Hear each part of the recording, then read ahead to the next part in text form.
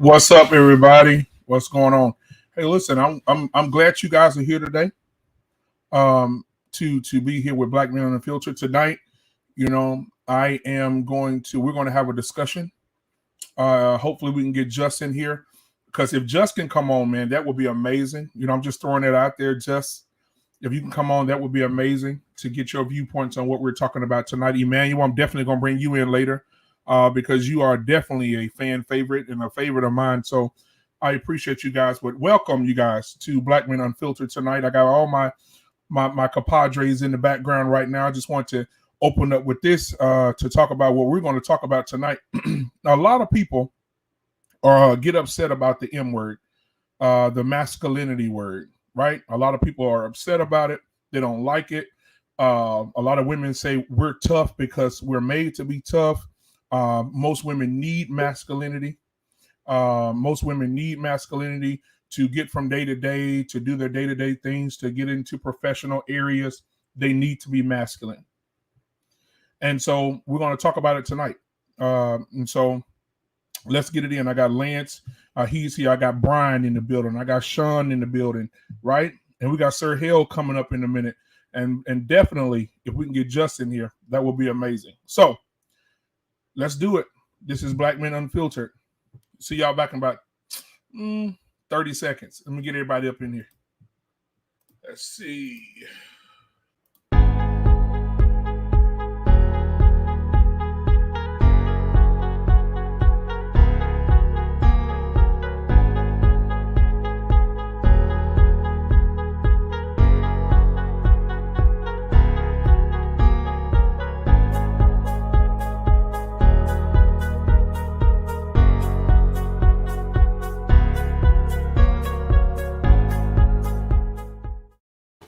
All right, we in the building. Lance, I don't know if Lance think he Batman or Bane or what. I don't know what's going on. Yeah, I can't see nothing but your You see my teeth though. All I see is your teeth.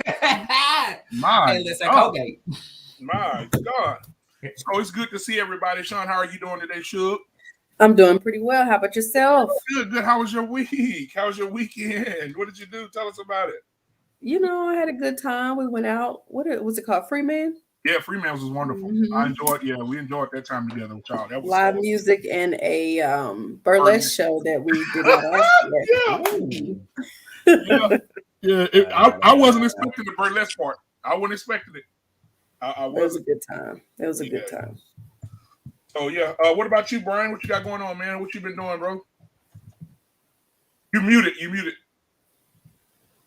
Oh man, nothing much, man. How everybody doing?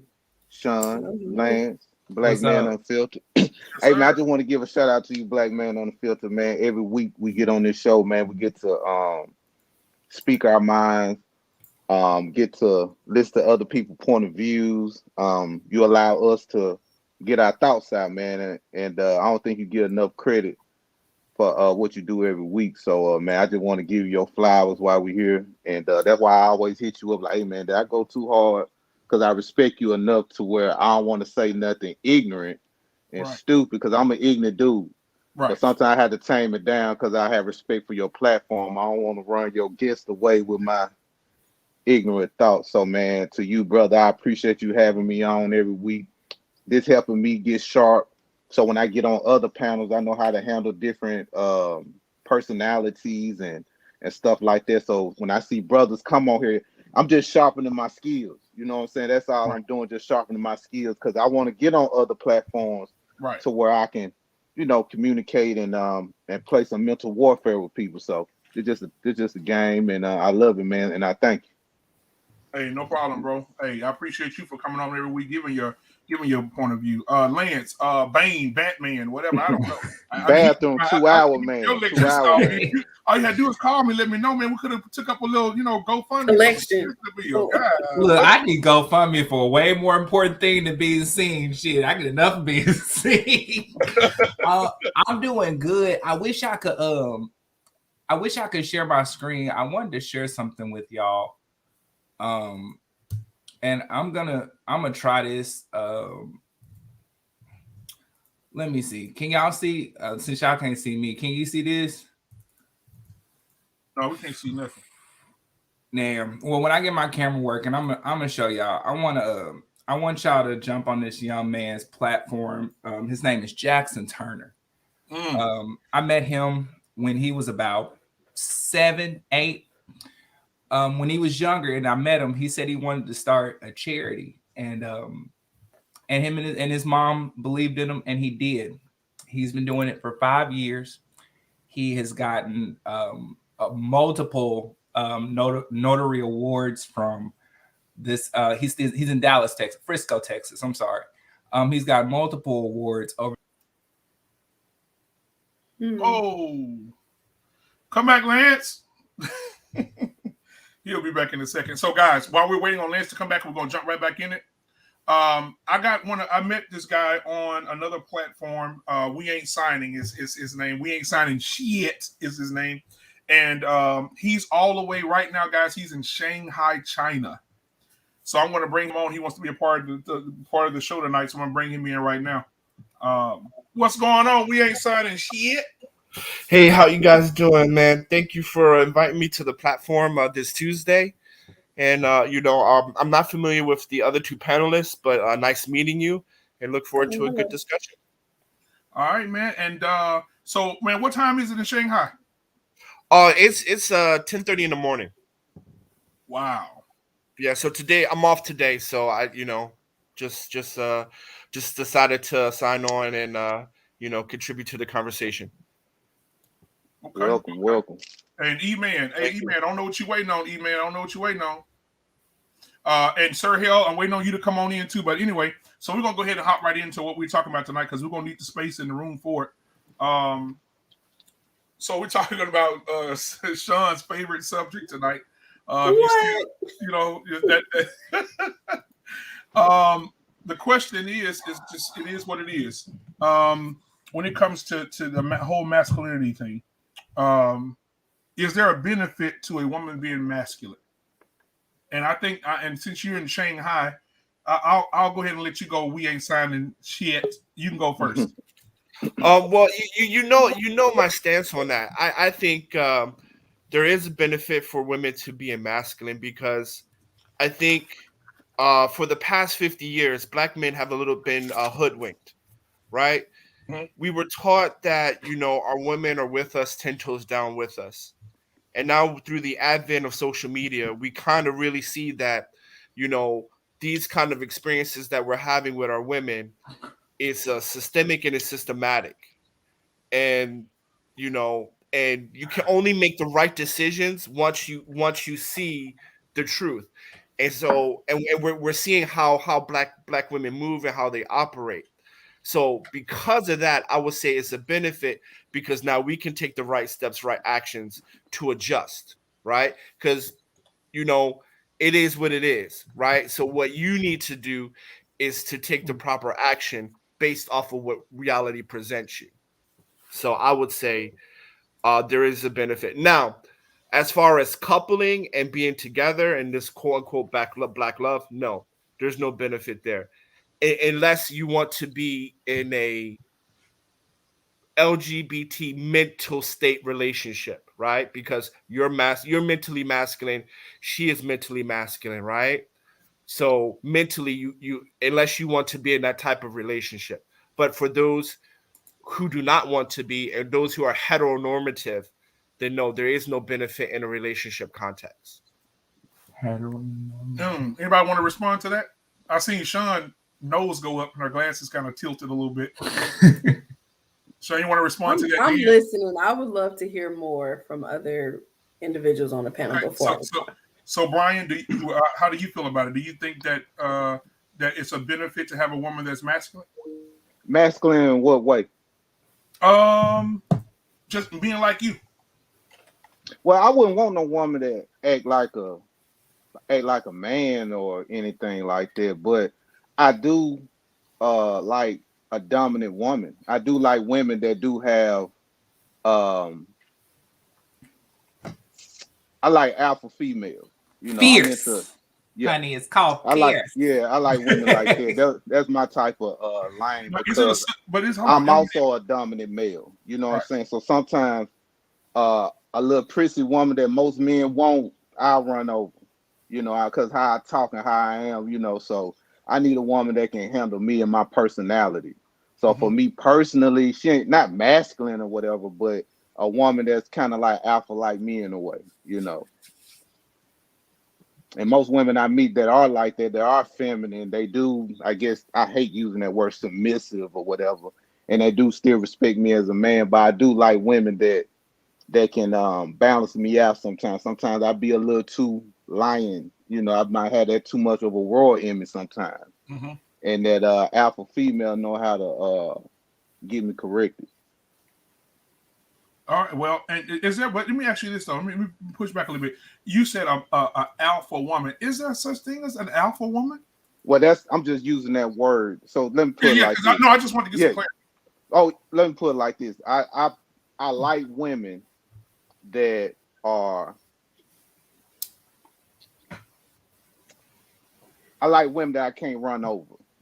Let me put it like that. I don't want no woman that's docile. Like most men want. Most men want the woman that's at home, that cooks, cleans, and do all these other things. For me, I'm domesticated anyway, so I know how to cook, clean, and all those things. So that's not important to me from a woman, because keep in mind, I'm a single father. So I'm speaking from a single father perspective. So any woman I get, I can't be with no woman that I got to take care of. I can't go 100% pay all the bills with a woman, because that's going to take away from my children.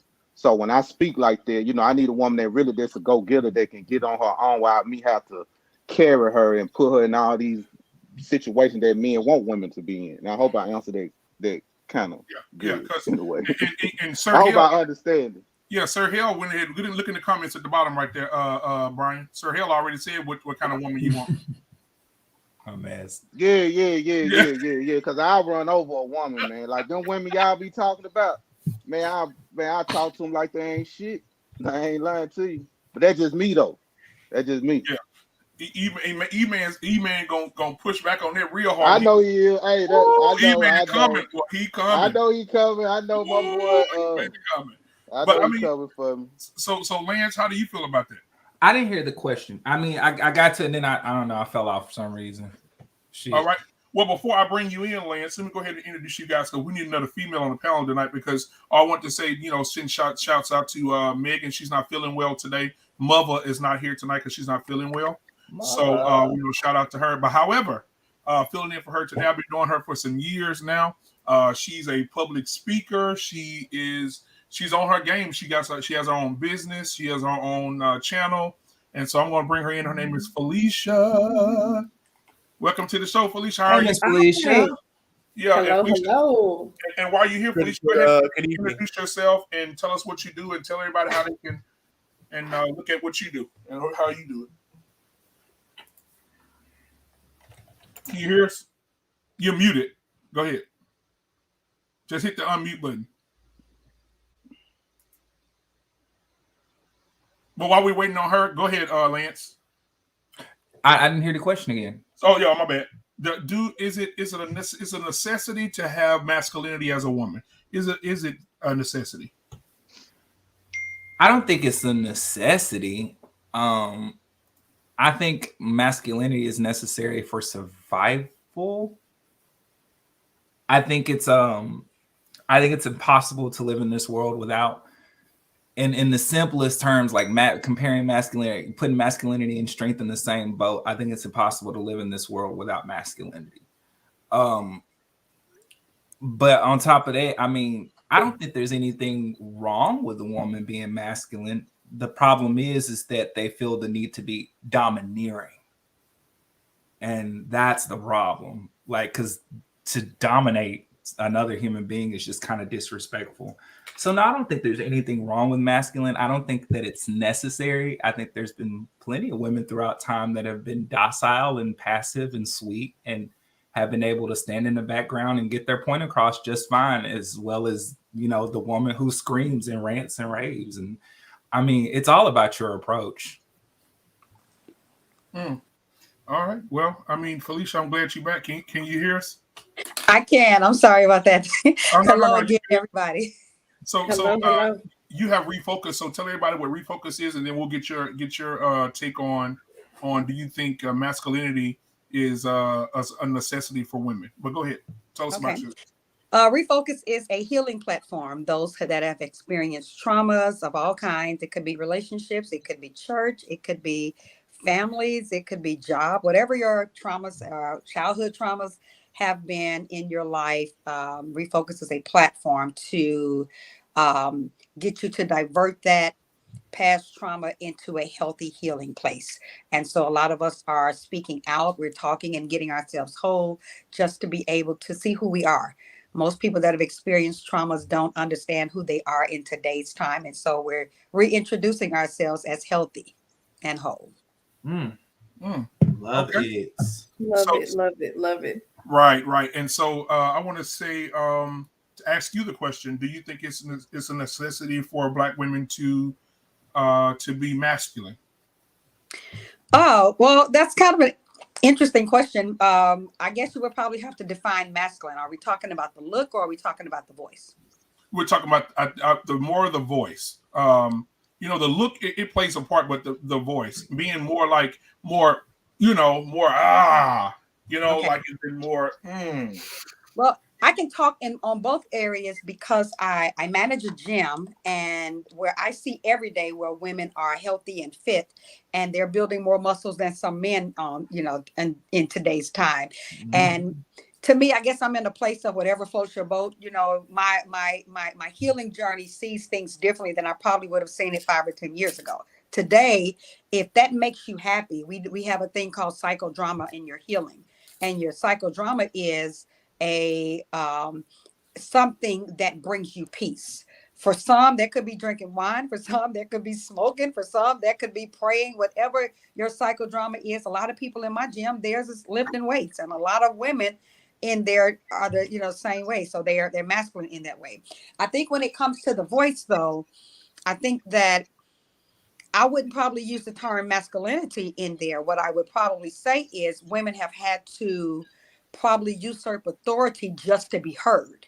Have had to stand up and shout on the mountaintops just to be heard. Why am I saying that? Because I've been one in these areas or sectors of my life where mostly men engage in. I'm a pastor, so mostly men engage in that, and so we've had to fight our way into places or industries or things. I was in sales, selling insurance, same thing. That was a man's world, and so I had, in order to be heard and taken seriously, I had to shout my knowledge louder than an average man would have to shout their knowledge. A man can come in, probably didn't even know half as much as I did, and be able to sit back and just say a couple of things because he was a man and be heard. Well, it's not the same way with a woman. So I don't know if I would say masculinity, or do we have to push our way into places that allow us an open door or the same opportunity that a man would have? Yes. I kind of Mhm. disagree. Well, now we had our section, wind down, and we spoke about, the masculine and the feminine energy, and how that you encompass both of those things. They go, like, everyone has that capability to be either feminine or masculine. Like, that is innate in us. Sometimes you're going to need to be softer, sometimes you're going to need to be stronger. It just depends on the situation. So I always feel like it is important for women to be assertive. It is important for women to know how to survive. It is important for her to be disciplined and things like that. I think it's important that she knows how to be confident within herself. And those are things that people don't take into consideration when it comes to masculinity, thinking everything needs to be all male, or it needs to be all female or something like that. And it's just not realistic, because especially if you're in one of these like corporate jobs and things like that, you have to be very assertive. You have to show that you're very knowledgeable. Not that that can't be in a feminine type way or anything like that, but I think we just have to redefine and stop trying to over define these terms and make them something that they aren't.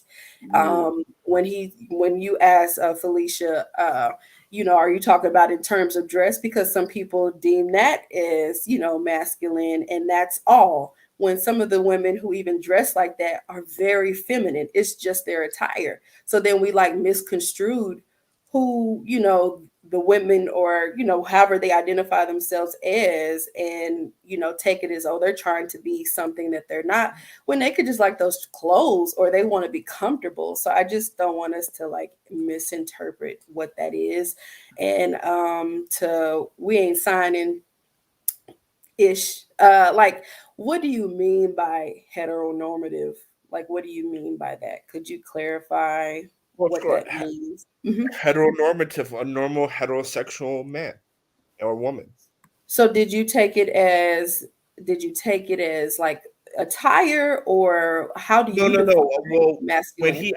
when he asked, what I understand masculine and feminine to be by the definition is characteristic traits. I've never like I've never took it as dress or attire. I took it as Hmm. characteristic traits, right? Which the definition is. So if Which is he is what? masculine, if he has masculine characteristics and then she has masculine characteristics, then on a mental level, you're in a homosexual relationship. What are characteristics of masculine? Like, what are these characteristics? Well, I mean, I don't want to go down the rabbit hole of that. I mean, we I think we all have a base understanding of what masculine and feminine is, I right? I mean, because when we get to that, the conversation gets lost, right? Well, there's But an I mean, we American all have a understanding and then there's a global understanding, because there's a okay. lot of Well, things that globally then you people do that Americans then would choose consider what you very feminine prefer. and masculine. Choose what you So, prefer. Then I'm okay to choose whatever definition that you are. But however, whichever definition that you prefer, if they both have the same characteristics, then your homo means the same, correct? Right? mhm. So then you're in the same you're on the same mental level. So because I don't want to get into definitions. So whatever definition that you want to choose, I'm okay with that. Choose whatever definition you're comfortable with. You put some game okay. on me, I man. think I words learned something new. matter. So I think, yeah. So I think words Absolutely, matter. absolutely, words matter. Absolutely. So I'm using the Webster dictionary of feminine and masculine. But if other people reject that, then please use whatever you feel comfortable with. Because I really I do appreciate intellectual debate, but I would like for it to have purpose, right? And if we have a stream of 30 minutes talking about, well, I agree with this definition, I disagree with that definition, then I think that's useless. So I will concede and just say whatever definition that you want to use, I'm happy with. Interesting. Okay. Well, I was just wondering what your, like, even if it was like three characteristics of what masculine is to you. Okay, well, for Just example, curious. assertiveness. Let's say assertiveness, right? Sure. So when the idea of job working and working for someone was established, right? That was normally men going to those places outside of academia, right? Because in academia you don't have to be as assertive, right? Academia is more of a libertarian type of situation. But if we're talking about the corporate world, as you say, that is a masculine environment. So you have to be assertive, right? That is a masculine trait. Sure. Right? Okay. Because the environment requires masculine characteristics. Now, do I say women should not work? No, I do not say that because I'm okay with men. I'm okay with women being masculine. I do not see a problem with that because for me, I believe that black men should be SYSBM. Do whatever in your best interest. Now, So explain to them what that acronym is. okay, SYSBM is Save Yourself Black Man, which means this. Black men get the best deal in a relationship that you can. Get the best bang for your buck, right? Whatever that is, you're not beholden to any woman, any community, or any social norms. Do what's in your absolute best interest. So it doesn't matter if our women are masculine. If you want that, get that. If you don't, shop somewhere else. Wow. And names, because right now there are a lot of platforms out there that out there. We talked about it the other night. We ain't signing on another platform. But names, because I forgot. Name those things you said. The one you just did, Save Yourself Black Man, but it was some more. There's Save Yourself Black Man, which means black men should do whatever is in their best interest. That's what I agree with, right? I agree that all people should do what's in the best interest of them, as long as it's not hurting the masses, right? So when he asked about, is it a benefit for her to be masculine? If she finds usefulness in that, I'm okay with that, right? Because everyone has the right to do what's in their best interest. Then there's passport bros. Passport bros say, in the context of relationship, American women are not marriage material. So let me go abroad to find me a wife, to find me a relationship, get into a relationship. And those are the two, SYSBM and passport bros. So Brian said he was learning something from that. Brian, what did you learn from what you just heard from We Ain't Signing? No, just the homo part. That's all.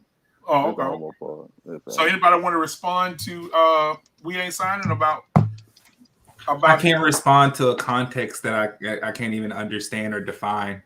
But I mean, I can be assumptive. I assume he's talking about in the archetypical standards of masculine and femininity, which is the aggressor and the passive person. And I mean, like at what point is masculinity bad?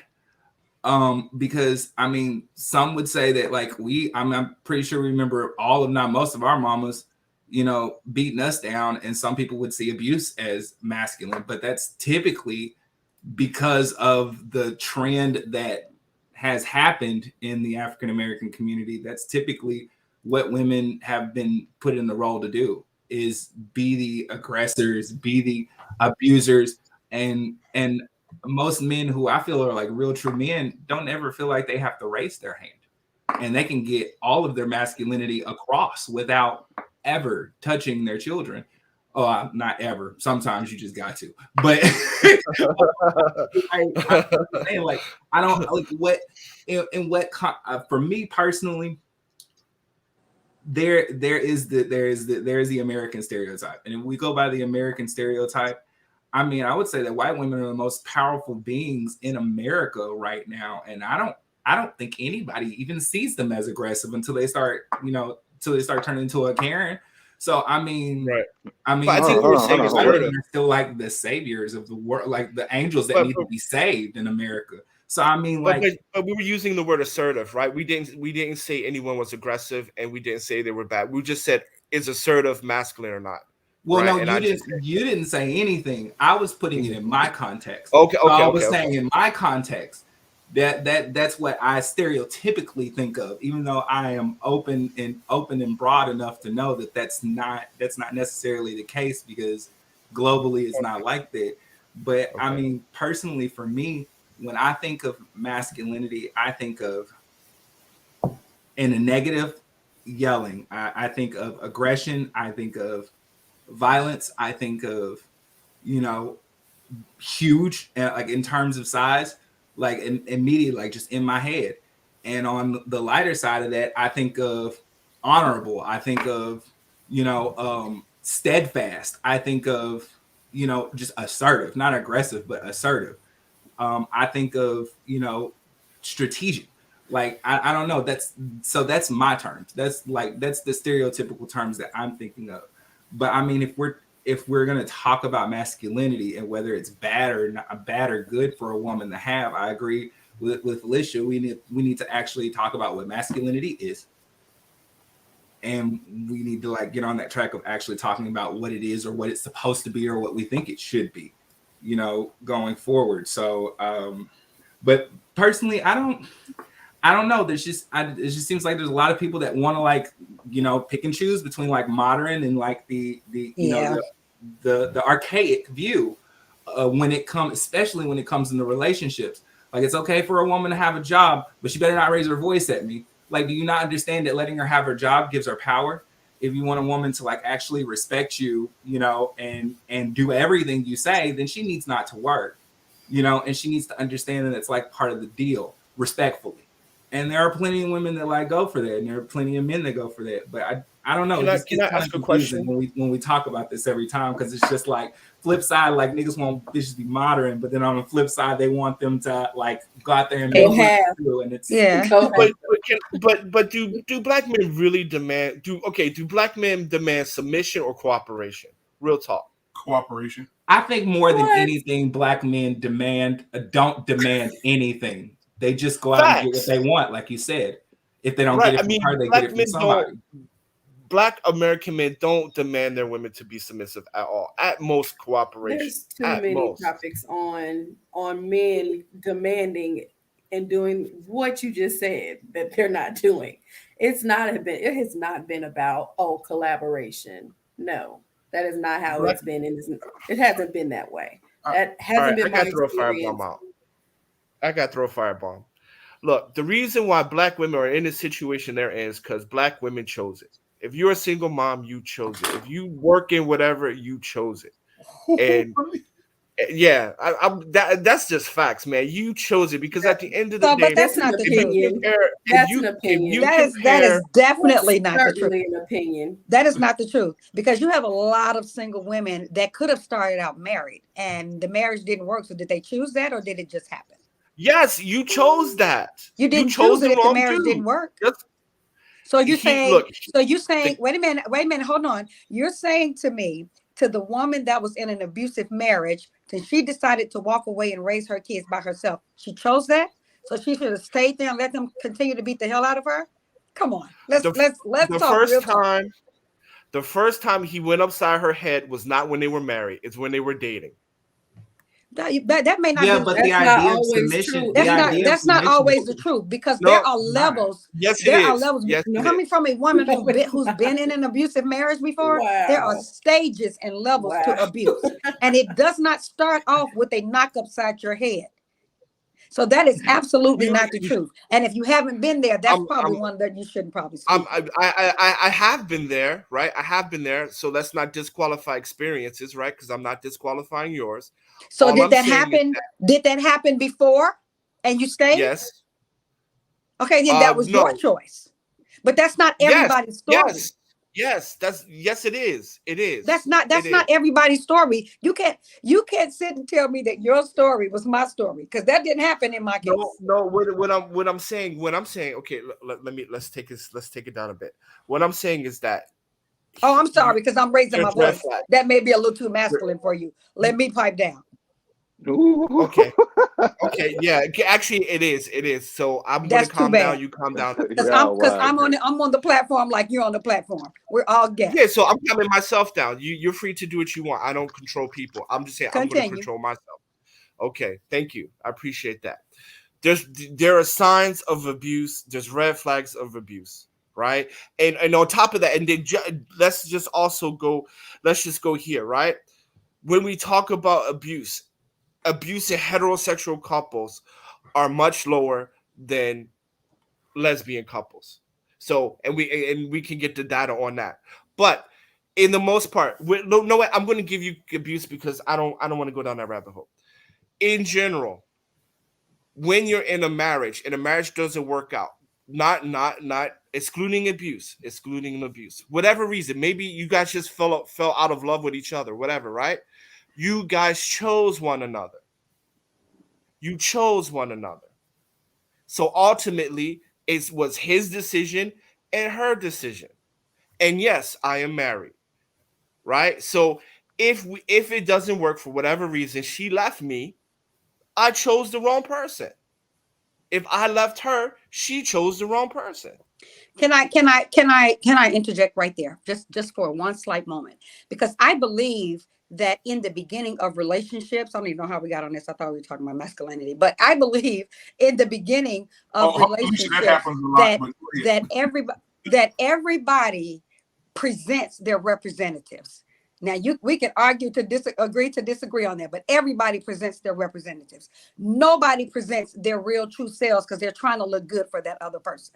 You agree to some things in the beginning, and somewhere along the way, one of those persons may evolve, may make some changes, may get healed, may get whole, and no longer see what they saw in the beginning as an agreement. And sometimes what happens is people forget to renegotiate the contract. Because let's be real, relationships and marriages are a contract. We signed on the dotted line to that we were going to be for better or for worse, in sickness or in health, and all that blah, blah, blah stuff. We did that. But somebody didn't go back and renegotiate the contract because somebody changed. I evolved. I got healed. I got whole, and I'm no longer seeing things the way that my partner was seeing things, and I changed. So did I choose to now do something differently, or did I evolve and want something or needed something different for my whole self when I probably was broken in the beginning? You still chose. There it is. It's all about bottom line. Take the gray. You can choose it, but I didn't choose to raise kids by myself. He said his comment was that single parent chose to be a single parent, and that's not the truth. I'm a single parent, and I chose to go to court and get custody of my child. Okay. She chose to protect her kids. That was a choice. Right, so, but I mean, my everything's a choice. We're excluding. He's phrasing the comment as if, well, too bad you made that decision to marry this abusive man. When in actuality, abuse usually starts verbal for years. And it's a very slow, gradual escalation, and there's a whole psychology behind it. Not to mention a whole history where women don't even feel like they have a choice to be made when it comes to a marriage. So being a child of abuse, I don't appreciate you talking about the situation so lightly. So it offends me. Okay, well, I'm not sure the one, but can you repeat that part again where you talk about being? Because I'm also a child of abuse, right?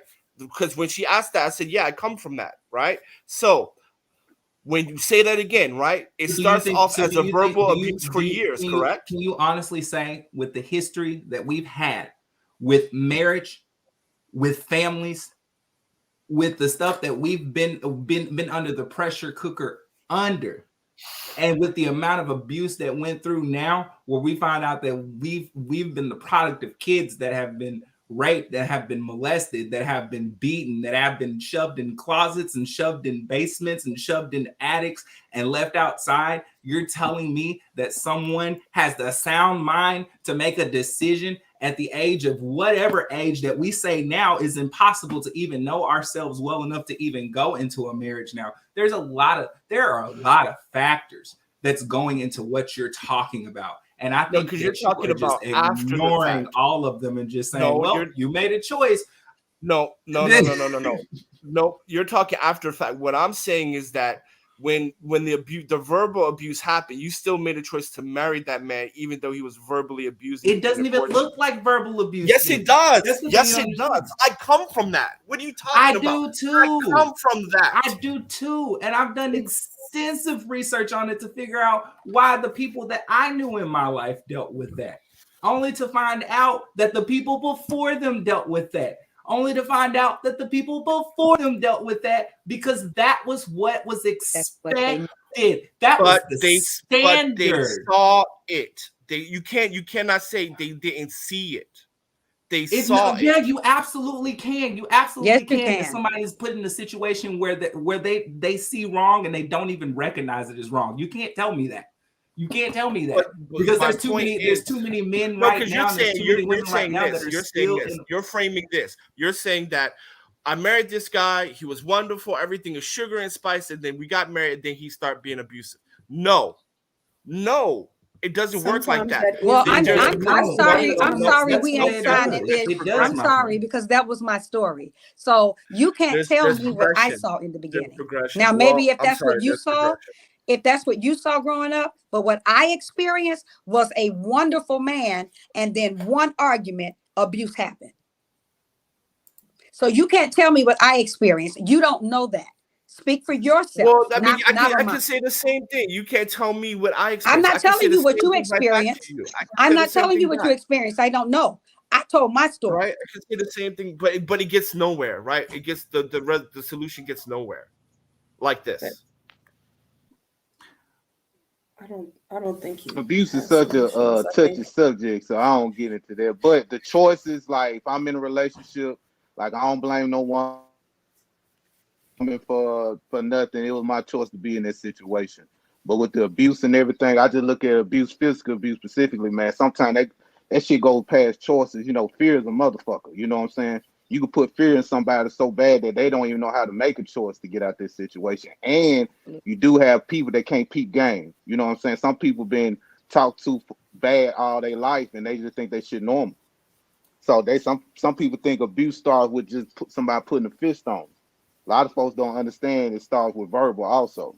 Yeah, you talk about the phrase heteronormative, but yeah, you have to realize the phrase normative means that society has made it as such that it is a common and common believed and agreed upon a way of method of how something should be. That's what normative is. When something is made to be normal. I am telling you, abuse was made to be normal. So for you to say that somebody is in their right sound mind and body, you can talk to any therapist. That is, you're completely wrong. And I'm just gonna say it. You are wrong.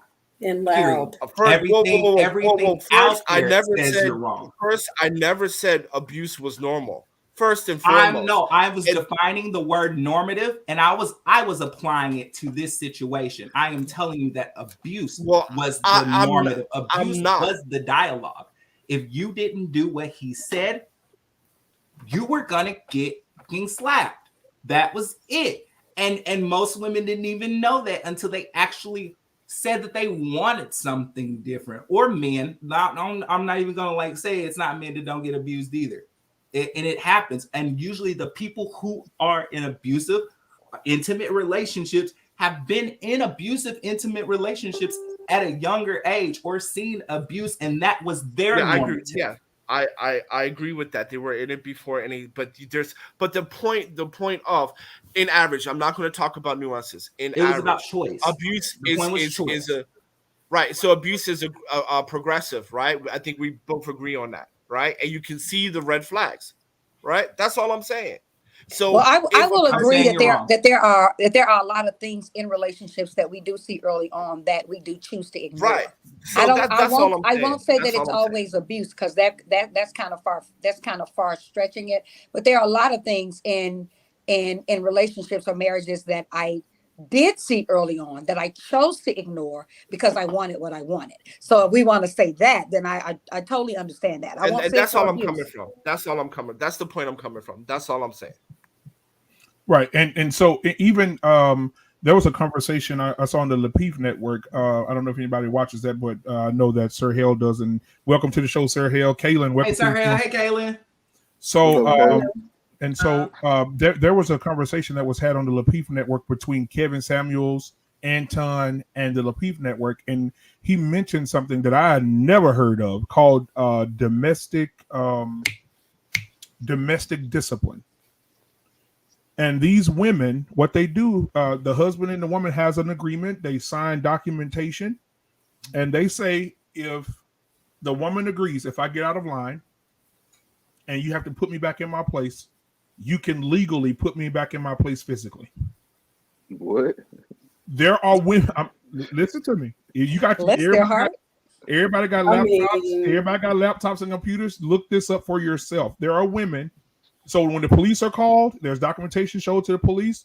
The reason that she's laying on the floor, we agreed to that, right?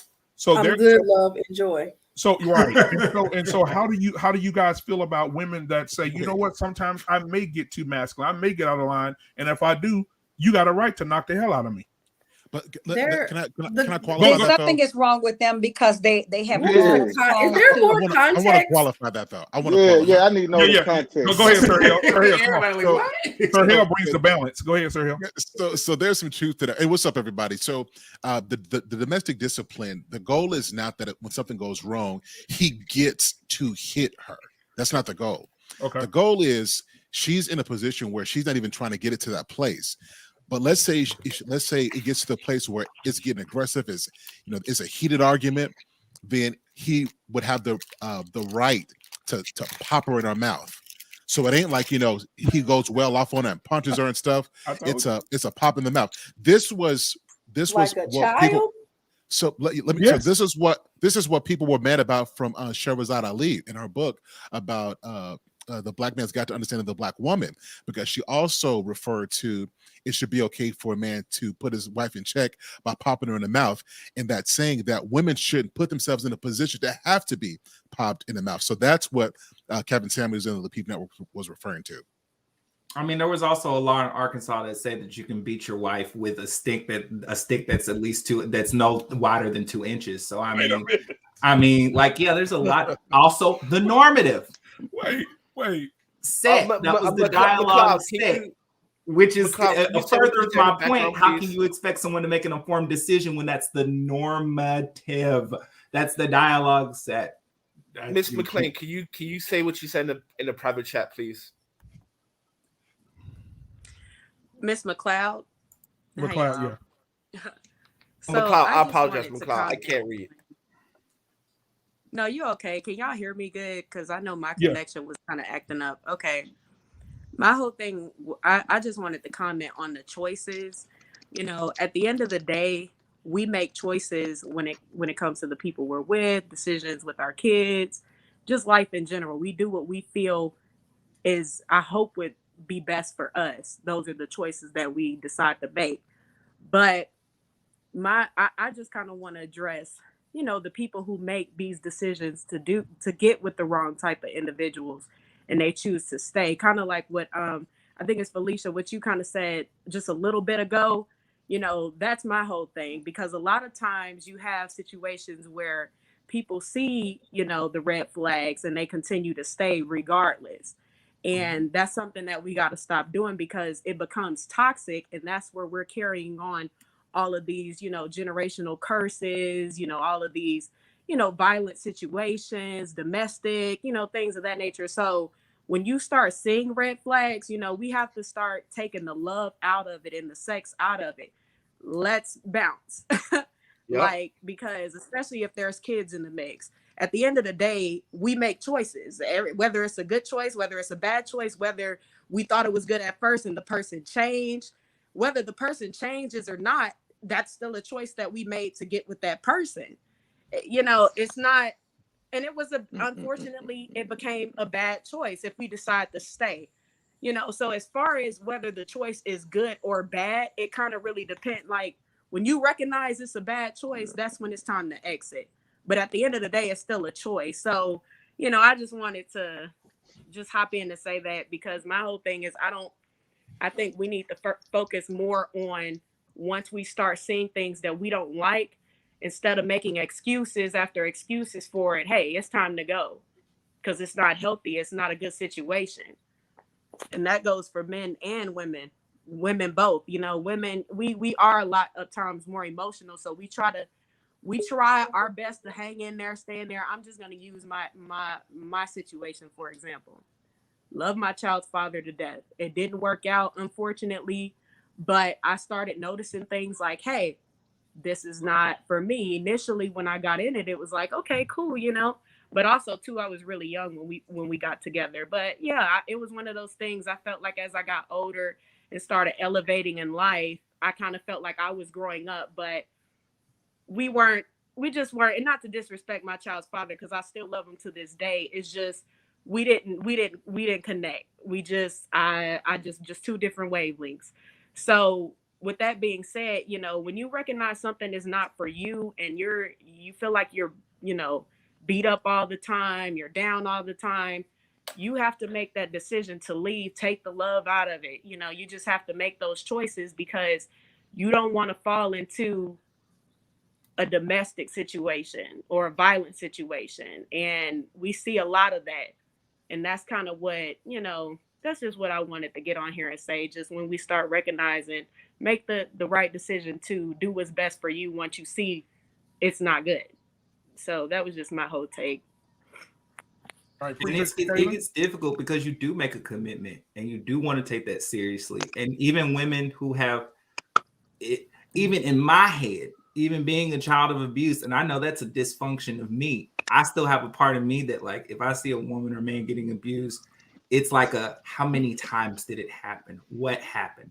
Like, and even the logical part of me is like, on some level, I'm like, like, does it matter? And it really doesn't. It really shouldn't matter to me. Like, it should really be like, are you okay with that? But at the same time, we have to understand that there is a history to it. There are some choices that can be made intelligently, and there are some choices that haven't been made intelligently because people haven't had the opportunity to become intelligent, because people are ignorant around here in relationships because they feel like that's their happily ever after. Just like people who go in debt buying houses because they feel like they want the American dream. Just like people who buy nice shoes and buy chains and buy coats and don't buy stuff for their kids because they want to fit in with the Joneses. It's all about fitting into the normative. And I think we should be very careful, because it's very dangerous to tell somebody that they've made a choice, especially on this platform. I don't want anybody on this platform who is getting abused at this point to think that just because they made the choice was to stay with somebody, that it was a good one. Because I want people to fully reflect on every single decision that they made. And if you feel like you are less than what you were when you're in the relationship, just plain and simple, then it's done. There's really not even a choice to be made. If you feel like less, then get out that mess. Yeah, I think it's very have to be very sensitive to, and not be aware that victim blaming is not okay. So at the end of the day, no one but that person who laid or did the offensive behavior should be held accountable, because they're the one who chose the choice to hit or to touch or to be inappropriate.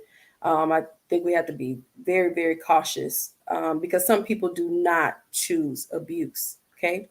Sometimes it is something that they experience that they cannot, they could not plan for what was going to happen for them. So we have to be very careful. Of course, if there's a situation where there's some redundancy that happens, but sometimes some situations are a one-off. So we just have to be very careful about victim blaming, victim shaming, and things of that nature. Yes, it is a choice to stay in a situation where you're getting abused over and over again. I don't disagree with that. That sometimes you don't know, or you're scared, or you're scared for your life if you leave, because a lot of women don't leave because they are scared for their life, or they solely depend on this one person. So for money, and that's another thing. You talk about men not wanting, that's one of the ways people control you, is financially, is to put you in the lock hold, just so you can be very dependent on someone else for all of your needs and taking care of your children. They I also can set think you up that that way. you made a really good point of being, really sensitive to those areas, because even if whatever reason that a person is making that decision, they're not in a healthy place, and we have to realize that until they think good about themselves, until they feel good about themselves, it's really hard to break away. People have become codependent upon things for a long time. I don't care if it's abuse, they stayed there for abuse, or they stayed there for money, or they stayed there for the kids, whatever it was in their life, they stayed there for a reason, but they were codependent upon that person, probably because they didn't know who they were outside of that person. And that's what we would really have to look at when you start dealing with the whys of why a person did something. Then why are they like this? Then are they healthy? Are they whole? Are they thinking sanely because they don't know who they are? I always tell this story of a lady. She was a relative of mine who was an alcoholic, and when she got sober, she didn't know how to communicate. She didn't know how to have healthy conversations. She was very jittery all the time. Her body language was off because the alcohol gave her her personality. The alcohol made her who she was. She didn't know who she was without the alcohol. And when that was no longer a factor, she was lost. People do the same thing in relationships. They don't know who they are without that. My mom was in an abusive relationship, sent us to live with my grandmother so we wouldn't have to see that and get there. My grandmother was also in an abusive marriage. My great grandparents, it was a cycle of something that took place. And I always tell people sometimes you have to go back to your childhood and address the traumas there before you can even deal with the traumas in your adulthood. And it's crazy. Why don't we just this. change the narrative? Why does it have to be that she made the decision to leave? She made a choice. Why can't it be he made the choice to hit her, so she had to leave? Nobody says it like that. I'm not saying she. No, I'm not saying you specifically. I'm just saying. I mean, but in the beginning, people say, "Oh, well, she made the choice to leave." Like, who? No. I said she made the choice to marry that person. So Sir Hill, go ahead and because Sir Hill, he's been waiting to say so. Go ahead, sir. I just want to reframe this because we're talking about abuse in one way as if men don't get abused. Exactly. I think we're talking about this statistically because most of the time women are the one who report abuse. But the truth is, we generally are abusive in the areas where we are most strong. So men generally are more physically abusive because we are just more physically dominant. Women are more verbally abusive. And I think what we don't do is we don't spend enough time talking about the verbal abuse that men go through and suffer, and why the suicide rate for men, particularly men who are fighting for custody, is on the rise.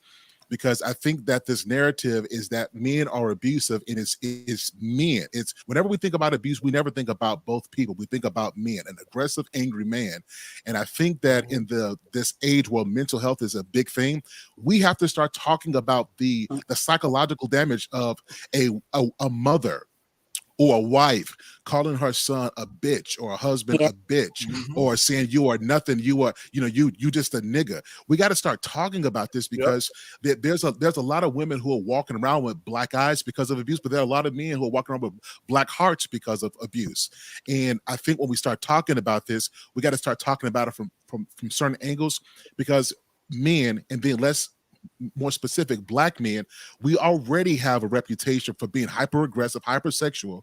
So I think that we got to widen this conversation and be honest and be fair when it comes to about abuse. Just because verbal abuse isn't visible doesn't mean is not any less impactful as physical abuse. It's still painful, right? And so let's look at it from a two-person level. Say, for instance, you have a physically okay, so I mean, it happens on both sides. Right, I think right. you have to acknowledge that. Right. And say, for instance, you have a husband that's not physically abusive, but you have a woman that's highly verbally abusive. And one day she's saying, "You bitch, you punk ass, bitch ass, you know what?" And they get into that, and he gets to a point, he just snaps and just. Can I ask you a question? The ladies on here. Have the ladies ever said that to a guy? Me? Oh, I don't recall using that kind of language. I mean, I've used language in my past as I don't know. It depends. It depends. Talking about in a relationship? If someone has been aggressive. In a relationship. No. What was the question? Say the question again, Sir Hill? You have, like, in relationships, because we talk about this a lot, and men will generally bring this up because Lance said it earlier, the normative.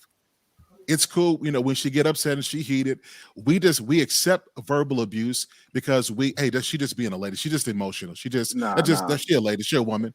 No, I'm not saying you, Brian. I'm just saying. Like, I want to make a point. Y'all made a good point about like mothers. I think you said something, Sir Hill, like how mothers call their child, they male sons bitch, or even girls bitches too. Also, my mother didn't do that. You know what I'm saying? My mother spoke. My mother was all love with me. So as I meet women, I never put up with I never even dealt with women that speak like that to a man or to people in general. Now, have I had sex with women like that? Yeah, but they never called me that. You know what I'm saying? And I think for me personally, I just think it's all about who you choose. But it's good you said that, because hopefully my sister's not listening to this anywhere, but my sister was one that talked to her children like that. And it used to be so disheartening to me, as a mom. I hate to see that, and especially hate to see it from putting that into our Black guys, our young men, because they already have so much to fight for. And when he got in relationships, when he got old enough to get into relationships, he got into a relationship that was very toxic. And I told her, I said, what I need you to do is go back to him and talk to the little boy in him.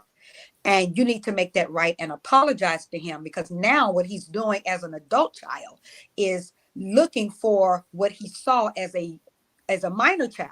What he got from his mama, he started dating that because he thought that was healthy. He thought that was the way it was supposed to be. And if we're not careful, even with the men, I see it. I've never been that type of woman, but I see it a lot.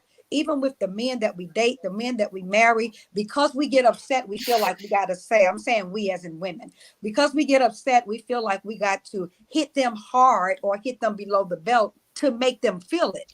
And that's why a lot of our men are so messed up today and cannot give us the love that we need, because somebody along the way have constantly hit them below the belt, and they're having a hard time regrouping and recovering from that. And the words that we speak are life and death, and damaging to some. It's not good for the next person that they have to come in contact with, and they find themselves broken, just messed up, and they go and give their broken self to somebody else and mess them up too, because of something we possibly have said. So I do want to say this, and I do agree with Sir Hell Speak. I'm not going to say a large representative of Black men have experienced misandrous violence. Because that's just that's what we've been going through for the past 50 years or so. So at the end of the day, it happens so much that this kind of misandrous violence is just kind of normal, where it's just like, oh, she just called me a bitch ass nigga, so she ain't the first one to say it, right? So it's just like, it's a Tuesday. The nigga probably was a bitch ass nigga. Right. A woman never called me a bitch ass. But hold on, my dad this should never. Hold on, let me finish. Let me finish. I call some niggas some bitch ass. Can I say this before you say that? We signing? Yeah. Okay. A lot of bitch ass niggas, bro. You like censoring me, but go ahead. No, go ahead. We ain't signing. Go ahead. I just want to say, no, he can go. It's cool. Lance, you were real serious about abuse when it was the other way. When we say it this way, I said women and men. I said women and men. Everybody. I'm just saying, I just think it's interesting. We're perpetuating something that you were just speaking against just a second ago. I think that's I'm just laughing at Brian. I don't perpetuate verbal or physical abuse at all. First of all, like Felicia, you said point, like you said that we Simon was talking about it like it was light. Let me say something real quick. Let me say something real quick. It's okay. I don't take any offense, right? We just got to understand our surroundings. Black men are not as valued as Black women in the Black community. It's just I absolutely disagree with that. I can give a brief example. They may be treated badly, but to say they're not valued, I have seen. See, what you don't understand, especially when it comes to abuse. In my experience, I'm not going to speak for every Black woman or every Black man, but in my experience, most of the women that I know submit themselves because they feel like that's what they need to do. And then they don't get appreciation for their submission. They get treated as if that submission is supposed to be part of their role. And then they end up getting in a psychological stir craze where they end up feeling disrespected all the time. And they don't know how to, like Felicia was saying, when she talked about below the belt, sometimes you don't even know where your belt is. And you find yourself constantly getting hit verbally or mentally or emotionally under the belt. And then after they give up on the fantasy of standing behind the Black man, then they start to get aggressive. And then the men, not knowing how to deal with her, suddenly letting her rage out and switching from a submissive, normative, fucking archaic role that every man so appeases. That so appeases them until this woman who's voicing her opinion, and then he just says, "Oh, I don't know how to deal with this," and then he argues. I mean, personally, that's just what I've seen. So I think it's very unfair for you to say that Black men aren't valued in the African American community. They very much are. That's the reason they get the fuck so much, is because of the hopes and dreams that women have, Okay, hold on. thinking that So this let me- man let me- is let gonna me- like let me- actually has like nothing to build do- his Let me, whole let me, life no, with them. wait, guys, no, They please, literally please. live in Hold a on, let me fantasy. get this. Let me get this. Oh my God. Let me get this. I'm going to make 3 strong points. So first, I would Please. like to challenge the panel. Call to action. I ask that you please look at the replay. So I ask that you please don't address this point now, but just look at the replay. I just want, okay. I would like to enter into evidence. Example number 1. When Miss McLeod said and what I said was the same, please go back and look at the panel's reaction. Now we both communicated the same message, but look at the responses between the two. Second piece of evidence second example I would like to enter into evidence. When Barack Obama tried to get My Brother's Keeper because Black boys are reading below their grade level, it's actually a national epidemic. No one is saying anything. And when Obama tried to pass that legislation, it got pushed back. Another example is when I believe it was in Chicago or Detroit. I apologize, I can't remember, where they tried to do an all-boys school, because research and study shows that when Black boys particularly are in all-boys schools, they're able to compete academically. Pushback from the own community on that. Third piece of evidence. It's interesting when you said Black men get to have sex. The black men in general put their value in manhood in relationship to how many women they can bed. And that is extremely wrong. And that's it. I'll leave it there. That's that Harvard graduate coming out of him, y'all. Did you see that? I didn't. Never mind. But how does that? Okay, first of all, the legislation Obama that tried to pass, which was great, was going against the normative that they were trying to set for low and suburban areas of all Black children who were failing. The Black women just happened to succeed because they set a new normative of I don't need a man, which was horrible as well. That was a horrible narrative to set as well. That was horrible to put them in the mind of, because we all need each other. But Black Girls Rocks went through. Wait, but we were calling men kings. How do you say that they're not valued? It's more, I hear more women calling men kings than I do hear them calling women queens. Kings doesn't matter when your children can't read, my friend. Sorry, and now you're devaluing the normative that Black women are trying to set for men, though. Now you're devaluing the normative. They're trying to say that logical. You know how many times I go through Facebook and I see, "Oh, I love you, my Black king, my Black king, my Black king." That doesn't matter when your children can't read. And that's the problem. There's so many things that don't matter. Education is a defunct system that has been pushed on every kid that wasn't born above the bar of income. Kids gotta read, I'd rather have kids read pivoting from the point. women that don't know me. Hold on, guys. Sir Hill, go ahead. Education is important for our Black boys, man. Yeah, it is. It is very important. Yeah, absolutely. All that king shit don't mean nothing if our boys ain't knowing nothing. If you say it means nothing.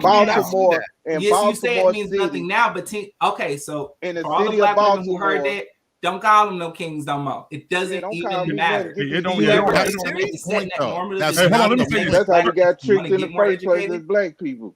Sir Hill, go ahead, Sir Hill. Want to be called something. This is not the point. Like, that is just not the point. Like, I just noticed when we're talking about two different things, whenever we're bringing up boys and Black men, we generalize and we pivot it and we don't stick on topic. But whenever the abuse we're talking about our ladies, which is a very valid thing, we can stay targeted. I think we got to look at this and we got to see why this is. While we kind of distract when we're talking about abuse, and not just physical abuse, but the abuse of neglect, which can come by way of education. Why it is okay and we dismiss it when it comes to boys. And then when we're talking about our girls, we prioritize it. We should prioritize our girls. But why is it when we start talking about boys and men, we kind of dismiss it and we generalize it? Who's That's all I want to know. Education? I don't think anyone. Who is saying that Black boys don't need to be educated? No one I is. thought No you one said is that. saying No one's that. saying pivoting. that. I'm Sound not like those saying Hold on, that. That's what I'm saying. Lance. Allow me, Lance. The point he's trying to make is this: when I said that black boys are reading below their grade level, and you know You're saying it's a they have the reflection of their lowest. value, of how they're valued.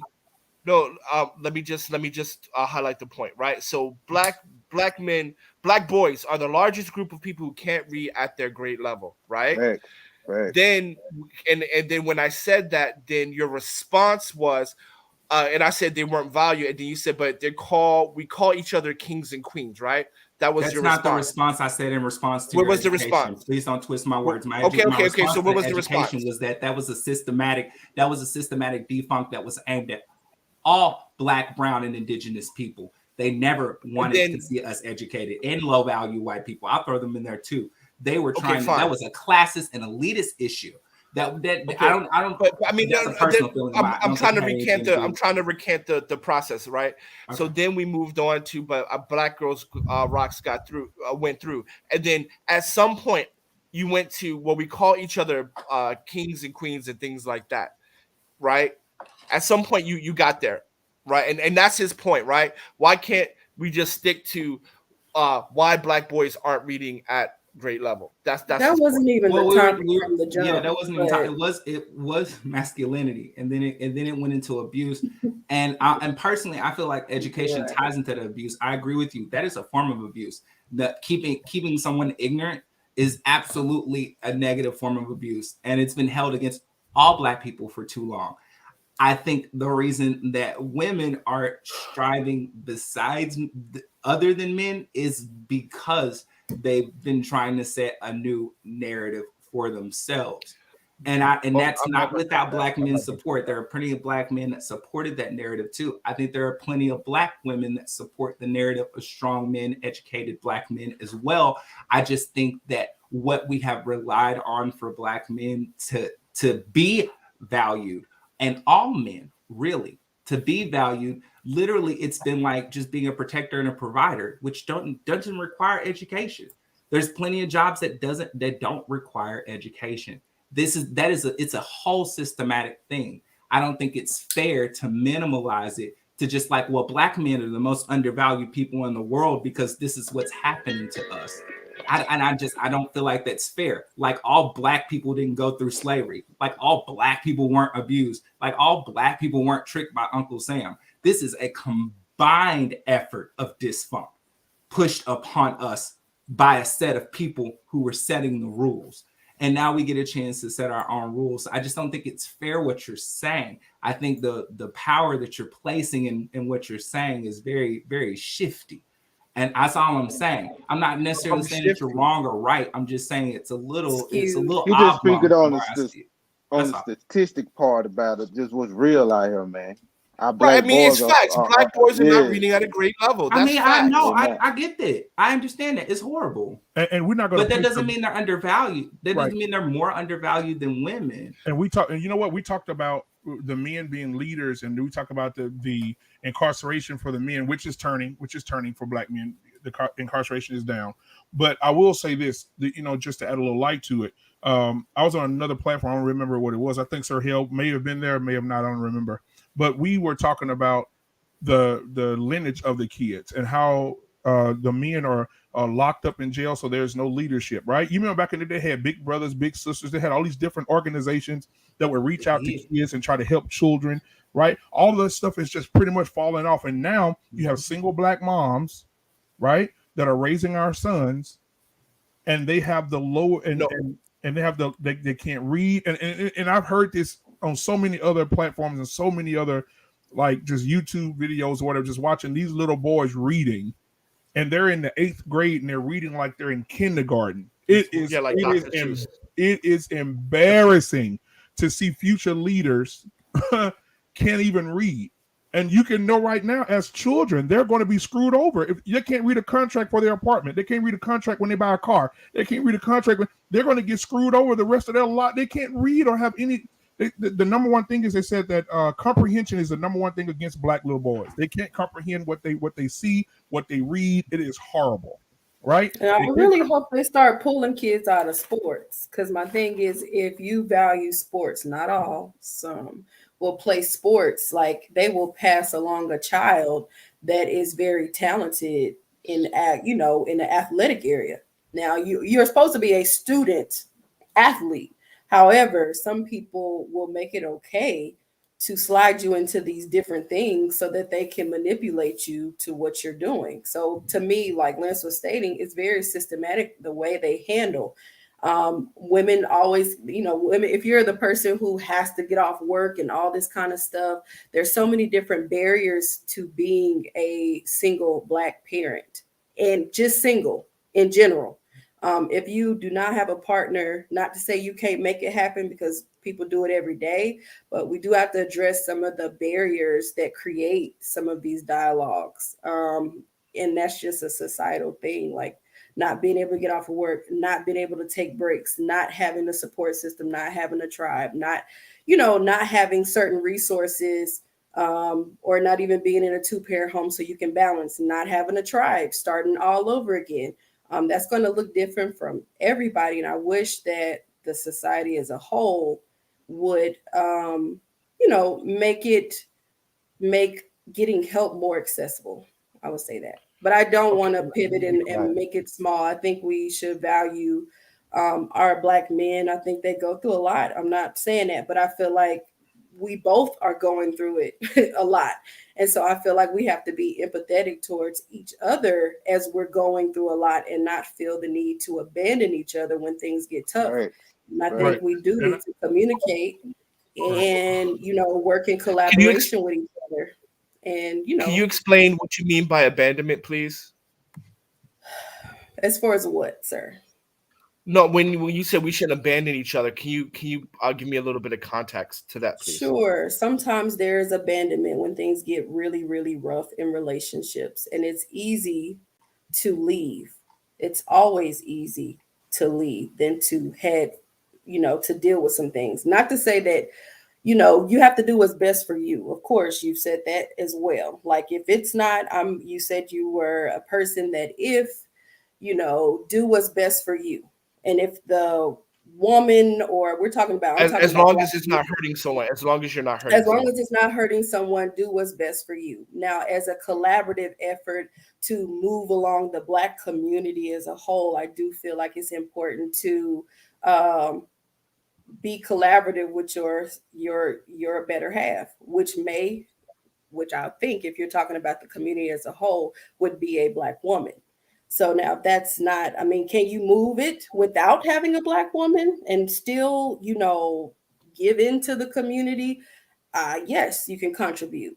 But I do think that it's even a better example when you are Black and you are pushing that envelope. Okay, all right. So let me I please just allow me to say one thing. If you guys have a chance, there's a term called ConcuSurf by Dr. Tien-Son Johnson, and I would implore everyone to kind of look at that when you guys get a chance. It's called the ConcuSurf. And my last question, and I'll be quiet for a while. Do I owe you, as a Black man, do I owe you help? Even though we're not dating or anything like that, as a Black man, do I owe the Black community help? And do I owe single mothers help as a childless Black man?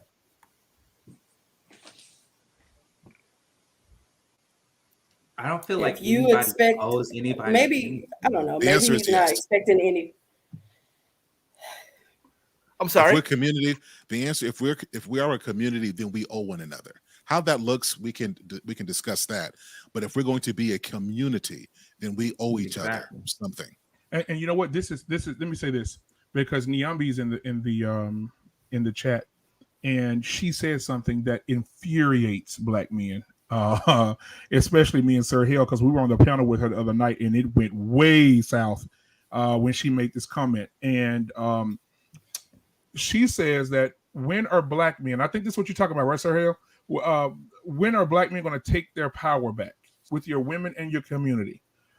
Black men do not have any power. I don't know why I got to keep saying this over and over again. Black men don't have. Black men are very limp. They're caged. They're great. They're strong. They're powerful, but they're caged, right? And so Cage high. Hold on. What you mean cage high? What you talking about? when I say cage, that too. yeah. So Yeah, black I men, don't agree with that, but yeah. Well, I feel as if Yeah, black. I ain't no weak motherfucker. So No, what? no, What you no. talking about? I'm not saying weak. So I want you to try to comprehend what No, I'm I'm saying. talking about. I ain't talking about physical. I'm talking about like weak minded. Like I'm No, trying no, to no, no. get. I I'm would. Yeah. not Okay. cage. So no, no, Go. no. I'm not saying you're weak minded. Let me give you some perspective. You're a strong man, right, Brian? Sir Hale, Yeah. strong man. Lance, right? Right. So we're strong men. We ain't signing. We're strong minded men, right? We go out. We work. We want to be family men. We want to take care of our children. But then things are put in place. No matter how strong we are, things are put in place to not allow us to move in certain areas, not Like what? allow us to be in certain areas. Like you don't have the. Let me say this to you, Brian. You can go out right now, Brian, because you're independent, right? You're an independent guy, right? You can go do whatever you want to do, right? Yeah. But if you really pay attention, can you really do whatever you want to do? I Can you? know. Are you Go. I'm sorry. are you on the playing field of your Caucasian counterparts? Are you on the same playing field as your Caucasian female counterparts? Are you on the same playing field as your black female counterparts? Right? Do you really feel like you have power as a black man, even though you're strong-minded and you're strong-willed and you can do whatever you want to do? Are you really? Does the world really allow a black man to do what he wants to do? I do what I That's the want to question. do, and when you understand what the system is, and once you accept the system, you ain't That's the shocked what the thing. system provides. When This you're these not white folk ignorant. shit. I know these white folk shit. I know this they stuff, but I'm still Exactly. gonna That's move exactly how I what I'm move, saying. and Right. they don't stop me from doing what I want to do. It's my decision on what I want to do with my life. Hell, if I want to be an engineer and become something, that's what I would have became. If I want to build a cars or something, that's what I would have did. But now, man, I don't have that defeated black man mentality. I understand I am in the system of white supremacy, but nah, man, I can't have that defeated mindset, and I do not pass that defeated mindset to my son either. So Yeah, I think Sir Hill, I want Sir Hill to bring some light to because he was on there as well. We were on the panel together.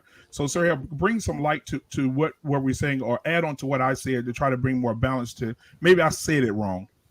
So Well, so yeah, so my issue was not necessarily that one. It was yeah. This is my cousin. First of all, Nyambi is my cousin. I love her. She was on my show on, I forgot what day that was, because we do shows every day. So right. So it's the comment that says, I keep watching black men. I keep watching to see when black men is going to take their power back and refuse to harp on the problem. Okay. I agree. Yeah, so We never talk about moving forward with nothing. We that's all we I, talk about, some shit that see, we I don't can't agree with change that. from the past, but learn. We gotta learn. We learn from the mistakes that we did as men. All we talk about is child support, this and that, right? Since we know the game on how these women are, let's teach these little boys so they won't make the same mistake. Exactly. But you know what, Brian? Let me correct you. We have shows, and you've been on my platform on Fridays when we talked about dick discipline. We talked about men having discipline with their penis and not spreading it around and not sleeping with all these women, right? Because Yeah. now with this sexual liberation, you have more women having more sex than men. And now you got to tell your son, hey, listen, you got to calm down because you may run into somebody that's for the streets. And that's That's for why the we gotta streets teach may our get young boys. we got to teach our young boys. So I 100% agree with you. Our brother at the top, we ain't signing shit. I think he mentioned that back in the day, I think sex was like a badge of honor. You know what I'm saying? Like the more women you had sex with, you was a Right. man. We got to reverse that for my children. Now, if you want to fuck Exactly. around, that's cool. I get it, but be cautious with it. You know what I'm saying? You don't got to go in every female raw. You ain't got to keep doing it. Right. Instead of us always just, woe is me, this man did this, okay, bet. This how we gonna handle it. Instead of just crying about some shit that we can't change, bro, we gotta move forward, man. That's even with our children. You know, we gotta educate You our gotta children. I stop playing the educate blame mine. game. Hey, but you know what? Yeah, yeah. It's a But the blame thing is, game. Eric, you know what? We keep talking about playing the blame game, guys. Listen. Can I add something? That was there too. 1 second. We ain't signing. When we say the blame game, when people say that, that really sends a lightning bolt up my ass. Because my thing is this: for everything, there's a blame. The jails are Right. filled up right now Right. because of blame, right? Men are unemployed right now. We can't sit up here and say, oh, we keep playing the blame game when motherfuckers throwing your application in the trash can and telling the white boy that. Do you know the statistics on this stuff? We got to learn this stuff before we speak on it. Systematic. That's stuff that we need to systematic, stop bro. beating each other with. That's disenfranchisement. Like we can't keep beating each other. But with it's things also that are a very reality. It's a very real thing. And It although we as Black people have learned to overcome a lot of what they thrown out at us, but the reality is there's still a ceiling on us. I'm a former branch manager of a bank, right? And I did a study. I watched this little white guy come in my office wanting to get his very first credit card. Never had credit in his life, fresh out of college, nothing. Run his credit, his score was 750. Why the hell you got a 750 credit score? You don't have anything. I did the same. I asked him, I said, hey, looked at his report. His parents had been paying on his student loans. My daughter graduates high school. I know the game, right? I'm going to play the same game that his parents played with them. I pay her student loans. I put on a couple of my credit cards. When I run her credit for the first time, her credit score was 640. Why the hell she got a 640? He had a 750. They had the same opportunity. Neither one of them had any credit. But so we have a ceiling height. So I understand what he's saying when he's saying that it ain't our world.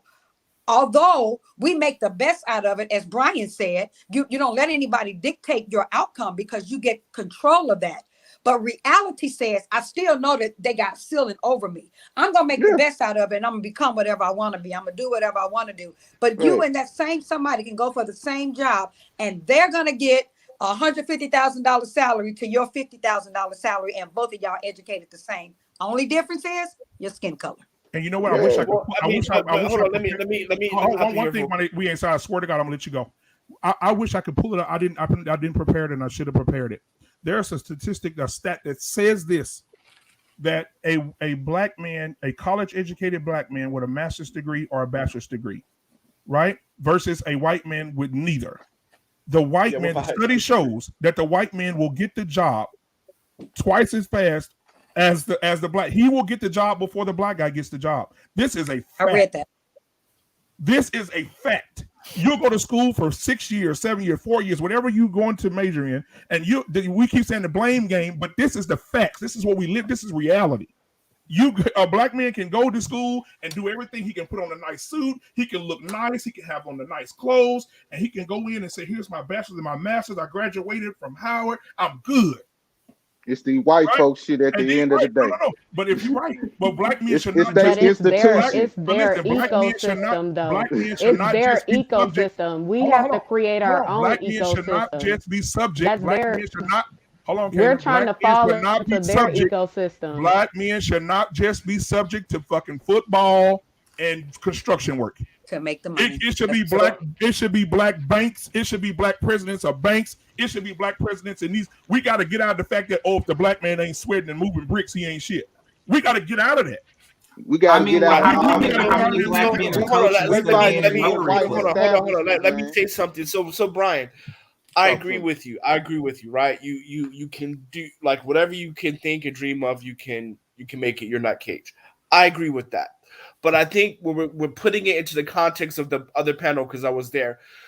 That was in the context of saying that black men, we're the leaders of the community, so we need to take our power in this community.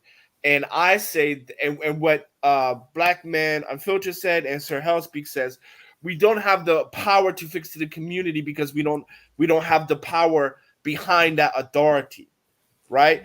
And we don't have the power and authority being behind that, right? Because, for example, we as black men don't have things in place to force people to follow us, right? Other men in other communities and societies, they have things in place to make their women follow them. You see what I'm saying? Such as a woman chooses to follow, a black woman chooses to follow a black man if she so chooses. And if she doesn't, she doesn't. What are we talking about? What are we talking about? So, I'm confused. Please allow me to finish. Please allow me to finish. Oh, because you don't want the woman to talk. I'm sorry. Please, sir. No, he's trying to make a point. Y'all He's just making a point. He's trying to make a point. That's all. He's making a point. Right. I mean, I'm just asking, can I finish? That's it. I was waiting patiently, right? I'm not a misogynist, right? So please don't paint me in that way, because I'm not. Because actually, I in the very beginning, I said women can be whatever they want as long as it's not hurting other people. So then to turn around and say, "Oh, a woman can't speak," I never came off with that energy. All right, go ahead and finish your point. We ain't son. Right. So the point is, it's just that when the point was we're powerless when they're saying, black men, take your power back to lead this community. And so that was the context of that, Brian. That's all I was saying, right? We don't have the things in place. Yeah. I got a question for me and what I do. Me and a couple guys, we get 10 kids out of Oak Cliff and we do things with them, right? We we help the parents out too. Some of them are mother and father in the household. Some are single mothers also. And we do assist them, man. And my guy, man, he getting like grants and everything, trying to fund and try to start something with the kids, mentoring these children. If more people reach back out to the community, man, it can happen, and it is happening. It is happening. Men are.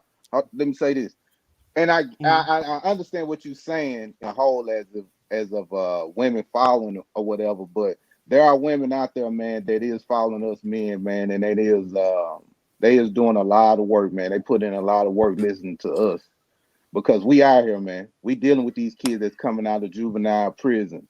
I'll just live in reality, man. Some of these kids gonna fuck up, but we getting some of these babies out, man. We getting some of these babies, man. So it gotta be more of us. We just talking. And I want to say two things. First, I want to say, yeah, that's what's up, and that's good. Because if we're talking about leadership and power, right? Power is unrelenting, right? And power is demanding. We cannot demand. We can only do things that's allowed. For example, you're doing those things with those kids, which is phenomenal and fantastic. But it only works as long as you have their it's their free will to be there or not be there. You see what I'm saying? If you truly have power, you can demand it. Like, I don't give a shit. This is what's happening. I don't give a shit. Black men don't have that. Shit, right? White men don't have that either. White men can't just go out there like this. Now they don't. Yes, now they don't, but before they did. Now they don't. I agree with you. Now they don't, but before they did. Right? Yeah, right but now. With us, everything has to work with the idea of negotiation. Right? So to say black men take your power back, we never had that power. We only operate in a spirit of negotiation. I agree with you completely. Black men never had that power. They never did. Not here, not in America. Exactly. Not in America, right? White men had the power in the 50s. Like, this is what it is. You can get right or you can get left, right? But I also think in not having that power, though, they forgot that the only time that they usually felt powerful was because of a woman. That's why I say I feel like there's a failure on both parts, and I feel like. But the point is right. But I'm just trying to highlight the point of that's when we're saying, take your power back, because we never had that, and that's why it's unnerving to like Sir Hell speak and Black Man Authority, because we always had to operate in the spirit of negotiation, never in the spirit of power, and that's what we're saying is unnerving. I'm just giving context. And the other night, we ain't signing. He said on another platform, he said something. He said. And I know this ain't gonna be sexy, then it's fine. But when he talked about, because we can't say his name on, I think we get flagged till we say his name. But the Jello pudding guy, everybody know what I'm talking about? Okay, so with the Jello pudding guy, donated almost $400 million to black education. He thought he was powerful, and one day he got his nigga wake up call. Somebody came out of the darkness with a 38-year-old story and got him locked up. When you think that's what Felicia's talking about, that ceiling.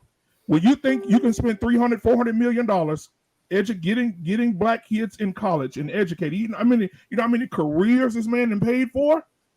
But he got that nigga wake up call, right? Then you go in the talks and start talking to NBC about buying NBC and making it a black platform. Oh no, you're not going to come do that. Anybody got anything on him? Can somebody come forward, please?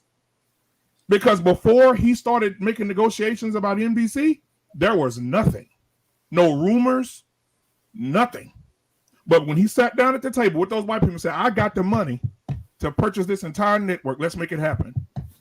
A 38-year-old story killed that opportunity and took a man that thought he was once powerful, because he used to be the most powerful black man on TV, let's be real, and they locked him up. They gave him, my grandfather always said, they give you your nigga wake-up call, and that was it. That was his ceiling. Yeah, so we can't. I like what Classic Ruby is asking. Hello. How y'all doing? What's going on? I like. Hello. There it is, Sean. I put it down there. Thanks. In the context of male-female relationships, men inherently have that power, whether they recognize it and use it or not. Sir Hill? Aspirationally, I think that's fundamentally correct. I absolutely believe that. Practically, I think we're getting there. So I'm gonna keep it at that. So this is Niambi, and I'm gonna be good tonight. Y'all see the other broadcast. Y'all understand where the statement comes from. Absolutely, okay. Boy. All I wanted to say is that I don't want us as Black people to take the Maury Povich concept of it all and then have our shows about. So I kind of agree with what Brian said, and have our shows. These are your platforms. You do what it is that you want to do, but have our shows about, Maury makes it like, oh, I want you to find your baby daddy. But then in reality, he's doing nothing but embarrassing the culture. And it's just not Black people. And so that's why I say is that okay, we understand now that we are and we have problems. There was someone on the panel, not on the panel, I'm sorry, in the comments that said it's very disrespectful to negate our problems that we have. This is not about negating what I'm saying by take your power back. It's not about negating your problems that you have. I'm saying I feel like you guys have worked out your problems already. Everybody here is of like mind, I believe. And even if it's not splitting hairs here, it's about on the right path and doing the right thing. So that's why I said I agree with Brian is, okay, what are we going to do now? Okay, him and his group of people is taking 10 kids. Can any of us say that they are taking 10 kids? I can say I'm taking 5 little girls, with my organization. So if any of us can say, okay, now how do we give a solution? We ain't signed and said something like,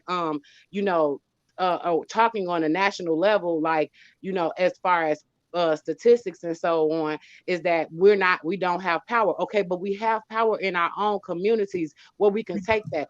Do you know that the Jewish community, when a Jewish boy gets arrested for anything, their whole council goes down and says, no, our religion says that we can handle him. Let us get him together, and then we don't even have to worry about him going to jail, no matter what crime that he committed, as long as it's not murder. Okay, so let me ask you a question. Let me push back on that. My son gets arrested, right? I'm a big old brutal Black guy. My son gets arrested. I bust in the police department and say, hey, listen, I don't give a damn what you say. You let my son go now. What's the result of that? No, sir, that's not what I'm saying. What's the result of me? No, sir, that is not son? what I'm saying. I'm saying the community leaders, the pastor, whatever they call their community leaders, they actually go in. And I'm not saying that this cannot happen for you. I'm saying, do you know that this is the type of thing that happens? So if I'm saying that this is the type of thing that happens, we all can do the same thing. Don't just say it can't be done. Let's try it. Yeah, but Black churches have always done that. Black churches have always done that. No, we go down after. No, ma'am. Go down. No, I don't agree with that. No, ma'am. I have been in places where we've gone together at the time of arrest. We've gone to court, every single thing, and they still were going to get that sentence. Yeah, that's not the truth. Come on now. I didn't say come on. I'm not saying this is not what I'm saying. I'm not saying that it is necessarily absolutely true. I'm telling you what Jewish community do. Right, but I think going back to Brian's point, the key factor is let's get them before they get in trouble. Because once they're in trouble, the society has them and our community. We have to do it the way Brian is doing it. Let's do them right now. Let's get them as young boys and young girls, and let's try to teach them. Let's teach the young boys, hey, you ain't got to do this, and you ain't got to wear your pants sagging, and you ain't got to go shoot up thing, and you ain't got to go steal. Teach the young girls, you ain't got to be promiscuous. You can live a better life than this. Whatever the case may be, teach them at a young age what didn't get taught to us, and maybe they got a chance. Well, you see how we latched on to what doesn't work for us. I'm saying what does work for us. So what does work for us is the thing where we as we Black saying people, raising our kids don't work for us. No. I said we latched on to what doesn't work. No, I said what we're latching on to in this conversation as of what a response to my comment was. It doesn't work that we go down after.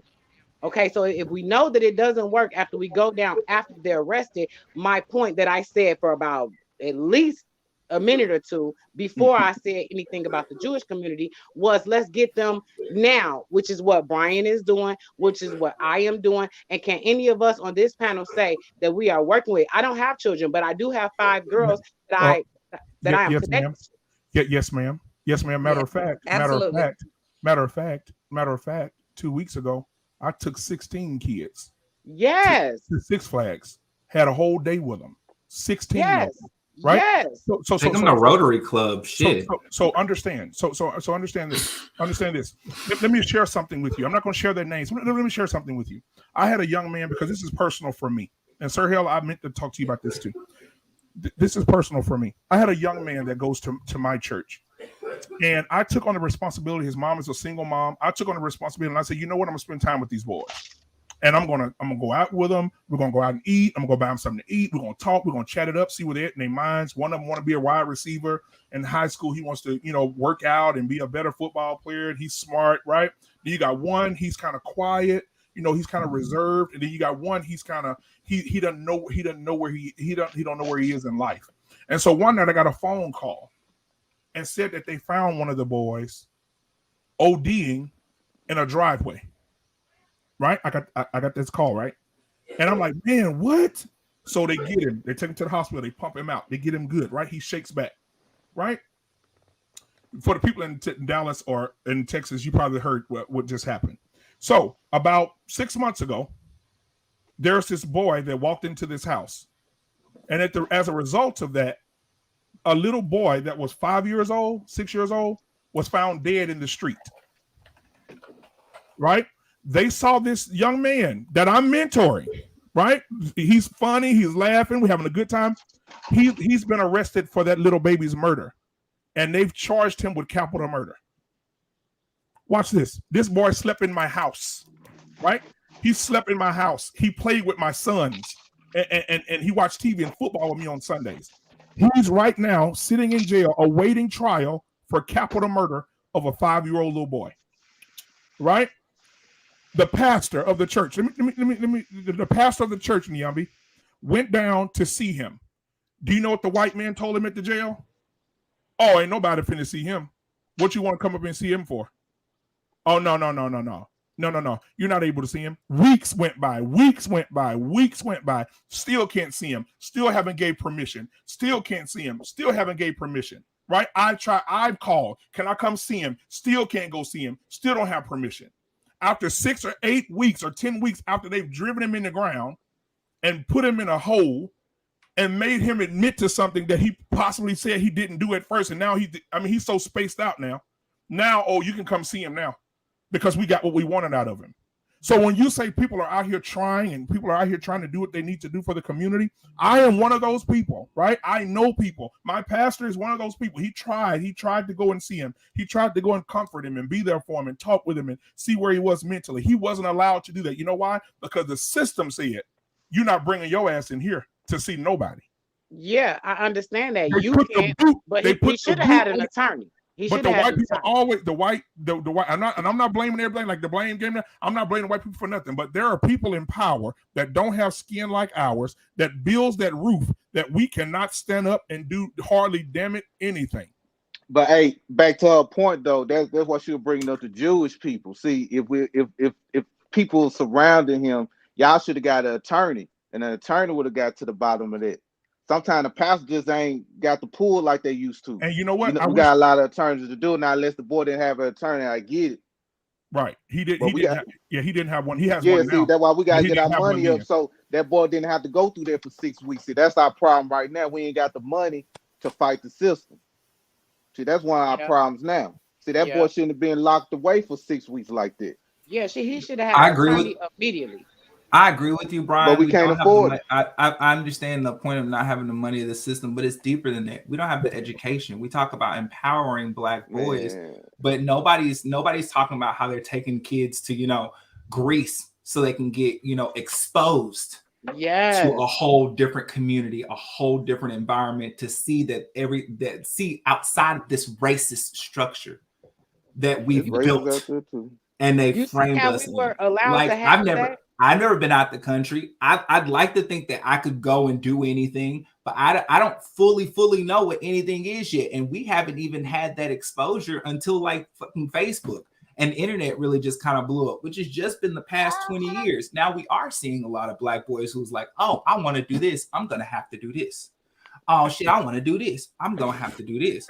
I think there's an acknowledgement there that, and I feel like there's a whole bunch of people trying their best, but we're using a lot of old methods that never really I agree worked. Because there's a lot more to be exposed than to just this country and these societal setups that they've instilled in us for over 450 years. And you know what, Lance? I agree with you 100%. You know what? Now, back in the day, I remember back in the day to Save Our Sons. I was in that organization, Save Our Sons. They would come pick us up, take us to the park, throw the football with us. We running and playing and having a good time, right? Because right then we didn't have what we have now. So back then that worked, right? That worked. That was enough, right? Scare tactics, getting drill sergeants in kids' face, that worked. Now these kids, these things right here are putting kids' minds way ahead of what I was at that age. And now these kids like, man, I don't give a damn about what you saying to me, bro. You get up out my face, bro. What we going to the fucking park for? And the hoes out, I'm telling these young boys, 10, 11 years old, ain't no hoes out there, I'm not going. I ain't going to no park, man. Y'all, man, cussing. Like, dude, I drove to the school to pick my son up. Dude, normally back in the day, if we seen an adult coming, we shut up. We didn't say nothing because we were taught respect. Now, I was walking to the school to get my son, check him out. They over there, yeah, man, motherfucking nigga, man, bitch ass nigga, man. I'm like, damn, they have no respect, bro. So now these kids are on a whole nother level mentally. And so now we have to figure out, we can take them to the park and we can take them to Six Flags. We can do all this here like I just did and like y'all doing, like Brian doing. But how can we really meet them where they are? Can I respond to that when you're done? Yes, sir. You gotta give them tangible. You gotta give them something tangible. I agree. Go ahead, that's why I give them tangible things. All that talking, they want to see. Absolutely. They don't want to hear about no. So you gotta give these kids something tangible, man. They fuck with you. Absolutely, I agree, Brian. Because even though you have all of these little kids that's doing the wrong thing, you can always pick one. You can always pick. You say you had 16, you lost one, unfortunately, but keep going. And I swear, I promise, with the little coins I got, if we put something together on this panel right now and say we're gonna do something in each one of our communities, and we pool our money together, when you can, or what you can do, and try to figure it out. It can happen. It can happen. We can start our own. You're saying, they had all of these programs when we were younger. We can all, it's what, 10 of us. We can all start our own programs in our own communities. We can all start our own nonprofits in our own communities. We can get this money from the government that we leave on the table every year nationally. We get all the churches together. Hold on. And I saw this on Roland Martin. I don't know if anybody watched Roland Martin or not. Jedi Mike, I'm going to get you next. Roland Martin talking about. Yeah, Roland Martin had a special on talking about that. Roland Martin says, if you receive any money from the government, they control your organization. Yep. They sure do. And they control your organization so that you do not misappropriate funds. That's the bottom line. You have to do it. You have to do it. That's not the truth either. If you notice, a lot of churches are starting to not take money from the government because they get to dictate how the churches are ran. What they do, how they do, who they say it to, and they don't want that. So that's not the truth. They get to dictate. You take their money, They dictate to you what you're going to do. So that you don't miss a just like they dictate when you have a business. 501c3. Hey, when you know what? Exactly. When you have to dictate that you have a business, I mean, they dictate when you have a business. When you have a business, you cannot do what you want to do out of your business account. It's simple. All you have to do is get educated on what they control and what they don't control. Niambi, it's more than money, baby. It's more than money. They dictate. You know, back in the day when the drug churches be separated from the state. You remember back in the day when the drug dealer that ran all the drugs in the hood saw somebody that was going to be successful, and he go buy him a pair of shoes and put $1,000 in his pocket, and then later on he'd be like, "Hey, bro, I invested in you. Hey, it's time. Hey, I need you to go do something for you, boy." It's called collateral. It's called collateral. And the government, you know, I'm telling you right now. But anyway, Jedi Mike. Like Goodwill. Goodwill found out a way around all of that. So you can't tell me that it cannot be done. You cannot tell me. If you research Goodwill, they are non-for-profit, right? And they pay their employees $10 an hour, but they only put 10% of their earnings into their non-for-profit. So what I'm saying is we need to get educated. How do you beat the system? With paperwork. Bottom line, I'm over here right now beating the system with paperwork. All you have to do is figure it out and do it the same way that white man could walk up in somewhere and get that thing. You can too. I agree. Niambi, guess what? Sir Hale said the same thing. I can't deal with Sir Hale just said the same thing to you the other night. Sir Hale said, "Why do men always have to prove themselves and have to beat something in order to make something happen? Why is it not available to us the way there is a way to succeed? There is a way to succeed. Just like when it came down to Black people voting, I'm going way back there. Stop it. They came in with all of this paperwork, all of these policies, all of these laws, because they knew that we didn't know how to read. So guess what?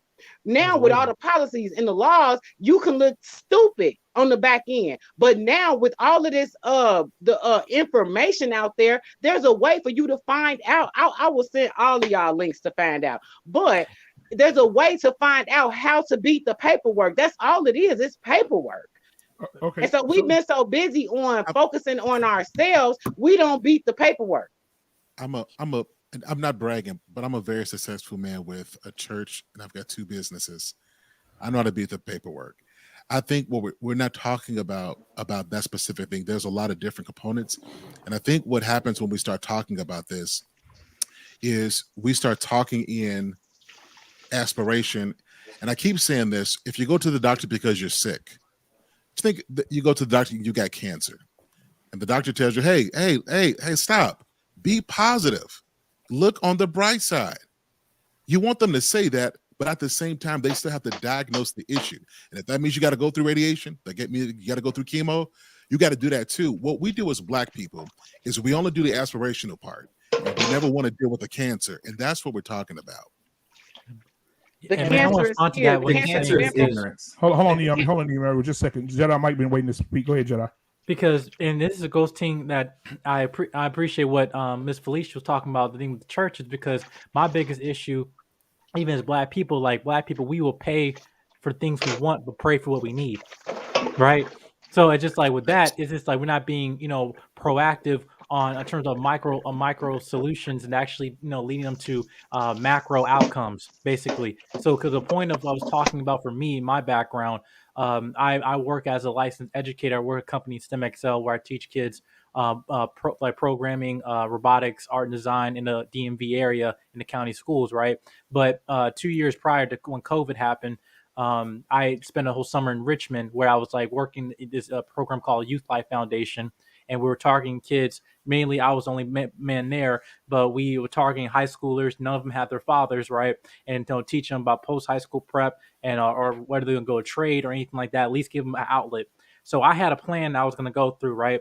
And everything plan got shut down because this one saying we didn't have funding, we don't have resources, didn't have a car, we didn't have able to take them out somewhere. So I deliberately say, okay, much as my plans were, being shut down, I was like, screw this. I'm just gonna go do it myself, and let me drive them to my university at George Mason, where I work as a research assistant, where I work on solar panels for environmental science professor. I physically gave them the the motherboards and thing. I actually got them wiring everything, and they were physically they were tangibly touching things. Right, because some of them also dealing with dyslexia and doing a bunch of other things too. So even though we're viewing things at a very surface level, it was still like getting them out of the seat and actually seeing what the nicer area of of my university was. They thought that wasn't a possibility.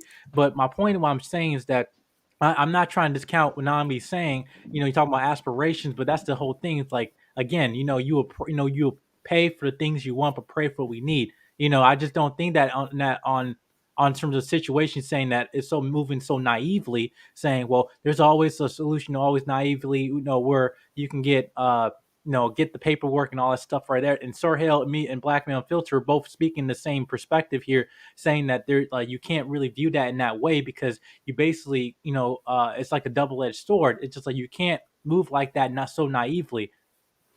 And I want to say one other thing as well. So I want to make this abundantly clear. I'm a proponent of education. You guys may not know this, but I didn't go to school. I never went to school, never went to high school, never graduated anything. My first degree was when I got my associate's degree, because I put myself up. I didn't feel sorry for myself. There was no excuses. I did what I had to do, became successful. I moved my family out of the ghetto where there was drugs, there were killing, and I moved us out. So I'm not speaking from a place that I don't know. I'm just saying that a lot of us are doing this. A lot of us are working hard. Black men are statistically doing better. Black people are statistically doing better. It's just that when we bring up these issues, I think it's important for us to fix something before we move on. Not just get tired of talking about it and move on, because that's what we do. Because we hear it a lot and we get tired of talking. And look, I'm tired of talking about some of this stuff too. Yeah, but sometimes you got to deal with it as long as it's a problem. And then once we're done with that problem, then that's when we move on. But how long? Like, when do we move on though? Like, we are. Like for me, this type of person I am. I ain't got time to be trying to save nobody, bro. If you ain't trying to save yourself, then yeah, I will help you. But there's a lot of people that just gonna get left behind. And that's just how I look at it, bro. It's just a lot of people just gonna have to get left behind. We gotta say these things. I don't disagree with you what I mean? At all. I'm with you. And I also think that raising your kids is also being part of the community as well. Absolutely. Which is why we talk about fatherhood. Right. So I think that when we're talking about community, exactly. So when we're talking about community, it's not just necessarily I want for people who are watching this, because we'll make it seem like people who are not investing in recreation centers and stuff are not doing a good job. If you are raising your kids, teaching them to read, teaching them to be respectful, how to be honorable, that's being an ambassador for your community as well. So I want to put that out there too. And you know what, Sir Hill? I will say this. During the pandemic, man, when the pandemic was really bad, my church decided we're going to give away food, and not just box food like you normally would get at commodity, but we were giving away steak, chicken, milk, eggs, right? We were giving away the good stuff, right? Box foods, canned goods, cheese, everything. Steak, I love the community. Oh my man. And so we were able, I wish I had my pastor on tonight. But anyway, so when we were there, we asked for people. Let me tell you, everybody, so gung-ho on the community. We asked people, hey, listen, we want to help everybody. We want to bring people out to volunteer and to come out and help serve the community. We get there Saturday morning. I get there with the kids. They pull the U-Haul truck in with all the food. They pull the refrigerated truck in with all the meats, right? The eggs, the milk. We're sitting there waiting on volunteers. When I tell you we're serving 100, 200 people and it's 12 of us, nobody showed up, right? Nobody showed up in that community to help feed the community. I had my children on the refrigerated truck with me, unloading the boxes, putting the boxes on the table. We had 4 people down there, 4 people in the middle, 2 on the truck. And we were serving these people. When we got done, we all laid out because we were so exhausted, right? But we talk about community. But we have people in the community, grown men that's sitting right at home that will not come out and help with the community. We have grown women that sit at home that will pass by the church and see a sign that says, volunteers, please come and help the community. and will not come and help with a box, not come and shake hands with nobody, not come and say, here's some milk for your kids. And so many people that came through, what the heart-wrenching thing was, people came through asking for prayer. People came through crying and said, oh my God, I don't know what I was going to do if I didn't get this box of chicken today or this milk. We don't have no food. Pulling up. We're pulling up in the cars when their gas light is on. They don't even know how they're going to get gas to get home. They just made it there to get that food because they knew that their family was hungry. We were serving. We did this for 6 weeks in a row. We did this for. Hold on. We did this for 6 weeks in a row. 6 weeks in a row. Volunteer levels were down. We did this for 6 weeks. 6 weeks in a row. And the Saturday that we stopped doing it, the weekend that we stopped doing it, people, that next Saturday we went up. We already told everybody we're not doing it. Cars were all the way down the road, showing hunger. People are hungry. They need this. Where are those men that say, oh, we all about the community? Where are those women that say, oh, ain't nobody doing it, let's take our power back? You take your power back by sacrificing yourself and your time, not looking for a check, not looking for somebody to validate you, not looking for the news cameras to see you, but your character is the things what gives good character is doing the things when nobody's looking, things when nobody's watching. Come on. Yeah, just to circle back around to my last shameless plug. Jackson Turner, Jackson, started a charity, Never Too Young to Care, N2Y2C.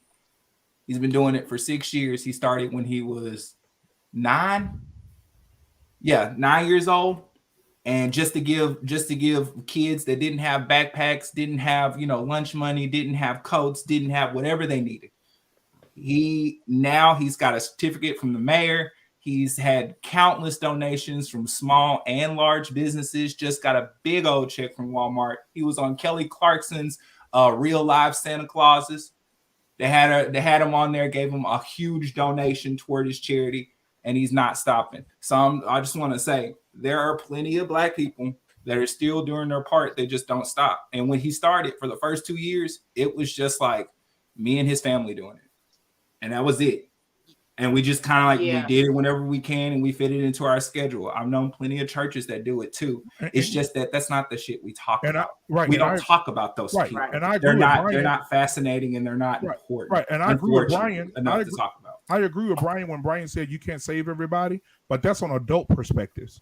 When these kids are rebellious, we have to know it's something that's making this little boy like this.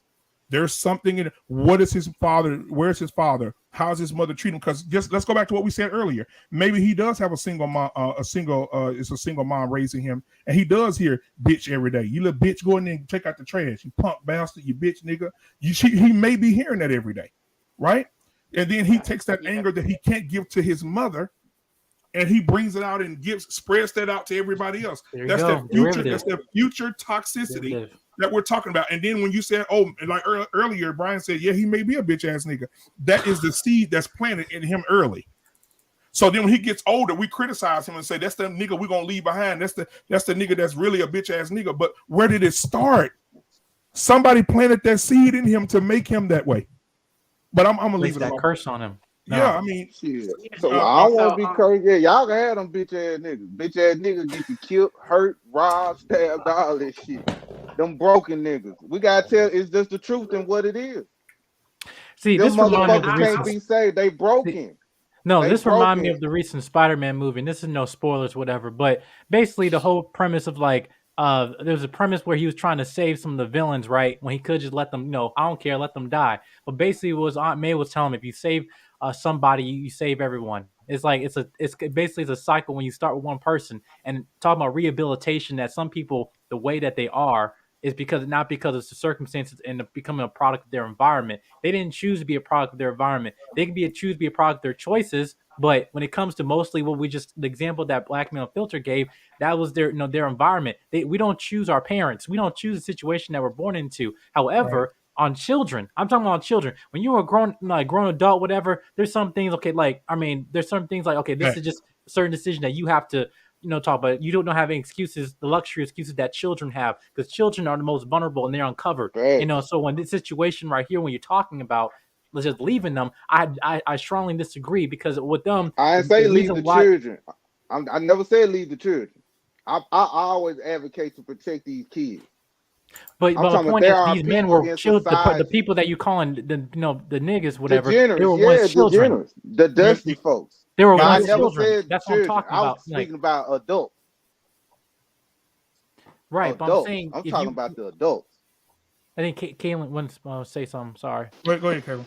I just wanted to ask a question, because we talk a lot about, issues when community men, Hey, women.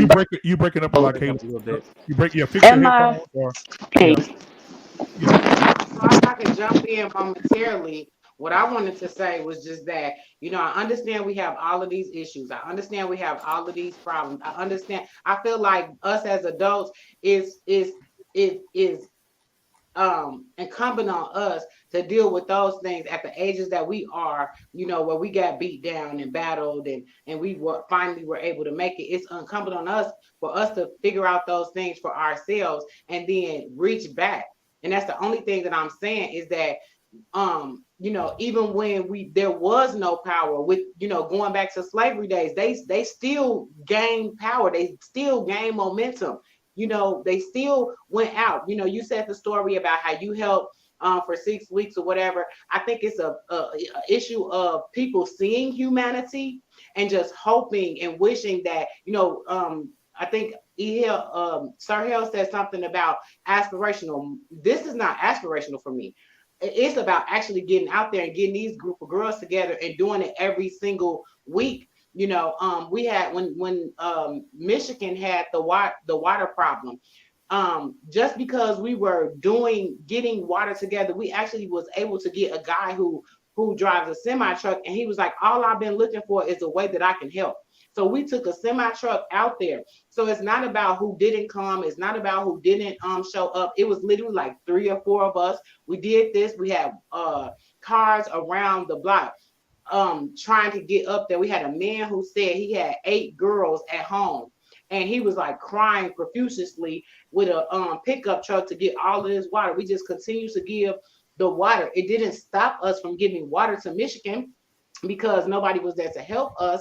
It's like you keep doing it, and as a result of humanity, you will get somebody to jump on board.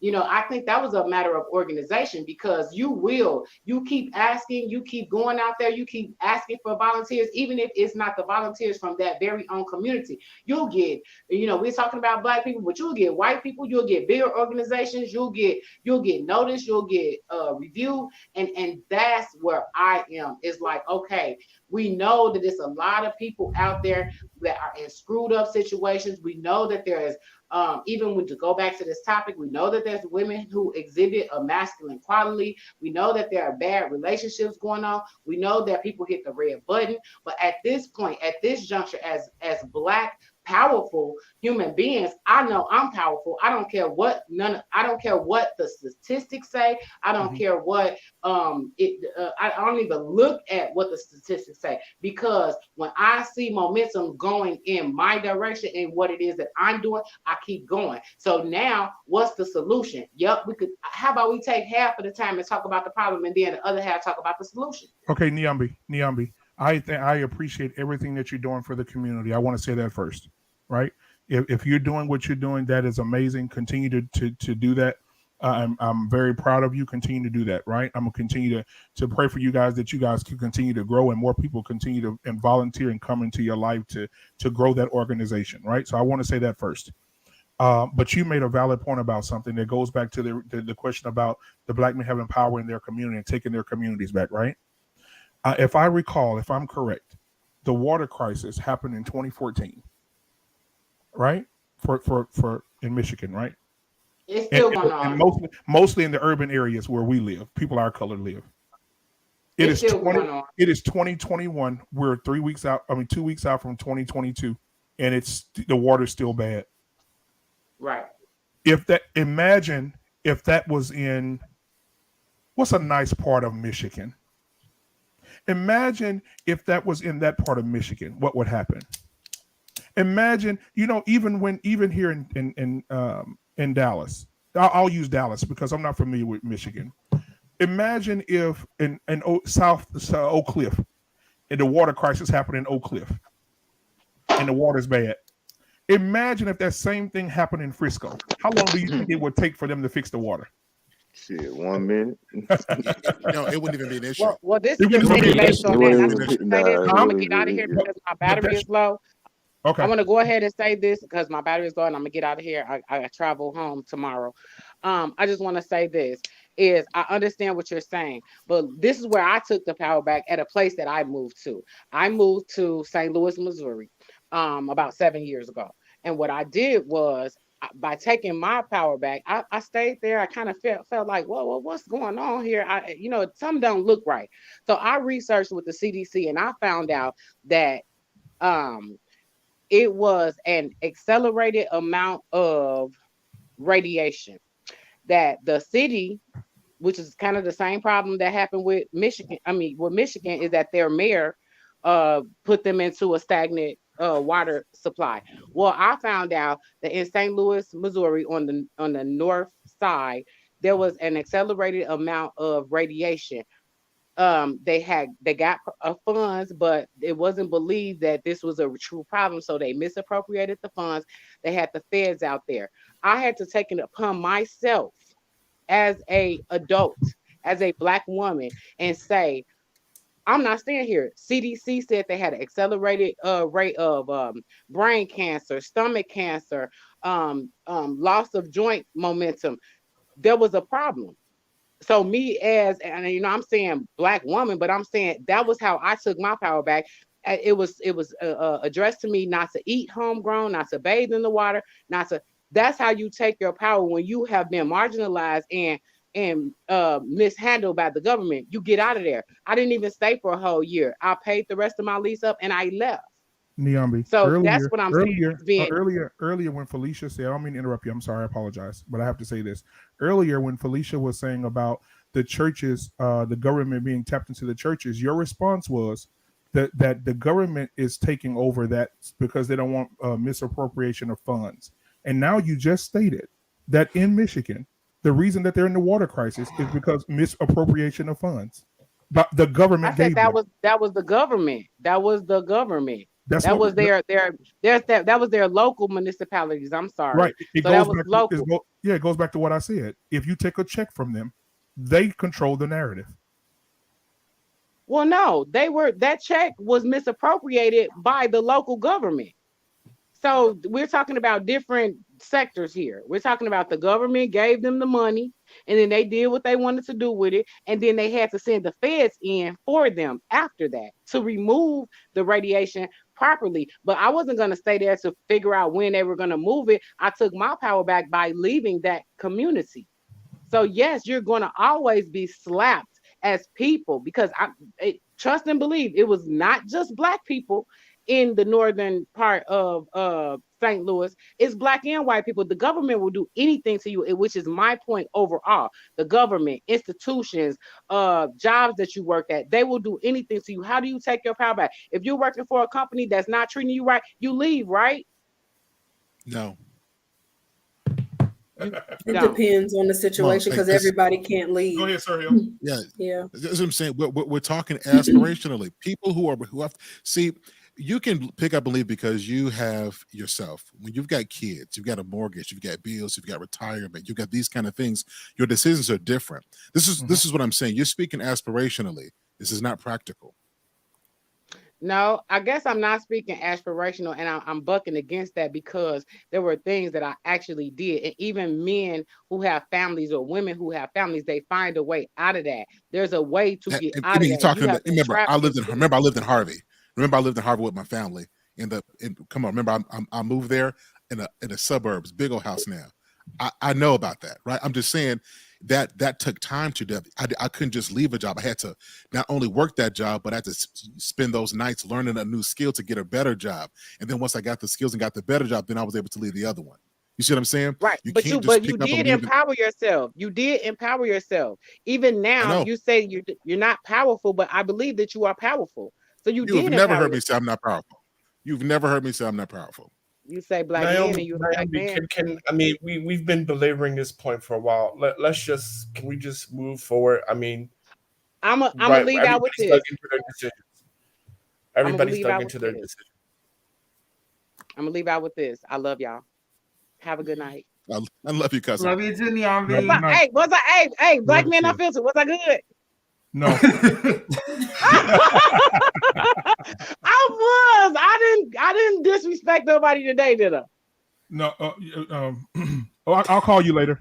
We love you, Nambi. I'm gonna see you your cookies, Neon B. I'm gonna see you your Christmas cookies. I'll call you later. But all right, love you guys. Love you too. I'm gonna be honest. One of my problems, I think the problem is education. I think people are ignorant. I think if people knew if people wanted the help, they wouldn't know.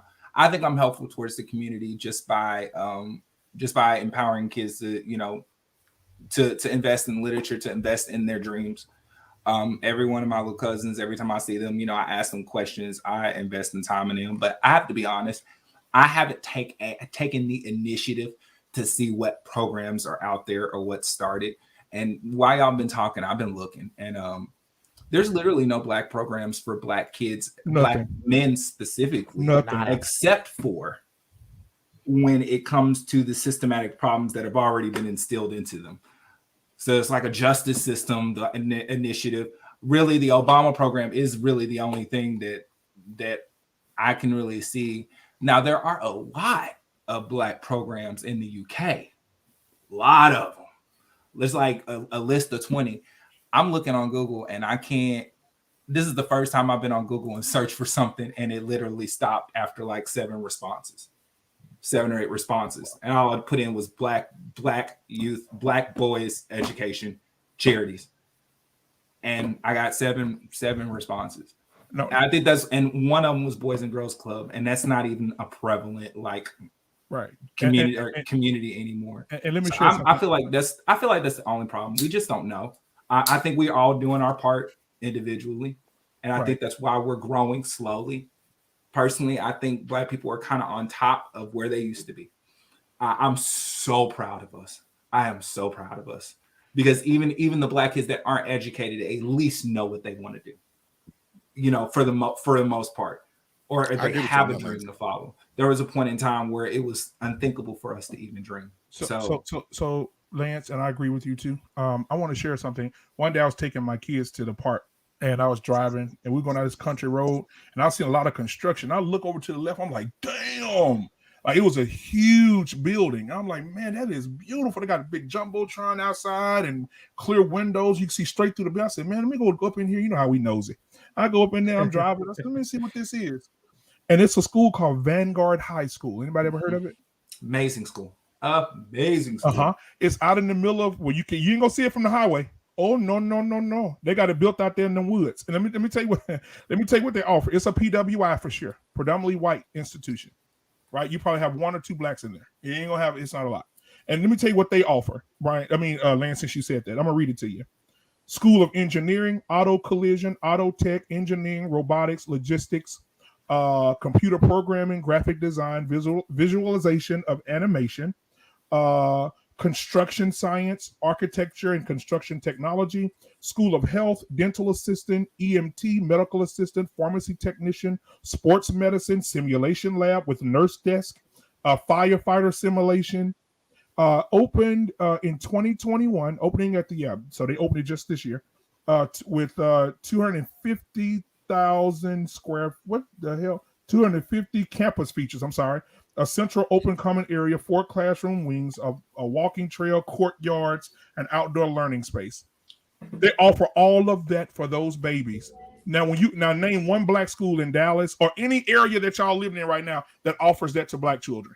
When they graduate, they go right into the workforce. I think there are a lot of programs. How do we get black kids in there? In Fort Worth ISD, they do have a lot of programs that support transitioning that way. It's not as vast as what you're saying, but it is out there. Now, some people don't participate, or they don't have a high participation rate, which is an issue that we have to address, because sometimes kids can't get to those after school programs. There's a lack of transportation.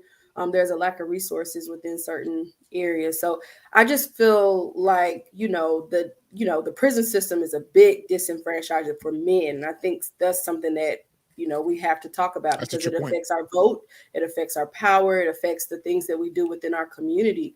And I feel like, we do have to put in those efforts to kind of dismantle those things little bit by little bit. I mean, if you're saving someone, you're saving a family, you're saving something within the Black community, and it is a collaborative effort. And I do feel like, that's something that we all can probably rally behind, and because it's affected us in more ways than one. If it wasn't prison, it was drugs, and so and that is systematic. It was put into our neighborhoods. Sometimes no one made you do it, but those are some things that do happen.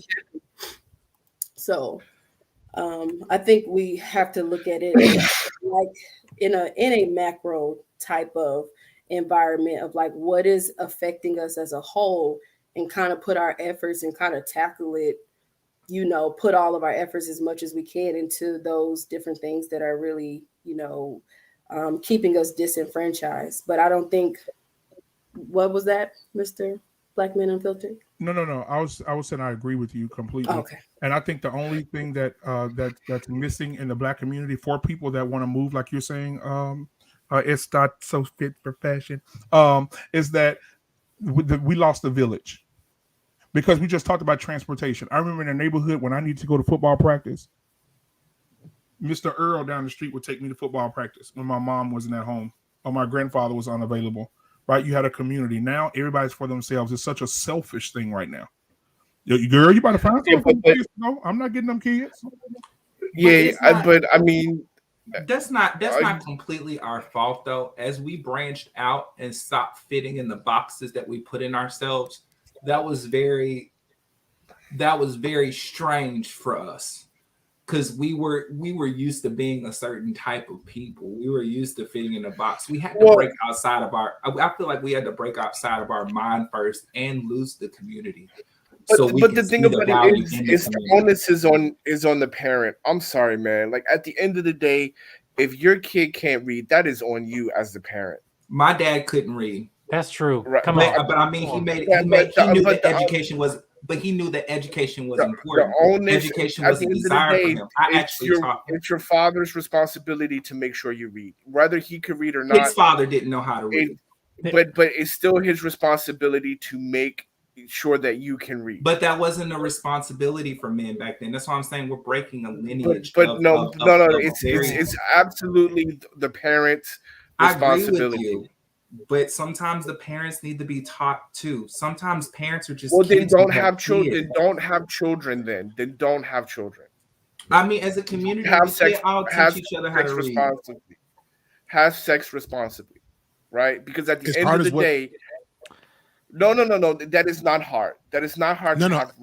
Listen, I was about to say, as hard as that may sound, it's the truth. Yeah. Okay. Yeah. Because at the end of the day, we're talking about these programs and this program and that. Right, Black boys cannot read at a reading level, and it's appalling. At the end of the day, it is their parents' fault. It is their parents that need to take action. Right, we're talking about all these programs and all of this and all of that. At the end of the day, it's the parents' responsibility, and that's the bottom line.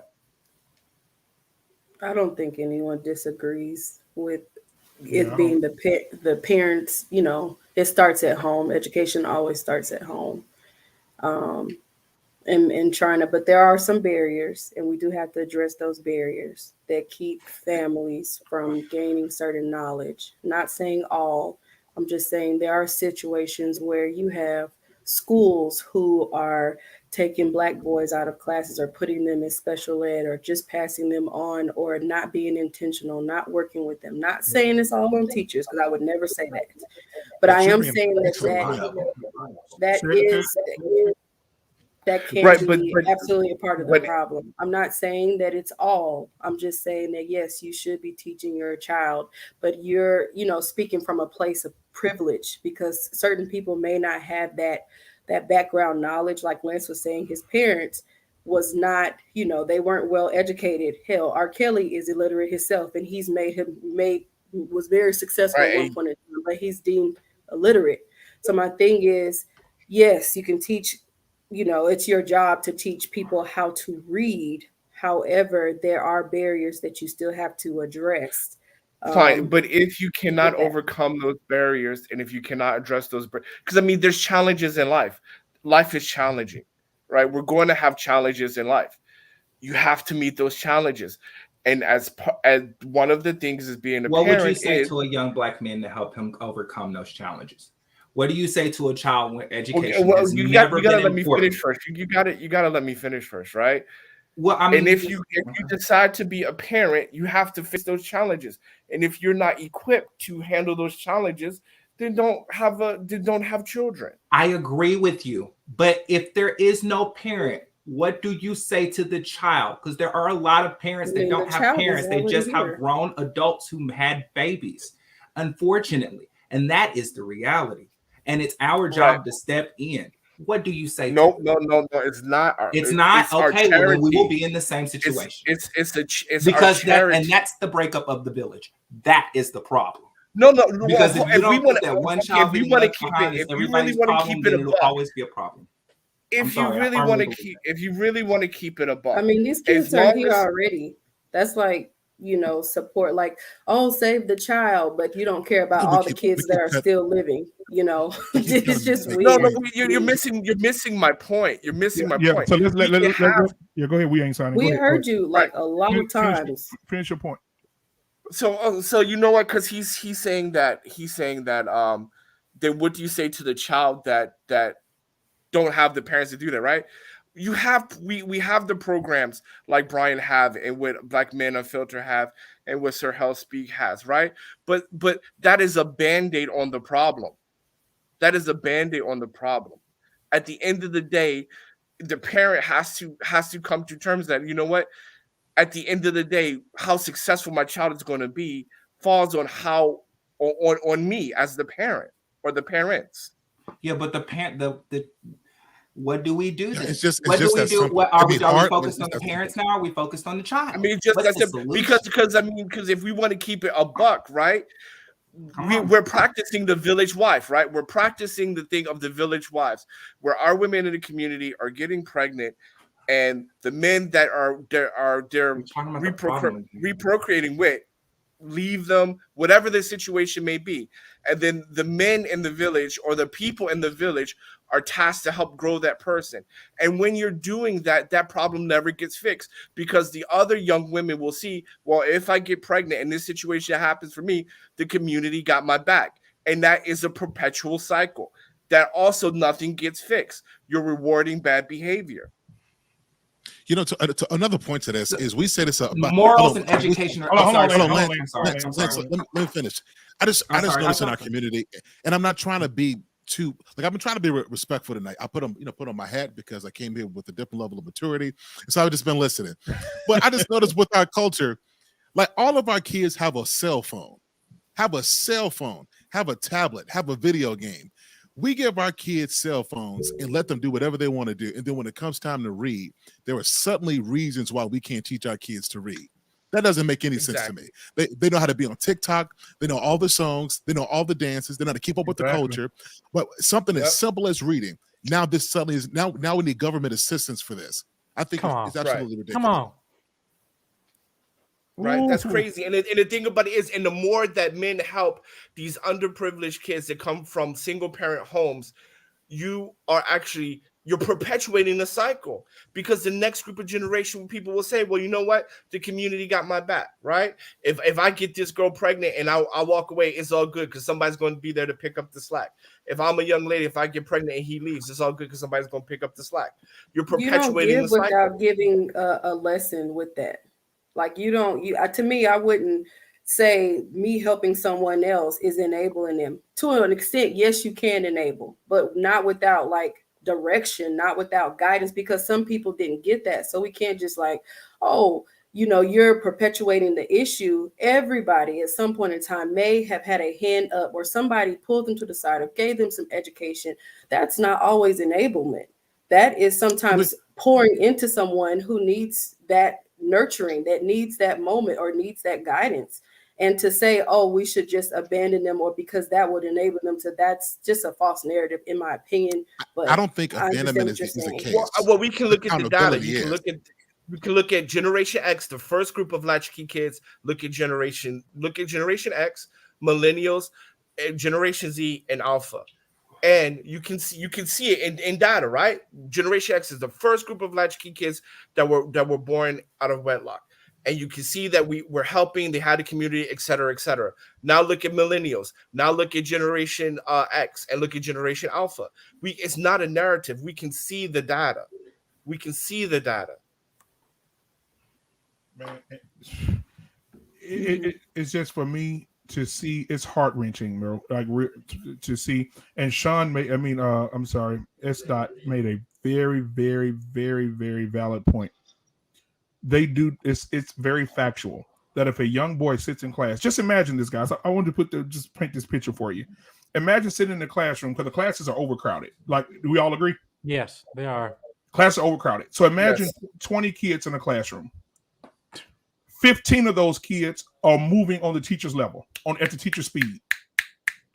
But those 5 need more time, need to understand it, need to process it. This is a fact, guys. They take those 5 boys or girls and put them in special education because they're not learning as fast as the other 15. Can I say, Dwayne? I disagree with that. I disagree with that, Dwayne, because he's right. He's right. No. It's worse. No, I want to speak to this from personal experience. I have a cousin who works as a teacher in a school. I got 4 kids in an advanced mathematics and science school. You know what they do? They make those kids teach themselves. They set them four at each other, and they sit up there and they teach themselves. They sit one strong kid with 3 weak kids. It's not 15 and 5. It's 5 that are smart. It's 15 that are dumb. And there's a bill called No Child Left Behind that allows it, because the government has mandated to the schools that they have to have this many behavior problems and this many tests passed before they get any type of funding. They put that on top of the teachers, and they tell them that determines their income, which they shouldn't have to do because that's a whole labor law anyway. But it's all messed up. It's way worse than that. It's not just putting 5 kids in slow school anymore. I'm telling you, I've sat here with my cousin. I've graded these fucking kids' papers. Let me give you some graded their papers, and it was most. Can you let Sir Hill speak, Lance? It was most of them. It's not 5. Can Sir Hill speak, Lance? I'm trying to correct y'all. I'm telling you what's happening in the school. 4 of my kids were put into special education. All 4 we don't know what kids. you're talking about, man. All 4. Whoa, you're right. You're right, Brian.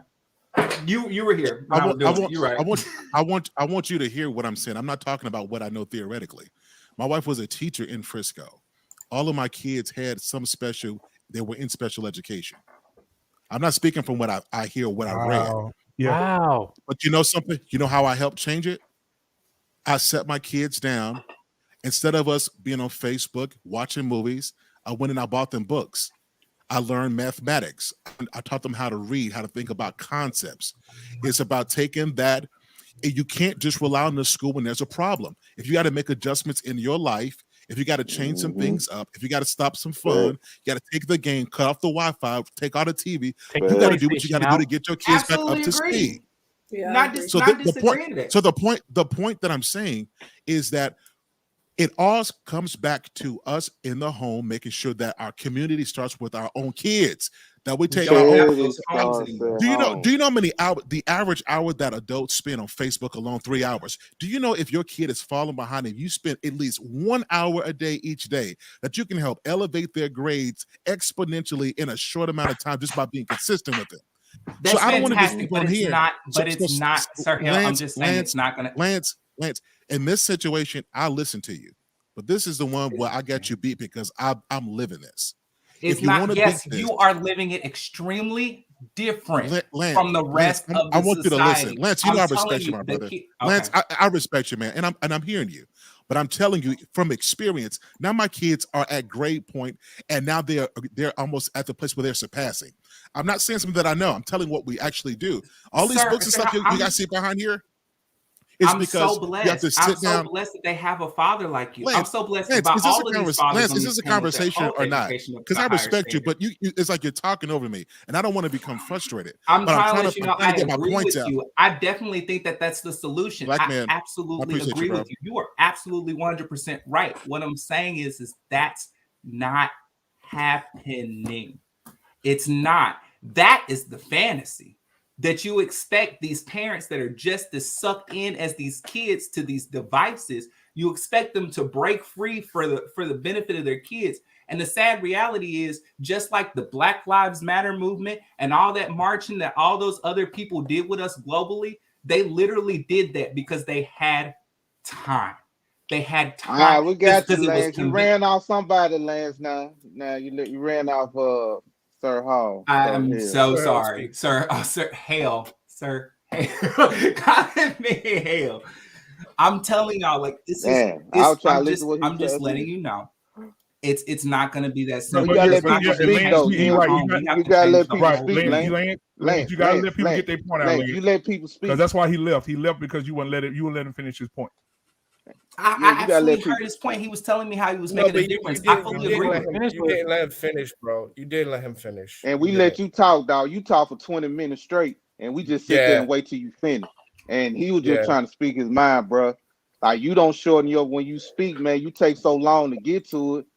You gotta let that man speak too, so he can get to his point. But we all sit and wait on you to speak, and I think that just wasn't fair on Sir Hall to not finish his point. And you talk 20 minutes prior to him, and you cut him off. You continue to talk. He was trying to get his point across. Also, that's not cool, bro. Especially being we don't do you like sorry for being that somebody not on the panel on the live stream. My extreme apologies if you're still listening, Sir Hale. Was not trying to be disrespectful. It makes me emotional. It's something that I care a lot about deeply, and I just think it's crazy to assume that it's going to happen in the home.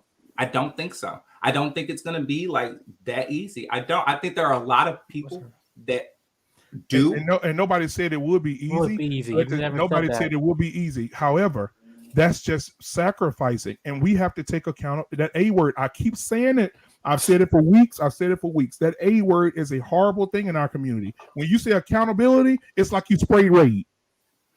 Right? Niggas get to running. You say accountability, motherfuckers get to running. It's like the name Voldemort. Don't say it. We gotta worry about the people. The men can't handle it. The women definitely can't handle it. The children can't handle it. The community can't handle it. When you say accountability, we go into excuses. Oh, we're doing the blame game. Oh, why they talking about black women like that? Oh, why they say the black men ain't shit? We have to take accountability for the things that we're doing in our community. And again, some black men need to put their dick in their pants and pay attention to their kids. Black women, close your fucking legs. Open up your heart. Nurture your children. You are made to be a nurturer, right? Kids, right. Married and carry. You need to have more control over your children. Your children are walking around telling you what the fuck to do. Oh, my kids have a voice. What do you want? Oh, you want you want me to take out the trash? Oh, we're becoming friends with our children, and we're not parents to our children. Yep. Right? Oh, they're our buddy. Oh, we want to go out with them. We want to go sit down and have lunch with them. We want to say, "Oh, girl, I like your hair." But what are you teaching them?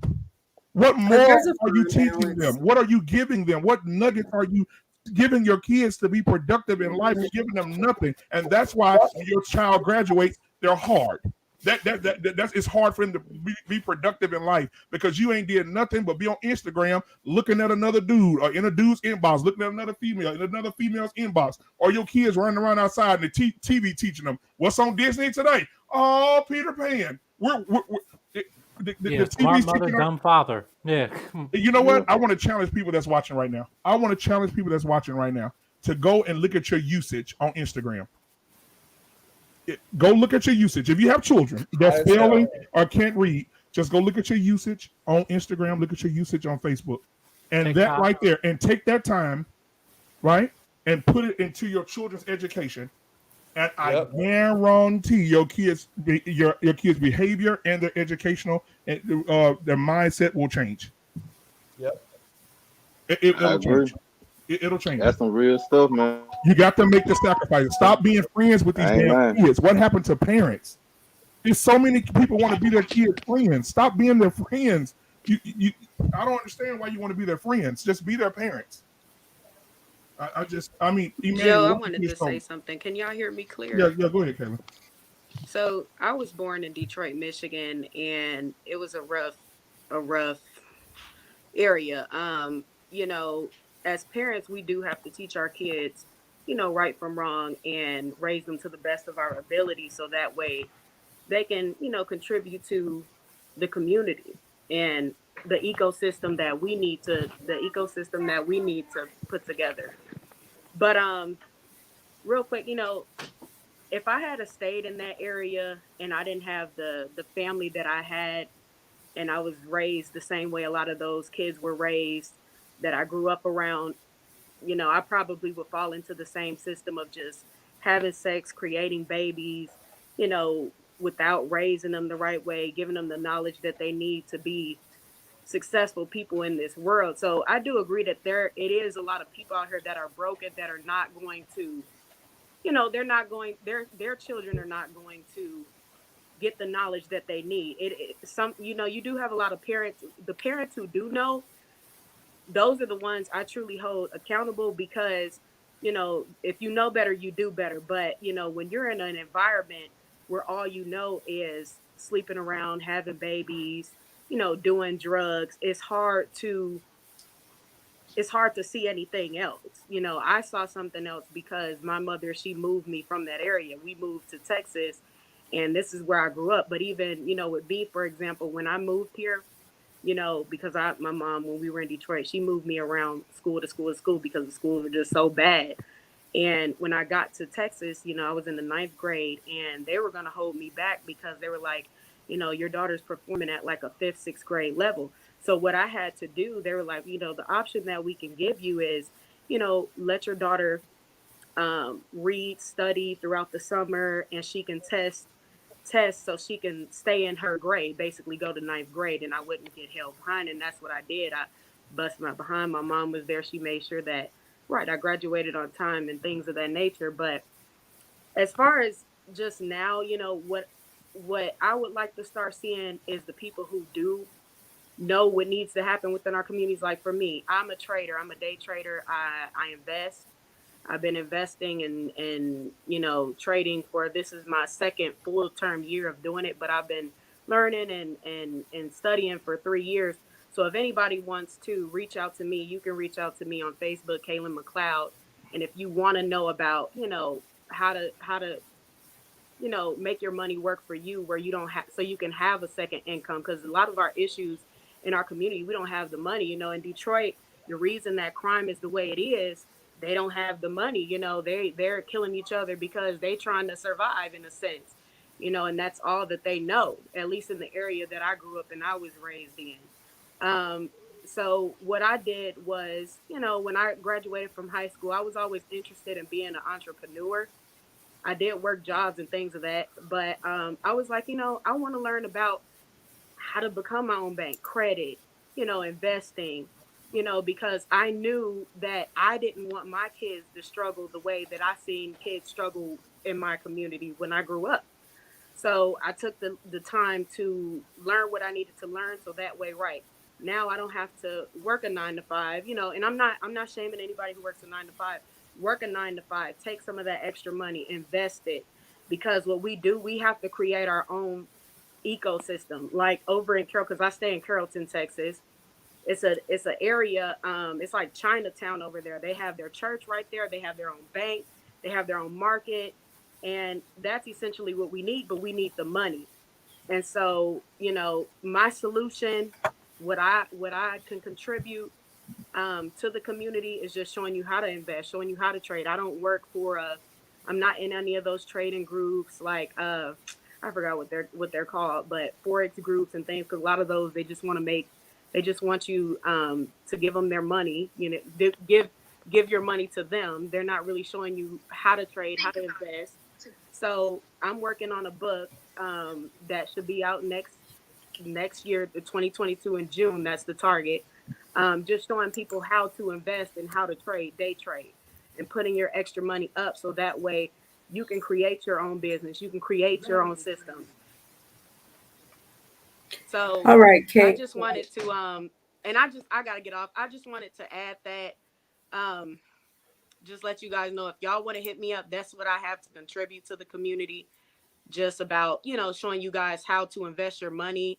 I'm not a financial advisor, but I know a little bit of something, because that's why, I take care of myself. I don't work. I day trade, I swing trade, so I just wanted to add that, just to let you guys know. I think we need to start working on solutions. And go ahead, Black woman. Ow. Yeah. Hey. So salute. I just wanted, so if y'all Hold a want dollar. to learn about how to, put your money somewhere else and how to make it work for you, hit me up for that, because I know that's what we need in our community. We need the money. We need that money. We really need it, so we can create our own ecosystem. You muted, Black You're on mute. Sorry. I'm gonna let S. Dot say what she got to say. Then Emmanuel, he got a whole lot to say because he been in the chat for like 30 minutes getting it in. So I'm gonna let S. Dot go ahead. Then I'll let Emmanuel cook. I enjoyed you all tonight. I'm glad that we're talking about solutions and not perpetuating this issue. Like we cannot create peace within each other and these dynamics that we have. But I'm going to have a good night, and you all have the same. And it was a pleasure being on here with you all. Amen. Bye, Scott. All right, bye. Take care. All right, now. So E-Man, cook. This was a very interesting conversation. Y'all covered a lot of good topics, and I kind of was just really watching how Sir Hale, or I think it's Sir Hale, Hale and Lance was. Can you guys hear me? We can hear you. Yeah, you good. And I was watching kind of the feedback and them going back and forth. So the first thing is, I really like what We Ain't Signing SHIT said to the black men is, don't find the best option for us. And it got nothing to do with just marriage. The great thing about it, most of you guys know my wife is Asian, and I had a chance to look into the Asian culture on how they raise their kids compared to how black people raise their kids. And the first thing that kind of really stuck out to me that I saw was immediately when our daughters got home, they said, hey, take this book and you're going to read for an hour. And then they would come down and they would tell us in detail about what they read. And so for a little time, I had to take care of my nephew, and my nephew was having reading problems for a little while. And I remember how hard I was on him. I was like, hey, what you read today? Like he'd say, hey, Uncle, how your day's good? It was good. What did you read today? And I was on him and I was on him and I was on him. And the first thing I got pushback was from my family. It was like, why are you so hard on him? Why are you pushing him so hard? He's a boy. He needs to play. He needs to do this and he needs to do that. And it was crazy that even though that I was pushing the best thing for him, the family was almost shunning me for going against what was normal. I didn't want to talk about sports. I felt like he couldn't do those things until he mastered being able to read. And so the first thing I'm saying, it is 100% on the family. We cannot start saying that it's somebody else. And the one thing that I love about my parents is they didn't look for what was the best black program for their children. They looked for what was the best program for young men, period. I think we got to get out of this thing where we only going to go into black things for our kids, because truthfully and honestly, we need to put our kids in the best programs, point blank, period. And it's not about money. The one thing that I like about Anton's story, he said, my father took me out of public school and put me in private school. He had to sacrifice. You might got to give up them Jordans. You might got to give up a couple of date nights. You might got to drive a beat up Pinto car. But it's our responsibility to sacrifice something in our lifetime so the next generation does better. I know majority of these schools are offering tutoring sections after school. So why your kids are not in those tutoring sessions, sitting down with those teachers with the lessons that they actually taught that day? I really believe that a lot of parents that just don't want to be accountable. They want to be on Instagram model. They want to be in the club on the weekends. And I believe it's not about you anymore once you actually after you have that child, is now 100% about that child. How can I make that child the best person to contribute to the lifestyle? And that's the problem. And the answer last question, you said, what about all these kids who ain't got parents? That's not, I believe that's not on us. It's on our responsibility to make sure our community is good. And our community is supposed to be able to affect the new community. We can't get everybody right. But the problem is, what we need to start doing as Black men, we need to start looking at these Black boys in our family that can't read. How are we going to go out and change the world if we got people in our own family who can't read? And so that's kind of my tool on that, is that we really got to just start taking accountability, and we can't just like beat on our chest trying to make that point that, hey, they ain't got nobody because they got us. If they ain't got nobody else, they got us. And it's our responsibility to make that happen. Man. Yeah, I want to hop in on that if I could, because I definitely agree with that. Like, yeah, at the end of the day, you gotta do what's best for you, and you gotta find the best program, not the best program, not the best community program. You gotta find the best program that you can afford or you can get your children in. And I also agree that once you have children, I mean, it's your responsibility. They didn't ask you to be born, right? And we have and regardless if you could not read or not, it is your responsibility that they can make them better than you, right? I don't have children yet. I just got married, but when we do have children, my job is to make sure that they're better than me, have a better upbringing than I did, right? Because I'm choosing to have children. So with that choice, I'm accepting that responsibility, right?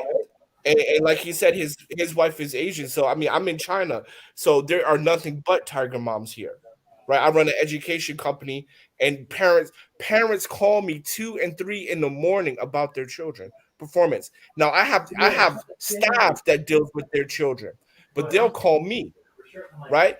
That's how aggressive they are in their children's upbringing. So at the end of the day, it's on the parents. And I want to say this last point: change your zip code.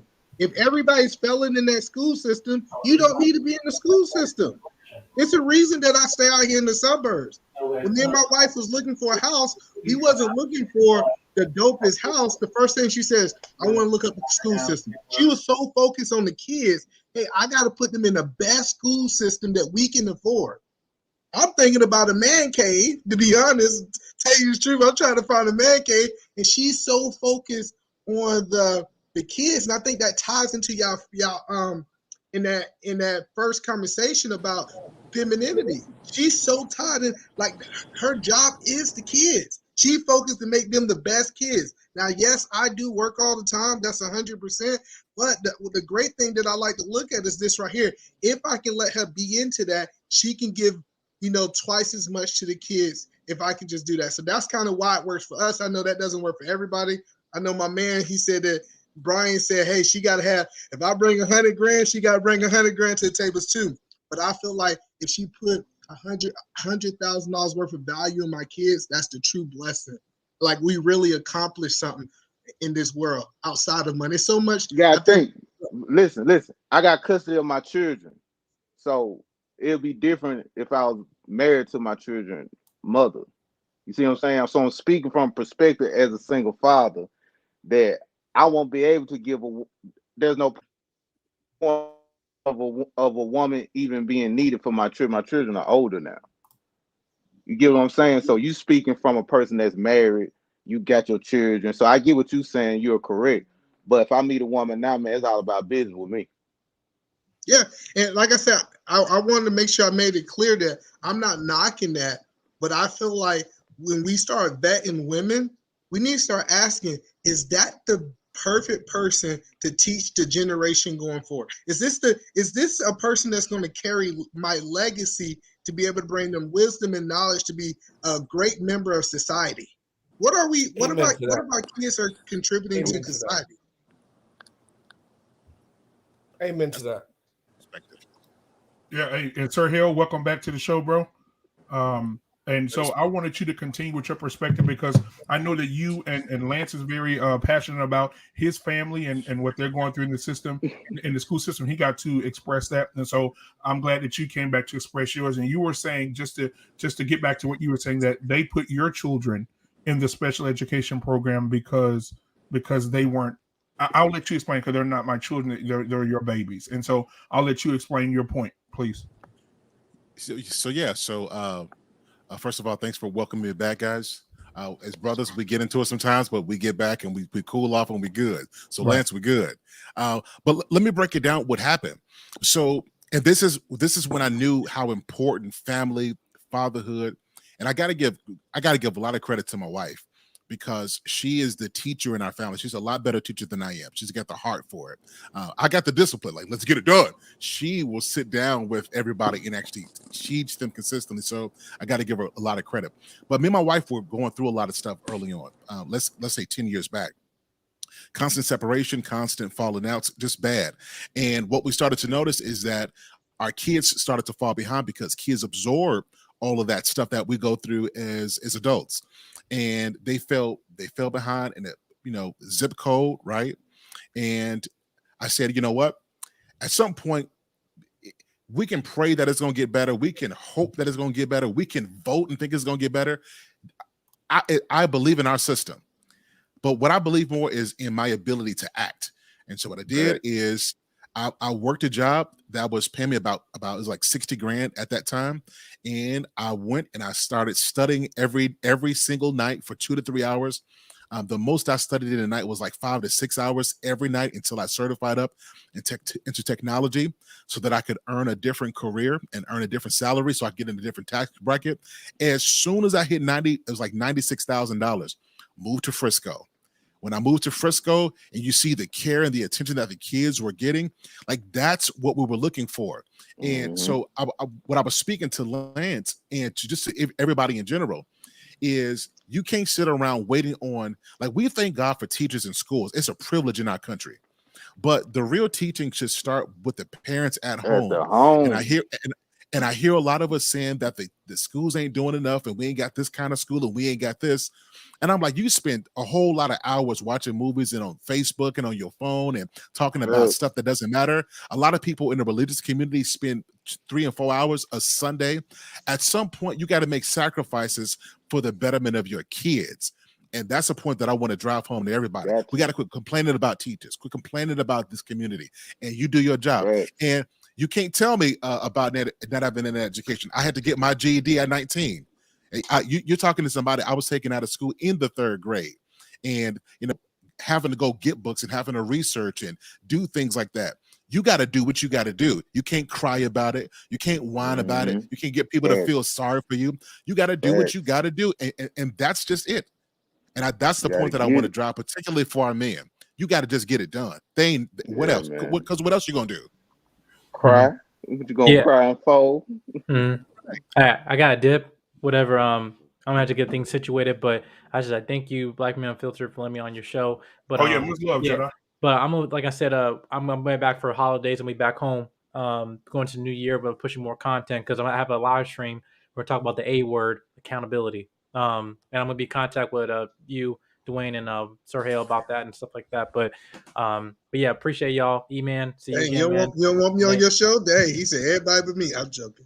I don't got your contact info. I got everybody else. I don't got your contact info. Drop in the private chat. Hey, I'll send it to you, Jedi. I got Aaron. I got K-Soul. I got other. I'm like. I'm not a YouTuber. I'm just playing. No, but still, your voice. Still. But yeah, man. Right. Anyway, appreciate y'all. I will see y'all soon. Okay. Take care.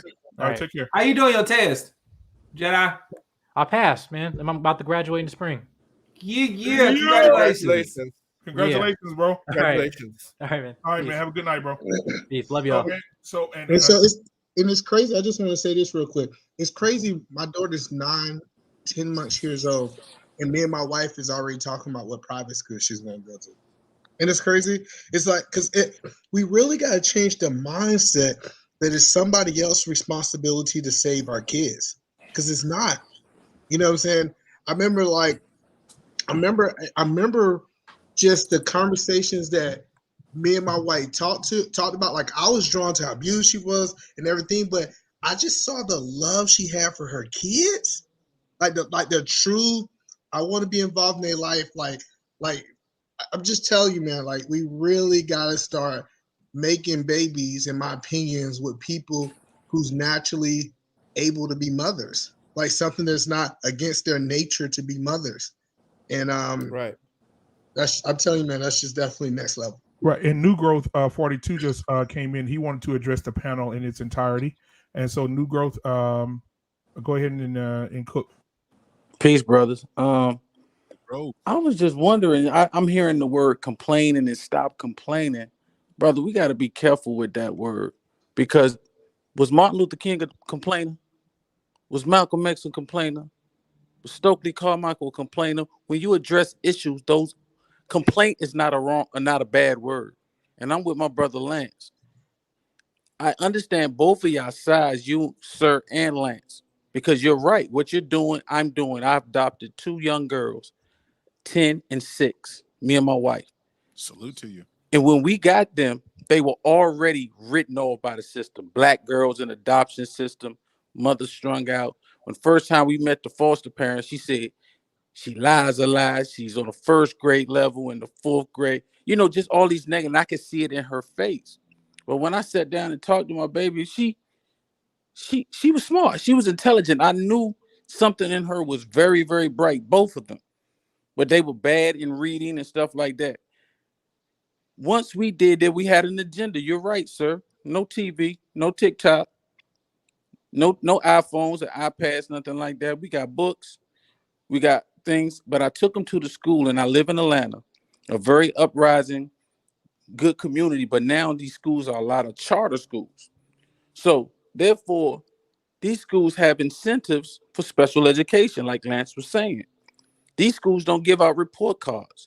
These schools with the COVID won't allow the parent to sit in the classroom to see what's being taught. My 9-year-old daughter, who has a bad feeling about the educational system, would come home every day and say, they ain't give us no homework, Daddy. They ain't give us no homework. Couldn't find out she was lying. But guess what? Couldn't find out all the kids weren't doing their homework. They didn't care. But I was still working with her and doing stuff at home. But if there's no incentive, if 10 or 11 kids are around you and nobody's doing the work, what is your incentive to do the work? Why am I paying you my high? I live That's in an excuse. Yeah.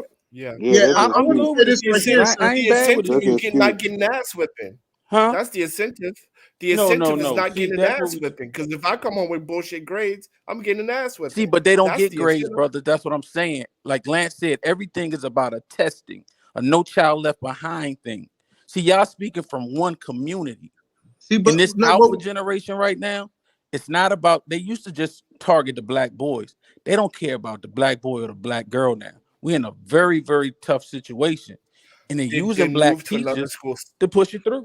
Well, no, so this is what I mean about, this is what I mean ain't moving to another school. I'm going to tell you what I did. I took them out to school. I teach them at home now. Okay. I had to reconform my job. I had to quit my regular seat, but that's what I'm saying. I'm agreeing with both of y'all. But I do want to make this quick point, because it's really important. So it's no way that we should be taking kids' words. Like, I feel like you should be so involved in your kids. Your kids come home like, but that's your opinion. Let me stop you real quick, brother. Let me finish. That's your opinion. I'm telling you, everything is computerized now. Huh? Okay. You can't say. I mean, you can't say I'm taking my kid's word, because if that's the case, I didn't say that. I said we, as in. So I'm not making this directly to you. I'm telling you what me and my family did. Now you can take it however you want to take it, but I'm going to say what I'm going to say. So, like I said, is if my kids first tell me, "Hey, it's no homework." First of all, the biggest problem with parents today, in my opinion, you're not building a relationship with the teacher. You should have the teacher on email. You should have them on phone. Hey, your daughter say, "Hey." You did not listen to anything I just said, brother. Let me finish. But I can't let you finish if you didn't listen to what I said. No, but he said it wasn't addressing you. I'm just not responding the way you want me to respond. Okay. It's a difference. Yeah, he's not addressing you. All right. So I'm talking about to the community at hall. So outside of you, think about I'm talking to the other people in the chat. How about that? Mm-hmm. Okay. But what I'm telling you is this right here. The people in the chat, first of all, you need to have a relationship with these teachers. I'll tell you this right here. It's no way that your child spend 8 hours with somebody and you don't have a full relationship with them. Like it should be some kind of relationship there. So you should be telling the teacher, hey, check this out. Hey, I send an email, try to get a number. A lot of teachers will give you their numbers because none of the other parents want to ask that. And you say, hey, check this out, Miss Williams. Hey, Miss Williams, I just my kid said, it's been a whole week and she ain't got no homework. Are y'all not doing anything in school? What am I paying taxes for y'all guys for? Do I need to have a conversation with the principal? And if she don't respond to me, I'm going to talk to the principal. Hey, check this out. I just don't understand this. My kids, they go to your school every single day, and it's been 2 weeks and they had no homework. I'm really concerned as a tax-paying citizen, because I pay taxes. I'm concerned as a tax-paying system that our kids are not being able to get the education so they can go compete on a larger level later on in life. And so when you start getting so involved, when you at the PTA meetings, when you at every meeting that these schools are having, they're gonna be like, if no other kid get no homework, we're gonna send Emmanuel Williams' child with homework. And you better do your homework because you know your daddy coming up there. They say, hey, check this out. You can't sit in the class. Okay, I understand COVID is going on. What we're gonna do is we're gonna set up a Zoom. I'll send you the link. Set the computer up in front of the class so I can see it. But the thing about it is, bro, I don't want to cut my you off. kids to fail. But all your examples are dealing with what I told you. So if we're going to talk directly, let's talk directly. I mean, how can you get offended? You easily offended when I talk to you directly. No, I'm just saying, how can you make examples of outside people when you're talking exactly what I just told you that I went through and the problems I had? Well, because first of all, when I was talking to you, when I started talking, you got offended that I was addressing the situation that you posed to the panel. No, I got offended because you said it was an excuse. You don't think it was an excuse? And it was. And I didn't say that. I think, sir. So you don't think you being involved in your kid's life and you making a reason why you? So let me ask a question. Let's take it off of him though. Anybody? No, but I'm just saying. Let's not make it personal, gentlemen. Let's not make it. No, come on, guys, please. We don't need to make it personal. Because there's an audience here. You know what I mean? So I think E-Man is right to make it general. Right, because there's more than just us on the panel. He's right, just to keep it right, so everybody can relate. That's what I'm saying. I'm saying is all of that is beautiful. I love that there are Black men on this panel that are educating their kids, that are furthering them, and I think it's kind of hypocritical to say it's up to the parents, but also y'all as parents are moving them to good schools because you realize what an essential part exactly is. Second of all, I think it's unfair for you not to even bring up the fact that the pressure that the school is under and the crumbling of the system, the quality of the teachers, that the regular people who didn't have education before. So we're going to put all the blame on the people who don't have the education that y'all have now. Yes, it's completely their fault that their children are failing. I'm not saying that it's not. I'm not saying that. Okay. I'm just saying that as a village, that's how we used to come exactly. up. We used to. I had aunties. I had friends of my mother's. My mom was in the school district. Neither one of my parents graduated. Both of them worked in the school district as custodians. They were right there by the teachers. They knew the teachers, but they were still working too much overtime to have oversight over me. I was concerned enough child to make sure that I didn't fall behind in my grades, and I was getting ready to go to college. I had a scholarship, but stuff happens. My mom got cancer, and all of a sudden, the same people who didn't have an education became a virus around me, a cancer, and I was susceptible to that outside environment because I was losing my core structure in my parental figures. You don't know what's going to happen with your kids. You have to invest in your children as much as you invest in your, well, I won't say as much. I won't say that. I'm not even going to say that because I don't have any kids. I don't know how much to Debbie or invest. I just know it's amazing what y'all are doing for y'all's kids, and I'm not knocking it at all. But I'm just saying, kids come before the more community. kids that we leave out, the more chances your kids have to be infiltrated with that virus of a lack of knowledge, of people who don't have those same standards as important. That's all I'm saying. What I'm saying is, I don't care if the teacher's working 75 hours a week. She's going to do 76 hours a week. And if she got a problem with it, I'm going to the principal. If the principal got a problem, I don't care if I got to write a letter to my Senate. You're going to take care of my child. You are going to take care of my child. I understand that, but some parents don't know how to write a letter to the Senate, and that's not any of our faults. It's not, but it can always be our solution. I'm just saying we have to invest in the village as well. We just talked about how the village was important. We can't then say, no, it's up to parents. It's always up to everyone. And I think that's one of the differences that the Asian community and the Mexican community. Exactly. I see Mexican kids go and get scholarships left and right. These Native Americans, they find all of them grants. All of them. It's Asian people. It's Asian people who come here. Everybody can get grants though. You can get a grant for being left-handed. Like you can get a grant. You can get a grant for. Don't dismiss the value of the grant to make your point. What I'm saying is that there is a community that's empowering them to look for it because they know it's out there. Okay, real quick, guys. So Sir Hale was about to say something. So Sir Hale, what were you about to make a point about? These are excuses. These are greatly articulated excuses. And as a father, I don't care what you're saying. You got to get the job done. You have to get the job done. If you don't know it, here's what I often say. We can learn. Let's take social media. We can learn how to work Facebook. We can learn how to work a Roku remote. We can learn how to work a car. You can go learn how to read a book. If you can't write a letter, you can download an application, a dictation to text. There's ways to get this done. And if you don't know it, you're absolutely right. Some parents I think you underestimate the fact that people are doing that. They just don't care. Who cares for these kids when their parents don't?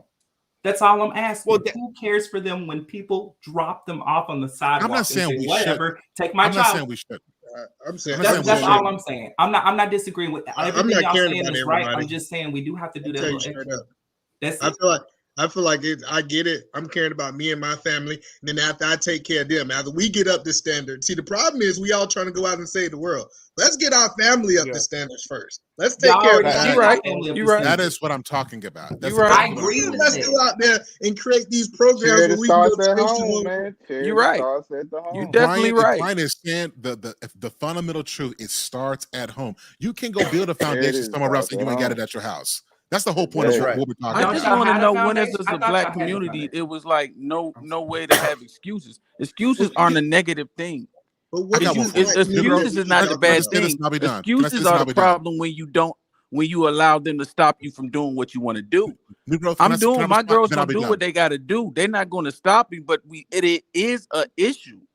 I'm like, when did we become so fixated that issues don't exist?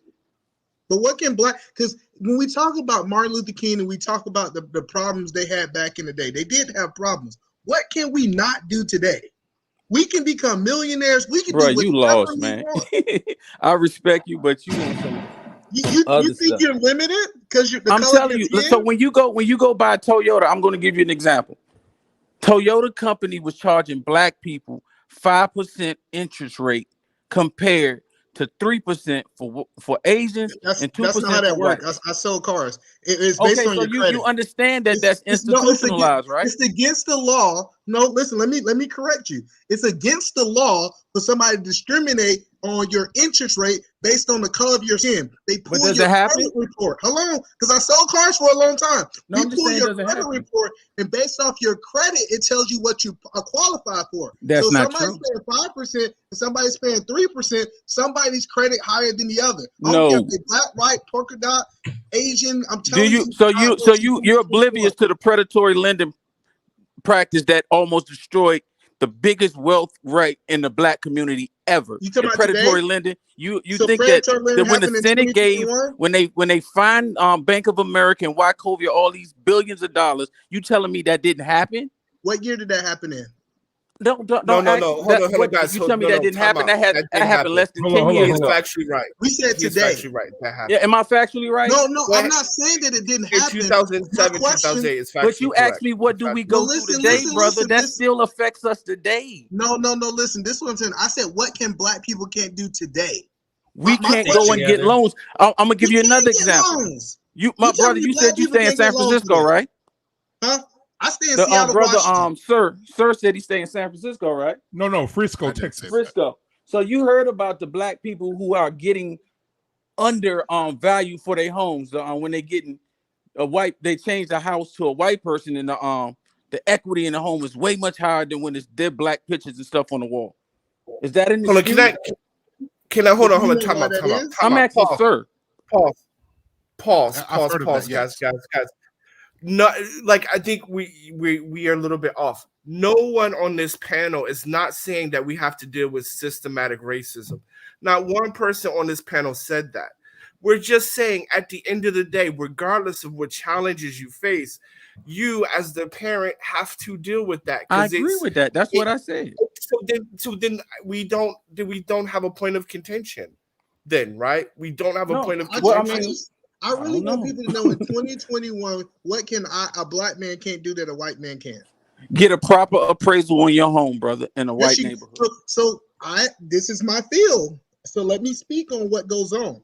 Okay. When you talk about that's appraisal, my field too, but yeah, that's my field too. Okay, so hold Brian, on, let me speak about it. We're gonna talk about it. When you talk about appraisal, it's 100%. It is 100% of somebody's opinion. So if a racist person walk into that house and say that it's a less value, it's based on that person. It's not based on the system. Believe it. It's supposed to be based on the system, right? They have checkpoints, right? You in that system, right? That's not. You know that's what? not how Fire them appraisal and go works. get another one. Huh? Fire them, it'll get another appraiser. They go get another appraiser, but sometimes you can't get another appraisal for how long since y'all work in the system. You can get Can we get an appraisal one every other week? I just bought a house. I know how this works. Yeah, you can Google one. I know. I'm saying, can you get an accurate appraiser? Can somebody come in and appraise your house every other week? No, you only got to do it once. I'm saying, if it's wrong the first time, you're not brother. buying a house every other week. No, I'm saying. So how often can you get an appraisal on your home? It is whenever so you don't want an appraisal. No, you can't get an appraisal on your home house whenever or you you're want. buying a house. So you want a transaction happening for that to happen. So say for example, if I'm refinancing, let's use refinancing. I refinance my house. I'm working with a bank and they send out a BS appraisal out there. I'm gonna request for them if they want my business to send out another appraisal. If they don't, I'm gonna take my business to a different bank. I'm gonna go to instead of going to Chase, I'm gonna go to Wells Fargo and say, hey, they got some racist stuff going over there. I'm gonna go to Chase and get Chase. But this is what's being shown, right? Is this not what is going on? Are we reading the papers and stuff like that? This is what's going on. I stay in a gentrified neighborhood. My house was under appraised compared to the houses that they building with the white people in it. I had to go. So what did you do about I it? know What it's did one you thing do for you to about it? work in it, but go move in the white people neighborhood. I stay in the white. What did you do about it? What did I do about it? I complained about it. I did. I'm not saying that you can't change it. That's my point. Like the brother said, no shit or whatever. It's not that I have a problem. I'm not going to sit there and lay in it. I never said that. I said, but it is reasons for things that happen. It's our excuses for things that happen. It's not to say, well, they're not teaching my kid at school, so therefore that's why my kid gonna fail. No, I didn't say that. I said I took my kid out of school. My kid is reading on a higher level now. My first grade is reading on the 4th grade level. What is we talking about? I'm just saying that it does happen. Well, we don't want to move past that, and we want to say we really see what you're doing for your kids, and we applaud that. So first thing, I don't want to just because we're going back and forth, we can see the positive that's happening. It's all respect. And vice versa. It's all love. I know we here for the same agenda. I just want to know what can you not do. So because my question was very specific. In 2021, what can't I do? If I want to become a multimillionaire, I can do it. If that's a very vague and ambiguous. Like, what can you not do? What do you mean? But no, to do what? To accomplish what? So I'm saying that in 2021, we can do anything. That's why I don't have any excuses. At what point in time we couldn't do anything? But today, let's talk about today. So I'm just saying, what a point in time we couldn't do anything. Because was not Martin Luther King a Nobel prize winner when he couldn't vote? When he was he not one of the smartest men in the world at the time? So it wasn't but we couldn't do anything then. But it was things that were barricading our growth. That's all I'm saying. Like you said, you're married to an Asian woman, and my homeboy is married to an Asian woman. But when she came over here, her parents did not speak a drop of English. Not a drop of English, so they couldn't help her with her homework. They couldn't sit down and read the books with her. So what's the difference? So Can't hear you, Emmanuel. I'm not dismissing our past. I'm not right now. Hold on, let me finish this point. I'm not dismissing our past. As Black people, we done went through some stuff. But today, I focus on the present and the future. Because those are the only two things I can change. That's why when people try to engage in conversations about talking about the past, everybody think you dismiss what happened in the past. Those things will not dictate my current present or my future. It's my responsibility. And I know, I'm telling you, everybody I work with, I'm saying one. I think it's only 2 Black people at my whole company. And you know what? I wipe the floor in sales with them. Because I know for a fact that my past don't dictate how I perform today. And I just want to get Black people, and I want Black people in whole to just say, let's focus on this future. Let's focus on would you tell a European Jew that? Who, me? Go ahead. I got you. I ask you, would you tell a European Jew that? Would you tell him to forget about the Holocaust? Would you tell him when somebody says something anti-Semitic to not think about it? But do you think they forget their history? Would you tell them to stop getting their reparations? Listen, so first thing. Okay, so let's not devalue our people. I hear what you're saying, and I agree with you. What happened in the past? But what happened in the past is not going to affect us because we understand. Me, you, and the brothers on this panel, we strong-minded, we dare. But we got to understand the reason we got here is on the back of other men who died, who had sacrificed their lives. So we can't sit here and see a little brother on the corner who don't nothing and say, "Well, that ain't my responsibility." I say. Go ahead. Can I say something real quick? All right, no one is denying. This is what's kind of frustrating to have these conversations because I don't know what it is, but I don't know why it's so hard for Black people to communicate with Black people because no one's denying the past. I don't think Emmanuel ever said "fuck Martin Luther King" or that didn't matter. I don't think anyone is saying that.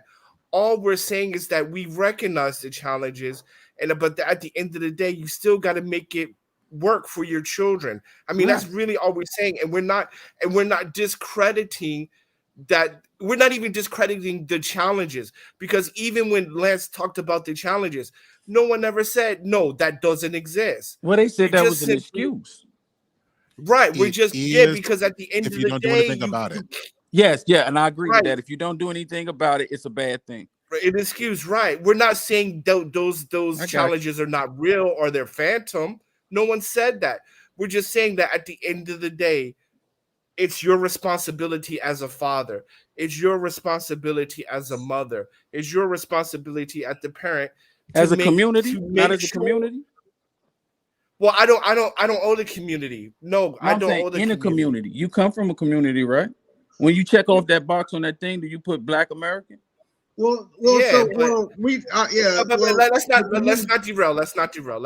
Because for me, because I'll tell you up front, I don't owe the community shit, right? Wow. But they're not saying that. They're not saying that. Okay. His name got meaning. Okay. Right.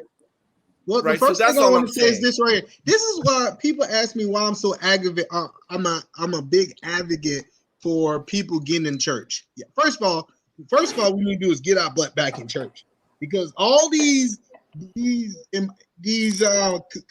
go to these church, we'll see these boys that need the help. In my opinion, let's get back. Let us get back so we can mentor these men to be. Because I'm not saying that I don't care about my community. I didn't say that. I'm not saying that. But what we're doing is we're just barking without relationships. And I feel like we really I have to got get to a point relationships. where I where do care these about my kids Yeah, I people, think go? that's man. an assumption, brother. Yeah, I Can I care say about something my as well? people. Just so we know, like, because people may be watching. I don't tell people this often, but when I go out someplace, whether it's to like a restaurant or something, and I see my brother or somebody hungry, I don't let it be known. I go and buy that person something and have a conversation with them. They need a jacket or something. I got an extra jacket. It is no question. You get the extra jacket. It's just what we do. It's not even one of those things you make a big deal about. Exactly. I think there's so much that's not being said in this conversation, that assumptions are made that is not being done. And I think the root of all of this is we keep on thinking community just happens. Community starts one family at a time. So if we take care of our kids, then taking care of our kids contribute to the community. I think we got to focus on that. You're And I right. want to You're just right. I think it shouldn't just be a brother. I think if you see somebody hungry, I don't care if they black, white, Puerto Rican, polka No, dot. that's what I'm saying. With I don't. black. When I say I brother, don't care sister, I about mean black person. folks. I don't care Yeah. about no white, no Asian, no Mexican. I just care about I black. knew you stood that way, Brian. That's why I made that statement. I care about Yeah, everybody. I'm I not. care about everybody. I feel. yeah. I care about everybody too, but my people come first. I feel all people come first. That's No, just we where all I stand. everybody I got a can't knock king, it brother. though.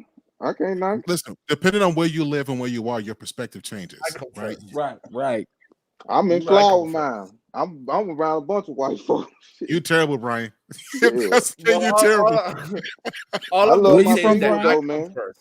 I get what you're saying, I though. come I get what you're first. saying, bro. I come first. I love My my children people. come first. My family come first. None of that community stuff. See, I and come first. that's kind of that's what I'm getting back to Martin Luther King. I know you keep saying but those people, Martin Luther King was the man, bro. I don't think y'all I understand think that you got Lyndon another. Johnson said, I "Yo, want to you just can say come this. work in the White House." Forget Two that. different people are talking. So, because you keep, I just want to let you know that when we speak, even though you can't see his lips move, it's two separate people. We might sound a little bit the same, but I didn't say what he just Yeah, said. he's not saying that. I am saying that. I know you Because didn't. I like I told this in pace before, right? Save yourself, black man. Do what's best for you. Miss me with this community stuff. But I mean, how We many ain't of y'all? signed. I hate to get into religion, but can I ask how many are Christians? I am not Hell Christian. no. I'm I not. am Oh, not okay. Hell Christian. no. I am not Christian. Oh, okay. Hell no. See, but we was talking I'm a about the The black Messianic first Jew. thing Christians that's in artists the came on churches here is saying that. pushing. Dang. Huh? First thing artists come on here saying is that. Just dang. Yeah, What did he I'm a say? Messianic. I am a Messianic Jew. I am not Christian. Oh, I'm a okay. Christian. I'm a Christian. I So stand you 10 believe toes in down. Jesus, right? So my Same question. here, E. So what's my question would be, and for my brother Brian, because I feel like this is a black man and we having these conversations, black men right now, that everybody can have their own preferences and what they believe and what they don't believe. I'm not going to force anything. I'm not going to love Brian any different because of his beliefs. I'm not going to love artist named Chi any different because of his beliefs, right? Because we're even as Christians, we are taught to love people where they are, and so I'm not going to dismiss anybody because of what they believe. So that Well, I'm I'm going gonna to love say you that a little first. bit different, black man. I'm gonna love you a little. I'm joking. But love you, E. But it's just like artist named Chi was like, man, it's just like hell no. You know how you go to a woman and be like, hey, how many more kids you having? Shit, none. Hell no. You know, it's like this thing that, man, what happened for Right. you to, what do you build your foundation on if you're not a believer? What do you be? I'll start with artist named Chi first, then we'll go to B. What do you build your foundation on of your morals and your values since you are not one? What does it I'm come also not from? Christian as well. So can I answer that after You those two? next. Yeah, you sure can. Yeah, my bad. Yeah, I forgot about you. First off, can y'all hear me better? Yeah, you my good. AirPods? Yeah, you said look, you're in the As a closet. man, huh? You're in the closet? No, I'm in my office. I have an Oh, office. okay. Okay. I didn't see the whole thing. Okay, my bad. Go ahead. Nah, I'm in my office, man. I'm a photographer, so I'm in my office right now. But anyway, you build our moral compass and principles. Like, does religion make me less of a man or more of a man? So when you say a solid man, like you can go to church every day. I'm not knocking no one who goes to church. I'm not no one who wants to go to the mosque. I'm not no one who wants to go to the temple or whatever you do. If you want to pray to a tree, I don't see how that equates to me not being a solid man or a great man or a good man and still being a righteous life. Like, I think it was the Pope who said, you still can get into heaven if you live a righteous life. I don't think, to me, if I get to heaven, me personally, if there is a heaven, they say there is, I don't think God's gonna ask me how many times I go to church or was I Christian. I don't think I may be wrong, but I'm just What saying. do you So mean by for pray me, for a tree? I just want to get understanding. What you mean by pray to a tree? I literally just made that just for a example. Like when I say Oh, that, okay. I thought you were trying no, to I'm not connect saying you pray to a tree. I'm just giving an example of I don't care what a man does for his religion. I'm just saying for me, does that make him less of a man or more of a man if he doesn't serve the same deity as you? So, when you say these moral principles, where do those moral principles come from? Because most moral principles come from the Bible. So that's what I'm trying to understand. So the Bible is how old is the Bible, big homie? How old is the Bible? Like I don't know. I don't anybody can look that up. Can anybody just look that up right quick? How old is the what? How old is the Bible since it's the conception of the Bible? How old is I don't know. It's since the Babylonian age. Since the Babylonian age. About 2,000 years, right? No, much more. Almost no. It's 3,400 years. So how long? No. The Bible that was written in Aramaic starts from the Babylonian age. It is it's roughly 7,000 years old. Okay. I didn't want to derail the conversation. I'm not going to argue. No, I'm not going. Hold on. Artist name Cheat. I'm not going to argue when we ain't saying shit. Said that. I'm not arguing with a Harvard graduate. So because what I'm saying is it's important to know. So basically, so what I'm basically saying is, so guys before the Bible was written didn't know what moral compass was. They didn't understand it's still togetherness. Like that's just what I'm understanding. They still was doing the right thing before the Bible, right? So going back to your question on what you were asking, you were like, well, how would you know? Because everything comes from the Bible. Well, no, because he just said that the Bible's over 3,000 years old. So basically, there was humans before then, right? So they obviously knew what it means to have moral compass and guidance, right? Am I wrong? I know you don't believe in the Bible, but the Bible says this. It says, in the beginning was the Word, and the Word was with God, and the Word was God. So at the beginning of time, if we go back to the first creation, I know you don't believe it, the Bible and the Word was there. Now, it being put on paper and being duplicated is something totally different. But no, the Bible and the Word have always been there. That is historically true. That is historically true. You can see it. So is the Bible? You can see it. Is the Bible considered fiction? Is the Bible considered fiction or not fiction? Can anybody give me that answer? Non-fiction. Non-fiction, because the Bible is based on your faith. No. When we're talking about the Torah, when you're talking about the Torah, no. There is. Emmanuel, do you believe in the Torah? What you just said, or your Bible? I gotta finish what. I gotta finish what he's saying. Right. So let me finish. When you look at art history and archaeological evidence, they have found the Torah in Babylon, right? The first civilization. The Bible is the oldest manuscript of any religion in the world. And just remember, guys, the Bible wasn't written in a day; it was canonized. What we're talking about the Bible, right? We're talking the Torah, right? We're talking Torah, Aramaic. And aren't the Quran and the Bible similar? Almost like the Old Testament, the same. No, the Quran came later when the Catholics invaded Jerusalem. But I'm asking, are the Quran and the New Testament of the Bible identical? I don't know. I think we're getting far away from black men. They're identical. My point was they're all the same. It's based on the faith. But my point was, if we believe in God, right, our Savior, Jesus, sacrificed his life for us. It's like, how can we look at our people? He came for his people. Now his people rejected him, but how can we look as a black community and say, I don't care about nobody else but me? But you don't think Jesus came for everybody? He came for all people. We're derailing all the way away from his original question. Okay, we are. You're right. I just want to qualify something really quickly. Saying you care about your family first doesn't mean that there aren't seconds and thirds and firsts. We're just saying that we live in an order of priorities. At least that's what I mean when I talk about that. Okay, I got you. But back to what he was saying that basically everything about moral compass he asked me about that, and it came from the Bible. What I was saying, moral compass precedes the Bible.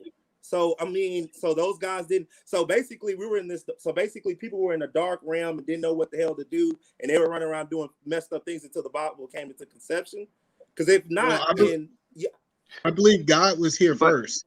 So we God was, yeah, God was here first. So the word was always there.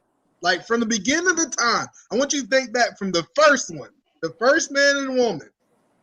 We was always there. It was always there. Brian, you moved it too. I know you got something to say. You always got Let me preface this. I'm not atheist. I guess y'all talking to me like I'm atheist. I'm not atheist.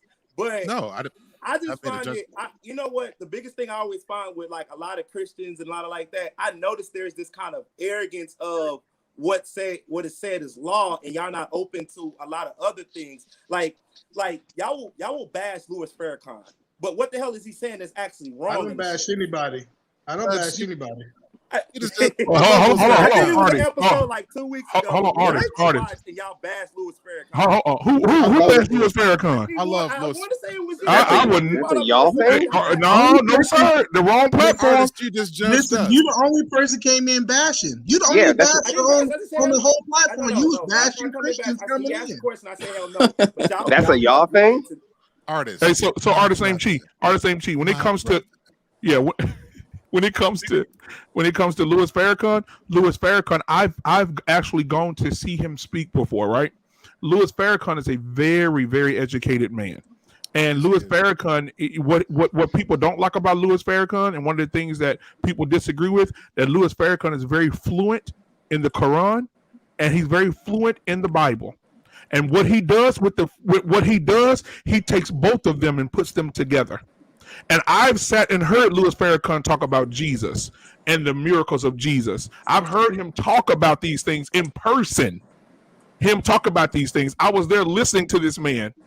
And so he's very educated in the Holy Bible and the Quran, and he puts those things together. And if you're not up in your word, if you're not a person that's a believer that reads and really concentrates on the word, that man could make you do anything he wants you to do, because he takes the Quran and the Holy Bible, he puts those things together, man, and he'll sit there and teach and preach, bro, and have you in the clouds, bro. So I've never said anything about Louis Farrakhan in a bad way. I think Louis Farrakhan has a very strategic way he does things. I think that what they believe is very structured. They have a lot of people that are structured. They have a lot of their women carry themselves a certain way. Their men carry themselves a certain way. I think they have a lot of discipline in what they believe. So I've never said anything ill about him. But however, let's get back to this question. The question is, where does your morals and values come from if you're not a believer? Okay. Yeah, I would just why I as a don't believe Christian. Go ahead. Or believe anything. Like, are we talking about Christianity, or are we talking about just belief in something? Right. Yeah. And because the people that say they don't believe, like if you don't believe in Christianity at all, or what we believe in on the panel here at all, you know, the people that don't believe. So where do you teach your values and morals to your children or to people that's in your life? Where does it come from? Where does it grow from? So, well, first, before I answer that question, I'm not a Christian. Doesn't mean I don't believe in some of the ideas and ideology behind it. So let me make that very clear. Let me make that very clear. Let me make that very clear. Bro, we go through life. What feels good, what feels right, what feels obviously wrong. Like if you see a person that's out there struggling, like let's say hypothetically, you see somebody out there getting jumped. What the first thing you're gonna do? You're gonna probably want to see what's going on and probably help out, right? You see your kids out there, doing something wrong. Obviously, within yourself, it's already embedded in most of us already. Like we can't, I don't think I have to read a Bible to know what's good and what's not. I don't think we have to go to church to know that, hey, what's good and what's not. I mean, I may be wrong, but I don't think we don't have to. I think we usually probably learn most of this in school. Hey, don't touch other people. Hey, don't cut in front of the line. Hey, don't yell, let somebody talk at one time. Some of these things we just learned in school more than we learned in, I guess, quote unquote church. But I may be wrong. But I'm just saying that's for me. I don't think I didn't have to go to church for it. So my moral compass is developed over time. Seeing things that, hey, that didn't work out for me. Hey, this works out for me. This is good for me. I see everybody benefits from that. It does serve a purpose, if that makes sense, without getting too cross the board with it. So you just said time is where your moral compass came from. That's what you said in so many words. Yes. Can I interject? So I don't. Okay. So can I answer? So you saying yours just came just straight from the Bible. That yours didn't come. Oh, it's just over time. Like you just already at 5, 4, 5, 6, 8. You already had it. Can I answer first? Can I answer the question first before you give your response? Been trying to talk as well. Yeah, Queso been trying to talk for a minute. Go ahead, Queso. Go ahead. My bad, then. Well, I just had a quick question, and this is not a judgment. I'm not like trying to call nobody out, but I always find it very interesting that when someone asks, "What's your, how do you choose your moral compass? Where do you kind of get your foundation from?" That they have to deconstruct Christianity and explain why Christianity isn't a thing, instead of just explaining your position of where you get your moral ground from and just leaving it there. We don't do that with any other religion, but for some reason there's like this thing for Christianity. I'm not saying you have to be a Christian, but I just when he answered that question, we went straight to like, well, when was the Bible written, and who is the Bible always there? And it's just like, well, what do you stand on? Okay, so he made a response. No, time out. I made a response to what he said, because he basically said, well, it all came from the Bible. That's when I came back and answered, well, basically objected to that. So I'm not. That's what. That's not what black men. No, black men. But hold on, artist. Even in your second part of the question, you still went back to Christianity. Wow. Okay, replay it then. Go ahead, because he literally brought up the Bible and said it came from the Bible. Okay, I understand what you're saying. I understand what you're saying, but then he re-asked the question, and then when you started to answer again, you then brought up Christianity again. Okay, how did I say it? How did I preface it? Because a lot of times y'all taking it out of context. How did I put it? Nah, bro. Did I say it was attack? That's what you said, bro. Real talk, bro. That's what you said. Yeah, just when you get a chance, maybe just rewatch this part. You'll see it. It's over. If I do, I'll come back and apologize like a man. Well, it's not about apology. It's not about you. I'm not saying you did. I'm not saying you did anything. I will come back and apologize. No, bro. Look, I'm not saying you did anything wrong. I just don't understand if someone asked me, since you're not a Muslim, what do you stand on? Right? I'm not going to mention the Quran. I'm going to mention the Bible because that's what I stand on. And so when someone asks you the question, or anyone the question, I just always find it interesting, and maybe it's legit. Maybe there's a legit reason of why it is, but it's always, why is it always a deconstruction of why Christianity, shouldn't be believed or isn't a thing, or trying to I don't know. I just don't understand it, is all I'm saying.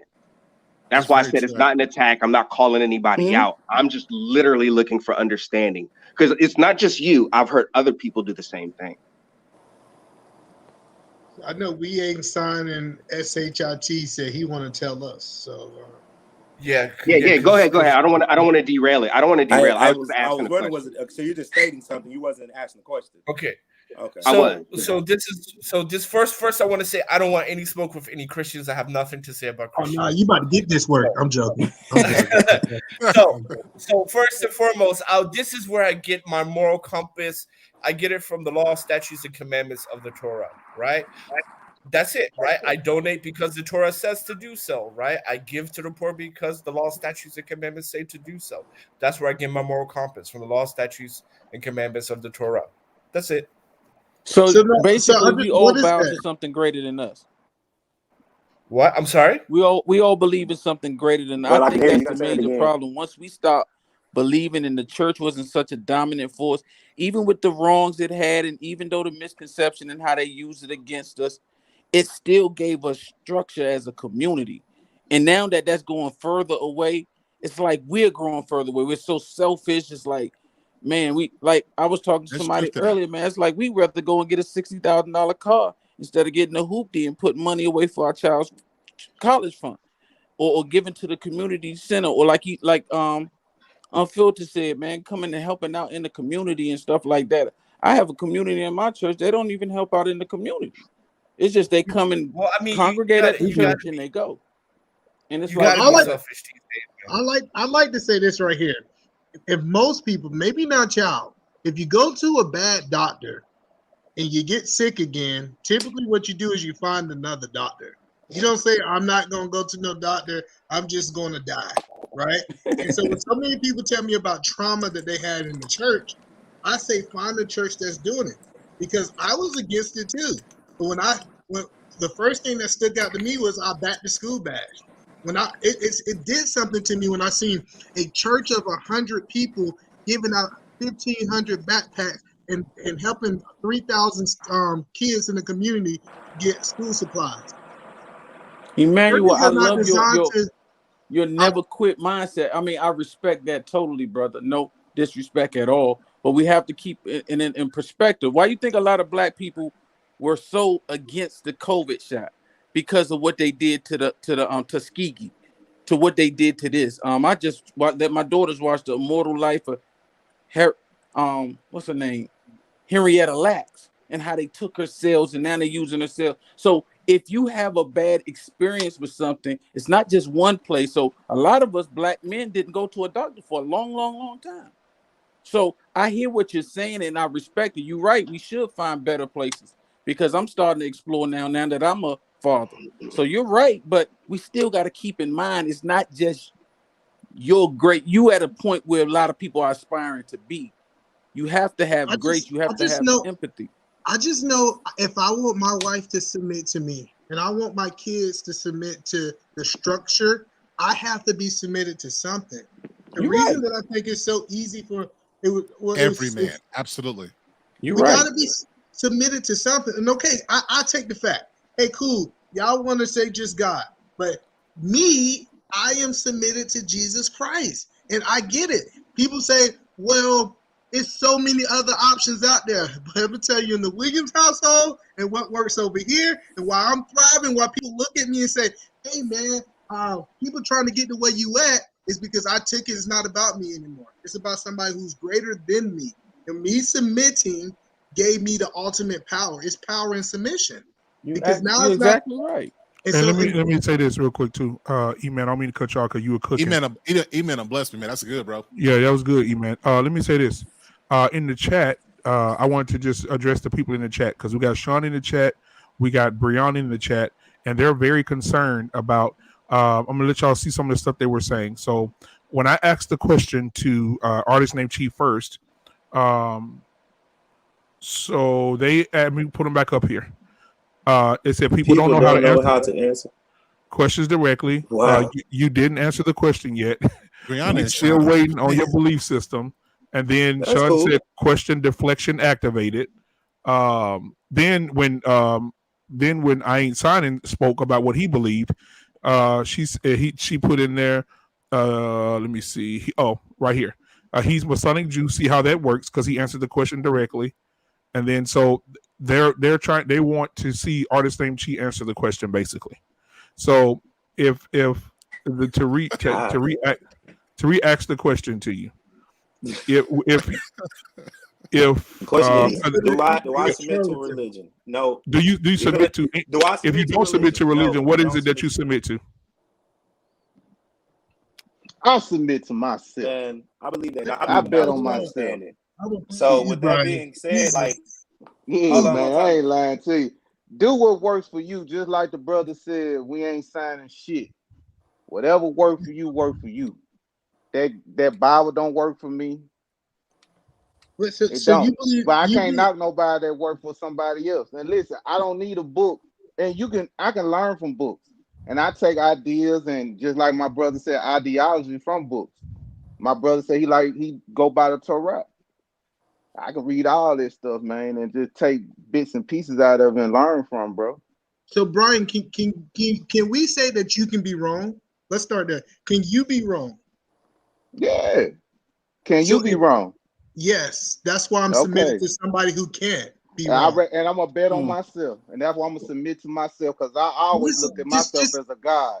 It's the reason why I got Jehovah in the name for a reason. But hold on. Me and Brian need this back and forth just for a second. We'll go back to you.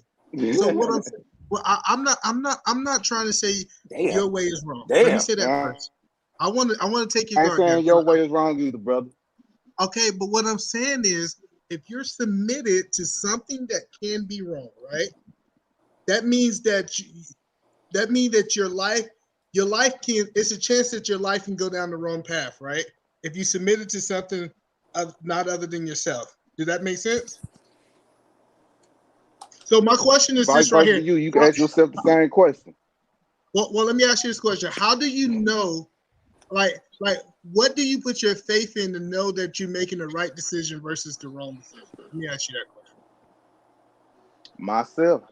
I walk within myself. I don't gotta believe in a religion or read a Bible to know about God and none of that stuff, brother. I don't. Well, I get it. So, and I understand that. I'm not saying that you got to believe in God, but do you think that do you feel like you should have some checks and balance, or do you feel like it should be just me? So I believe in me. Hey, Brian, just a couple things. Even doctors don't perform surgery on themselves, and attorneys don't represent themselves. Even people who are great. But hold on. Hold on. Now I go to therapy and all the other stuff. The point that I'm making is that we all got to submit to something. All of us. I don't submit to nothing. Hold on, I'll do what I want to do. Hale. That's the point. Sir Hall, my bad. I said that wrong. That's his answer, guys. I'm not trying to be that question. I'm not trying to be that, but hold on. A lawyer can represent themselves if they want to. They can go forego counsel and represent themselves. I'm just throwing it out there. And I know it's hard to believe. Out there. I'm not trying to be the question. And I know it's hard to believe. But I think you know what I think you understand what I mean, right? But how do a doctor? I understand where you're coming from, though. But I'm just saying, you do it to me. I'm a different type of nigga, bro. I don't move like that. You know what I'm saying? I just don't. Whether you know it or not, you are submitted to something. You are submitted to something. Even if that's your thinking, you are submitted to something. Well, you know what? I'm going to accept your answer. I'm going to accept Brian's answer. If there's a higher purpose, yes, there is a higher purpose. I just may not subscribe to what you may subscribe to. I don't demonize Christians. And that's I don't gotta follow this. Yes, I don't. The question is, what do you subscribe to? That was a question of like, what do you subscribe to? I don't subscribe to nothing but myself. Once again, I look at myself as a God. Whether we subscribe to nothing, does that make us less? And Christians would look at me crazy. People, do we feel like we're not going to see what I'm saying? Listen, I believe in spirituality. Hold on, one at a time. They can't hear y'all. Hold on. I want to speak. I want to speak. Let Brian I believe in spirituality. Hold on. I believe in spirituality. I believe in all that type stuff, bro. Like, I don't believe in all this. And what y'all believe in, I can't knock that. Bro. But I just believe in spirituality and things like that to that nature, man. That's what I believe in. So I could be a tree hugger. I can believe in the sky. I can believe in all this stuff. But I submit to myself. I believe in me.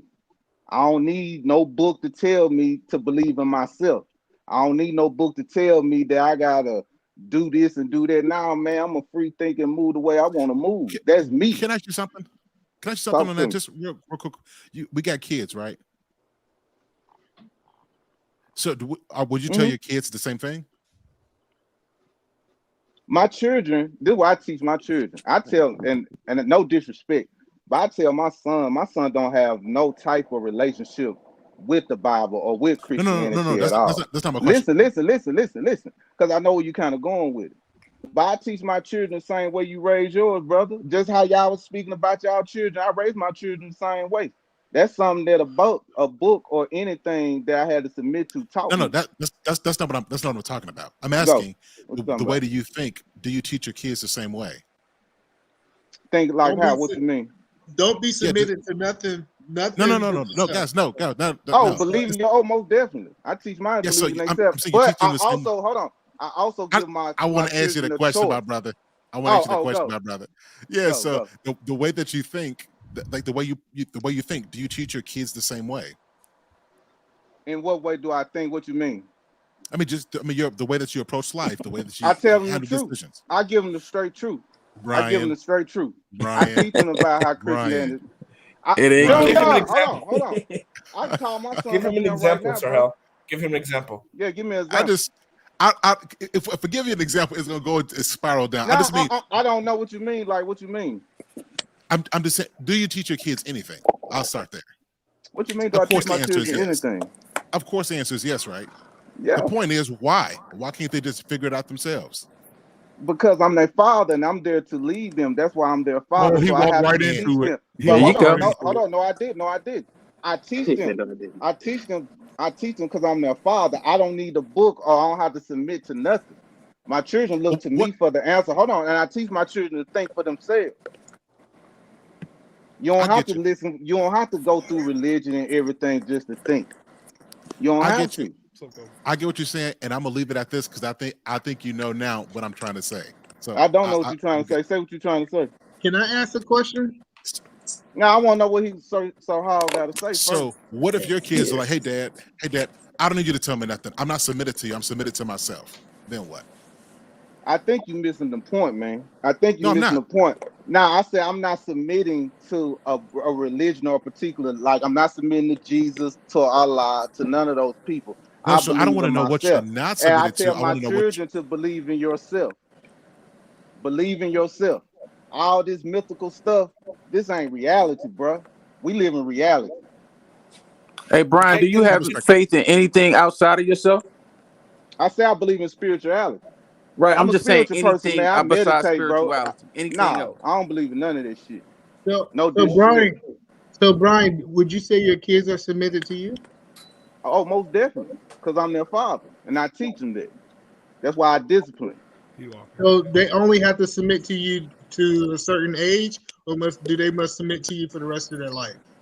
They don't gotta submit to me for the rest of their life. They're gonna grow. Once they be adults, they're gonna be adults. And I Like feel I you, don't get bro, it. because Like my there's children religions gonna out there respect like me. that. It's like you Like got what you mean by 5%. submitting? What you mean by my children submitting to me? What you mean in what way? Well, you want me to follow your law, follow your rules, follow your rules. Yeah, my children follow my rules. I'm their father. They're gonna listen to me, just like your children follow you. All right, so we got Black David. We got Black David in the house. Black David, Black David, Black David. Hey, listen, I'm gonna go ahead and let you let's say your piece because I know you've been in the comments too, and you've been and you know. So I want to let you get yours out, bro. So go ahead. It's funny how people want to knock the Bible or Christianity. But what if I tell you this? During my career at the IT specialist, one of my coworkers, he's a pagan. You ever know the word pagan means? Yeah. He doesn't have no religion, doesn't have no faith. One moment he told me to pull a Bible out of my backpack. He confronted me.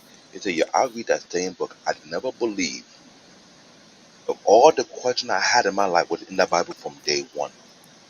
And he did it out loud in front of my coworkers. Everybody looked at him and looked at me weird. I was thrown back real hard. It took me weeks to recover from that because I know the guy was a pagan. He had no faith. But to find out he was searching himself in the Bible, that he took the time out to read. And he said, for all the questions, the guy was in his 40s. He said, every question that he had in his life, he found out that it's been in the Bible from day one. I saw a person used to be a former black Israelite a couple of years ago, did the same exact thing. He read many books. When I mean many different books from black scholar to Africans, whatsoever, all the different they brought him back to the Bible. And he said if he knew that that was the book he should have read, he would have read that before read all the other books. I think that people don't really understand this. It was something that I had a revelation of at the age of 15 because I was trying to find myself. Yes, I grew up in a church home, but wasn't the typical church home. I did question my faith. So I decided to take a personal journey on my own to find out who I am. So I said, you know what, I'm going to read this Bible.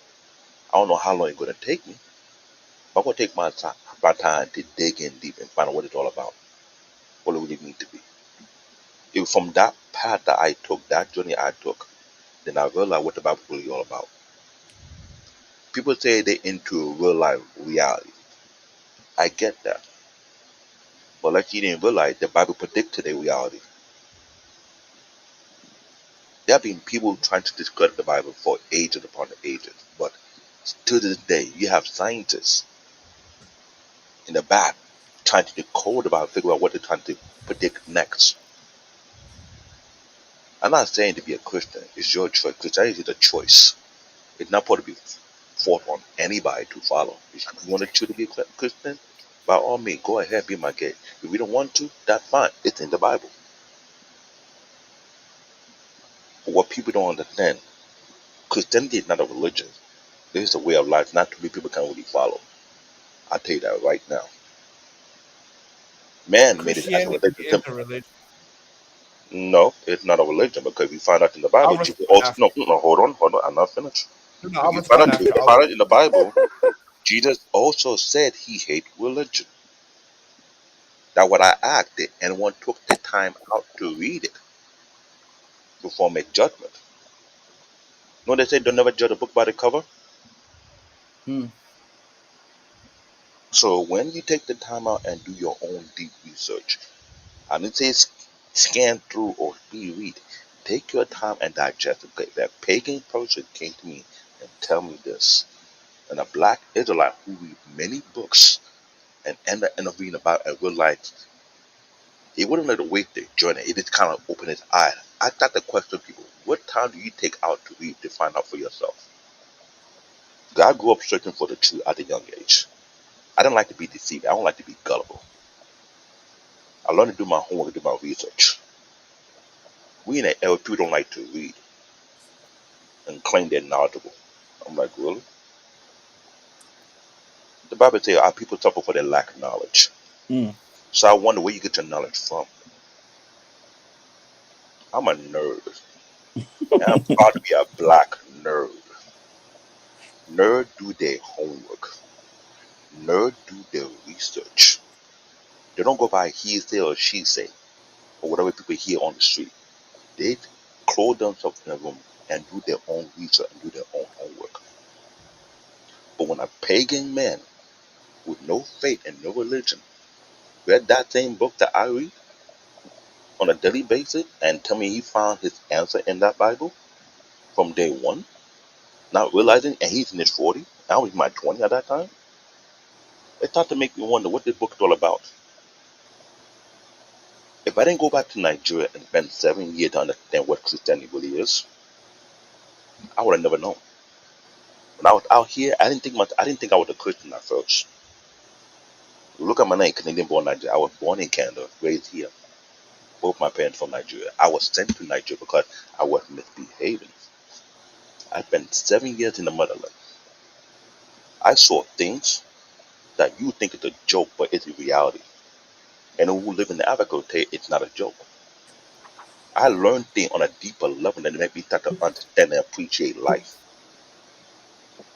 So when people are here to, oh, you just saying, oh, don't worry. You don't have to take my word for it. When time will tell you, you can go back and get that truth again. I'm not going to force my religion on anybody. But I will tell you this. If you don't have a strong foundation in anything, you fall for everything.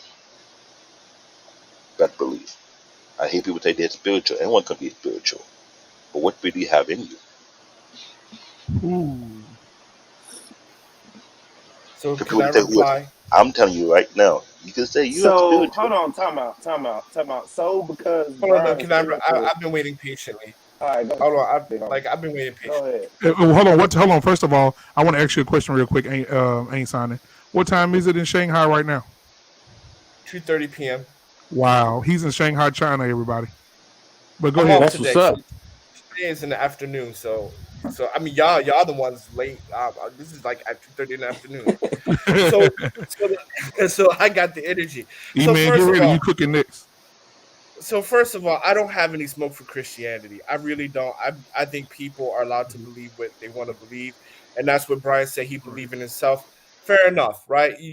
You know, it's a free country. Believe in what you want to believe, right? But to say Christianity is not a religion, that's not true, right?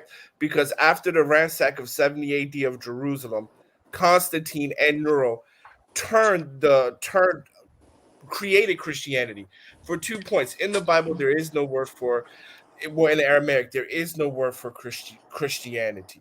Second, um, Christianity came through the Catholic Church and through the Council of Nicaea. The Bible itself only talks about one group of people, the Israelites. It's actually a historical book more than it's a historical book more than a religious book, and it talks about and it recants the history of them in the Middle East, right? And that's corroborated through factual evidence and historical documentation, right? And so I prescribe. That's why I prescribe to the Torah, and I'm a Messianic because I do believe in the Messiah. But Christianity, how it's celebrated in America or how it's worshipped in America, has more to do with a religion than a culture. The Bible focuses on a culture. Hey, So can we I ain't ask you a Simon. question? Do you mind if I try to articulate what Black David was trying to say? Because Sure. I do understand what you're saying, and I don't think you're saying anything incorrect at all. However, I think when it comes to Christianity and the way we kind of digest the Bible and the way we are supposed to live as Christians, even though it is a religion, it's not really supposed to be made as a religion or lived as a religion.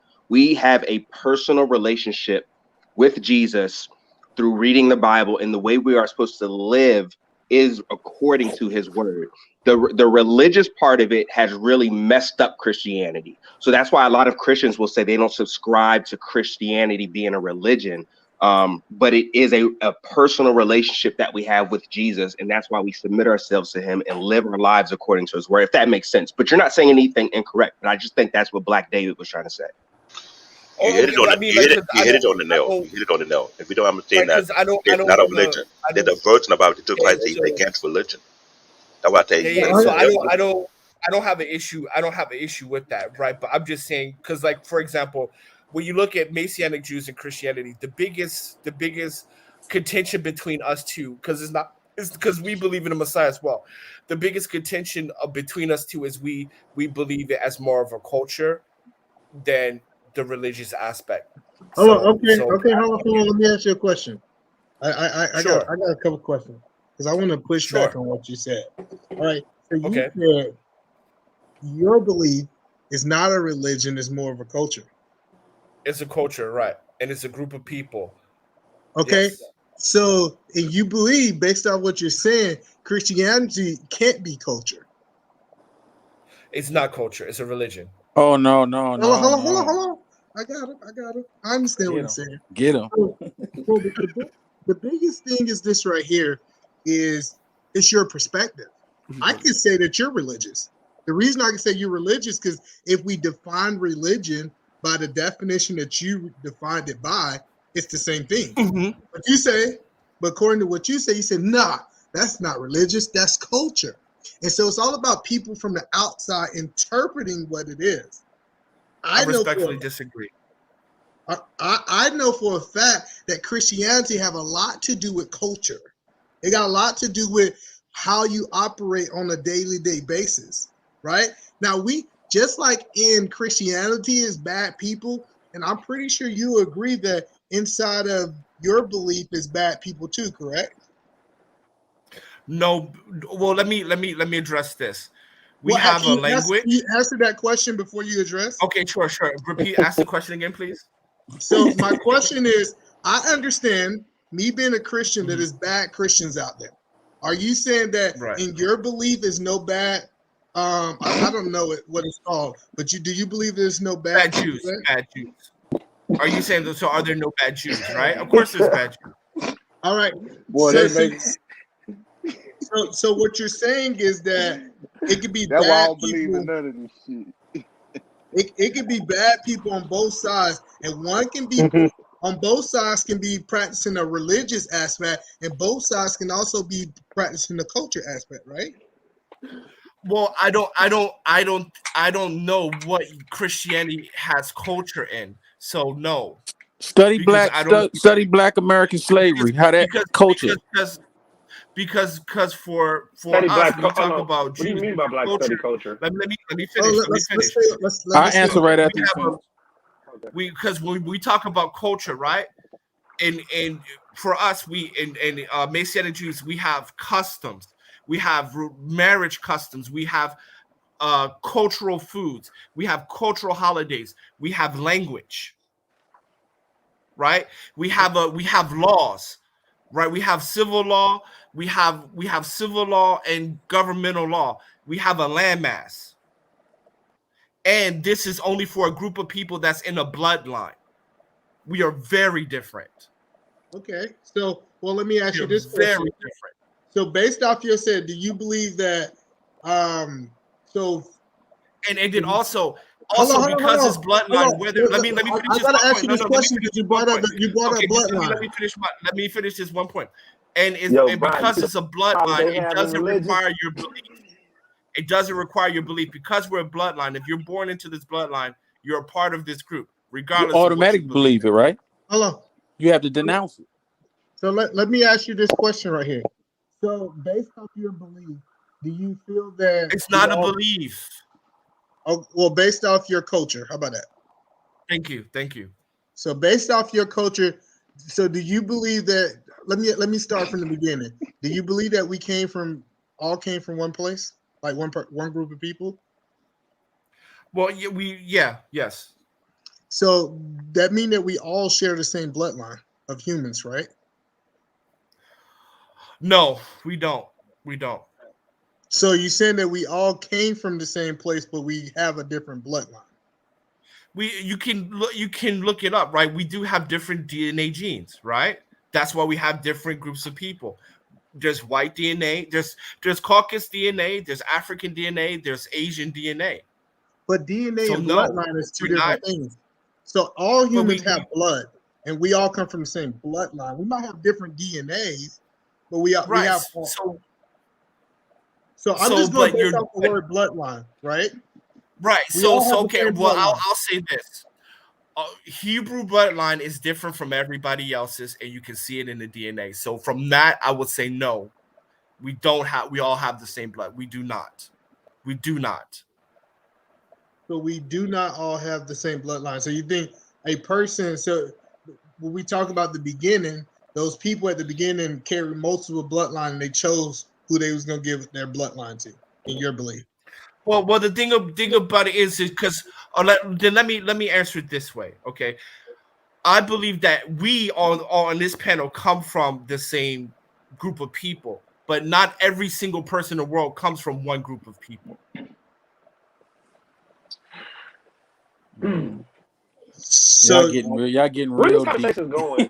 I'm kind of that's what I'm saying. I'm bored now. I'm about y'all getting real too. Yeah, this is kind of Brian said I'm bored. We're talking about where is this conversation going? And but can we kind of get back? I'm not trying to dictate no one y'all man, but where's the conversation going? So basically, what I was trying to do, because I wanted to ask some questions before I state my point. All right.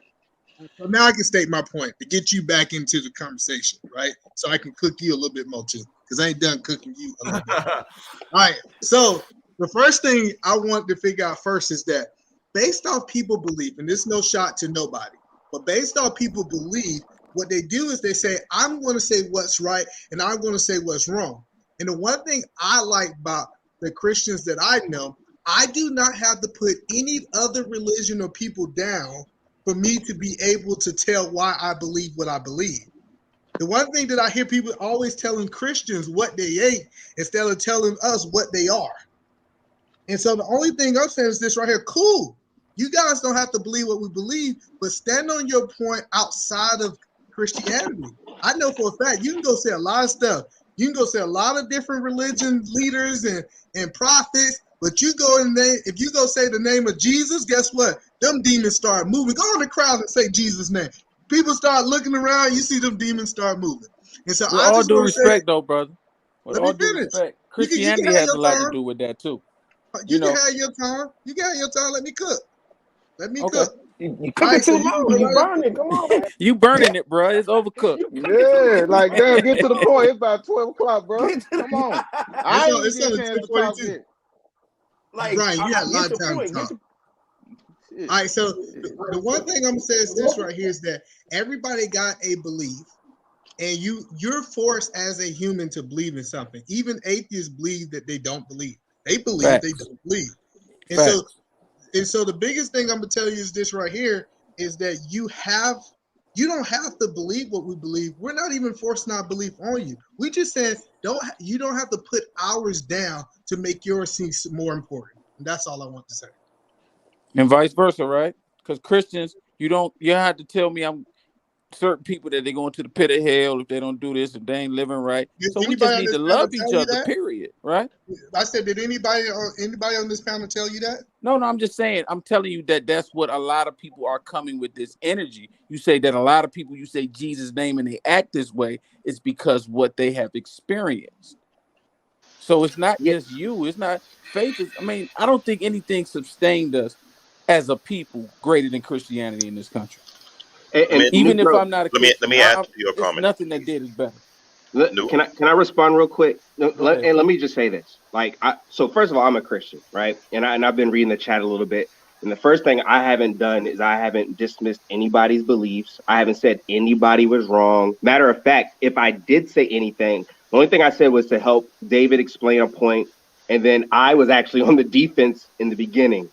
But let me just say this, New Growth. I 100% agree with you as a Christian. I think Christians for a long time have operated the wrong way, have came at people the wrong way, have been extremely religious in their approach. And, I don't really subscribe to that, and I don't think it's right. So I do understand where that comes from. But however, I think that we still have to be careful with how we judge others based on our experiences. You know what I'm saying? Because even when Brian said that, he was spiritual, he's not the first person I've heard said that, right? I had no smoke for him. And I think, people have the right to do what they want to do. And even as a Christian, the Bible gives you choice. The Bible gives you freedom to choose. Choose this day whom you will serve, right? And so I don't really have anything bad to say about anybody. However, I do just want to say that I do agree with you that Christians have operated the wrong way for a long time. And I think we do need to change our approach and stop trying to walk around judging people. And we do need to get ourselves together in a lot of ways. But I do, however, see a lot of people. I've simply been in the presence of people and mention that I don't smoke or drink. And then people will say things like, you think you're better than me because you're a Christian? It's like, no, bro. But again, I know where that comes from. So I'm not dismissing that either. So it's kind of hard. So Christians are towing this line where we're trying to get better. And then we're also trying to defend our Christianity because it's part of us. Like it's our lives. You know what I'm saying? So I see where you're coming from though. We have to respect y'all point blank. Hey, hold on. Can I ask one question? Please? Hey, I just want to say, just ask one question. Can I ask one question, big homie? People coming out the closet. Everybody else coming out the closet. Why Christians got to be quiet? I'm not going to. No, I didn't say that. I didn't say that, bro. I get that case, sir. I'm just saying I'm going to speak what I believe, and if you don't believe it, you don't have to have a conversation with me. Can I ask the question though? Can I just ask one question? If you wasn't a Christian, one thing? If you wasn't a Christian, would you still do the right thing? Would you still know what the right thing is? I don't think so. I don't think I would do the right thing. No. If I didn't have Would you know? No. Let me ask this question. Would you know what the right thing to do in the situation if you was not the Christian? But you really can't answer that question though. That's an unfair question. How?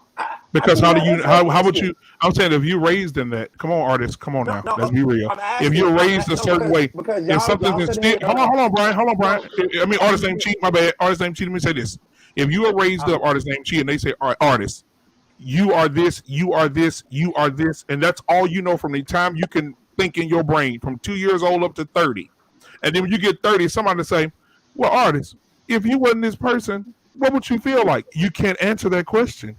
We've been doing hold on. When you have a conversation, what if is always going to be the thing if that's what you're saying, the what if game. But what I'm saying is, would you still know right from wrong? That's all I'm asking. Would you still know right from wrong? I think that's subjective, like you said, because if I was raised as a racist, right? I can answer that. I don't think so. I thought grew up under the Confederate flag and all of this. When I stand out, said that he just said, and I think if I heard you wrong, please tell me. You said that you wouldn't do the right thing if you wasn't Christian. How? You still know what the right or wrong, right? Don't you? No. So what I'm saying is that it's a lot of things that I was raised to believe that is wrong, right? That was wrong, and what was wrong is right. Exactly. It's people out here who kill people and really believe that there's nothing wrong with murder. So I'm just letting you know that. I'll just say this. Yes, you would know what's wrong and right because all civilized countries have laws. So if you live in a civilized country, you would know right from wrong because there's laws and there's punishment to enforce the law. So in America, it's wrong that we have multiple wives. I don't talk much. I don't talk much. Everybody's talking at once.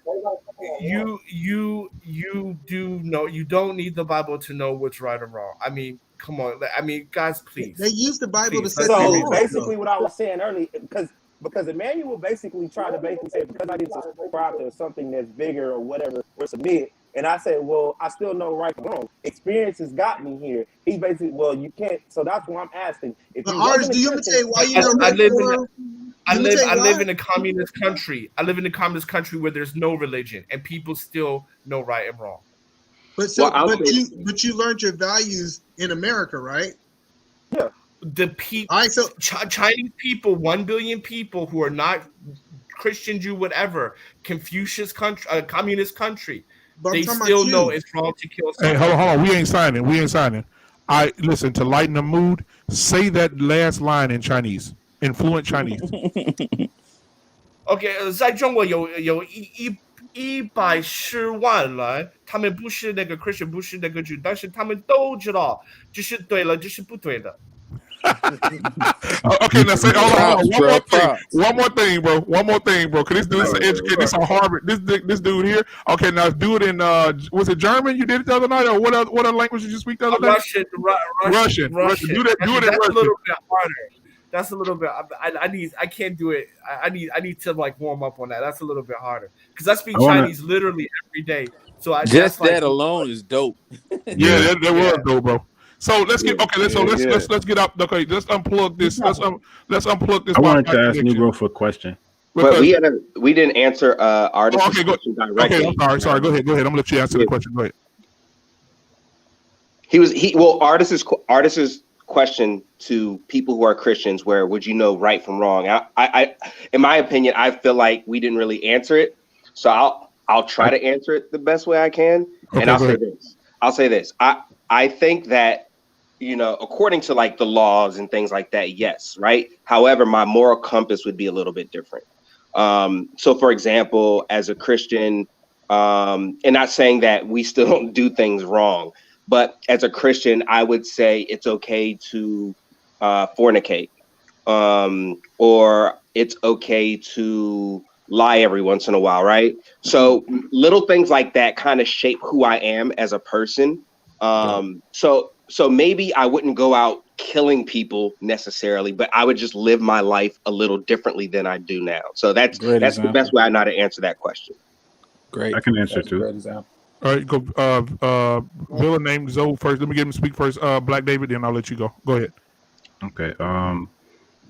I think the answer to your question is yeah. Well, for me at least, you can be a good person with or without Christianity. Christianity just has a book that lets you have a guide to say if you're going through something that you could find a reference to what you're going through. And that's just because, like, even if you're not Christian and you still have whatever spiritual belief, you've heard before, there's nothing new under the sun. So with that being the case, if there's things that you can look at in history that will help you have a better understanding of life today, as far as like the intangibles, like you might be familiar with your habits and things that might work for you now, but if you're like, damn, something's not working for me right now, where do you go? And the Bible is the oldest form of that one of the oldest forms of that we have in history. So it's like it's still valuable. That's fire, though. Thanks. The question I wanted to ask New Growth there before I pass it to Black David was like, what's the difference between telling someone like go to hell and then go to hell in Jesus' name? Like, I don't feel I've done both, and it's like if I'm telling somebody that, it's like no different than saying F you to some degree. Like there's different things being translated from different people at different times in different ways. And if it's like if it triggers, I think Emmanuel's point earlier is if it triggers you just to hear the Christian version of it, it's like why is that like why is that triggering to you so much versus any other race that can say it to you in any other way or without the religion? It's just still a negative comment. You know what I'm saying? Well, what my point was that Christianity has always been a war of religions. We all know that most wars are fought over religion, right? Women. No, we don't know that. Religion, right? I mean, we know about the Crusaders, right? What people believe. It's we know about the Crusaders? Yeah, it's more simple. Okay, so we know how they went to slaughter Muslims. So we know about Pakistani and the Jewish people and these things like that. So my point is, let's not perpetuate like you're still my religion is better than yours. Just move in love. Just move because the Bible says, I grew up in it, so I know little bits and pieces. But it said, know by the fruit that they bear. We don't have to go around telling you you're going to hell and this and that. And like I always say, I have the utmost respect, especially Black people in America, for Christianity, because they were the backbone of our community. we would not be here. These black HBCUs would not be here. They would start in church parking lots. So I could never, ever go against that, because they're the backbone. My grandmama taught me that. Her grandmama taught her that. See, that's what we're losing. It's okay to say, hey, I'm not really into Christianity, but man, get that Bible, man, and they talking lies and da. Come on, that's our backbone. And that's why I was telling to the other guy, that's culture. That's the culture that you were talking about, religion, that Christianity. Christianity for us is culture, because the white people were using that Bible to tell us that we were supposed to be slaves. We were singing them Negro spirituals to get us. Okay, listen, guys, listen. So this conversation, that part right there, the whole religious part will have to be a part 2 on that, because let me ask you this, guys, because it's a lot of new faces on the panel, right? So let me ask you this, because but Black David over there about to have a stroke. So let me ask y'all this. Let me ask y'all this question. The original question that we started with, right? The original question that we started with is because it went from there, and then we travel, and that's what we like. And I like sitting around with Black people having conversations about things in our community. Religion is one of those big things in our community, right? Kids, education, women, men. We talk about everything. And so I want to say first, we're going to all argue, right? But next week we'll be laughing with each other again, because people need to see, by watching this broadcast, people need to see Black people can have disagreements, but Brian ain't going to pull up at my house tonight and shoot me. Nah, man, I'm still gonna live my life. Right? No. I'm saying, right? We're still going to get off of here, and people are still going to live their lives, and we got to respect each other's viewpoints. And I agree. I like the fact that people the thing I love the most about everybody on this panel right now, and everybody that was on it earlier, is that everybody stand 10 toes down. Ain't nobody realer than what we had on this show tonight. Everybody stand 10 toes down on what they believe, bro. Ain't nobody backing down, and that's the most beautiful thing. Nobody's backing down. I ain't seen nobody on here change their viewpoints at all. Everybody stick to what they believe. So I love that. So let me go back to this, because this could go somewhere too. Do you believe, the new faces that's on here, do you believe that women need to be masculine to be successful? Do you believe they need to be masculine in their marriages, in their relationships, in their workplace? Do you believe that? That's where we started. Okay. Artist Energy. Yeah. Okay. So are you asking everybody? So are you asking the people that just came or me? Yeah. The people that hadn't been on here. Emmanuel, I don't know if you answered it, right? Nah, you gotta let me I cook never later. answered. I wasn't on I that cook list. later though.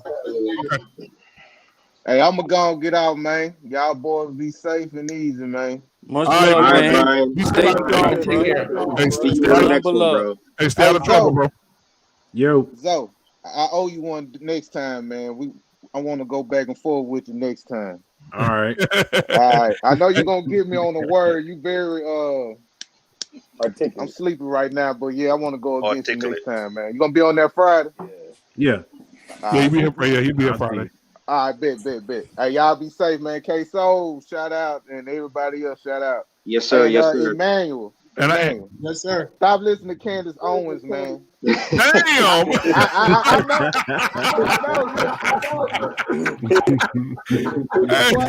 I love Candace Owens. Hey man, let me say, you know what? And I hate Candace Owens. I do want to say this though. Still, and all, man, for you guys that don't know, man, we want to kick a real big shout out, man. I'm telling you, I keep saying it over and over again to K-Soul, man. He's about to have another bundle of possibilities, another baby coming to the world, guys.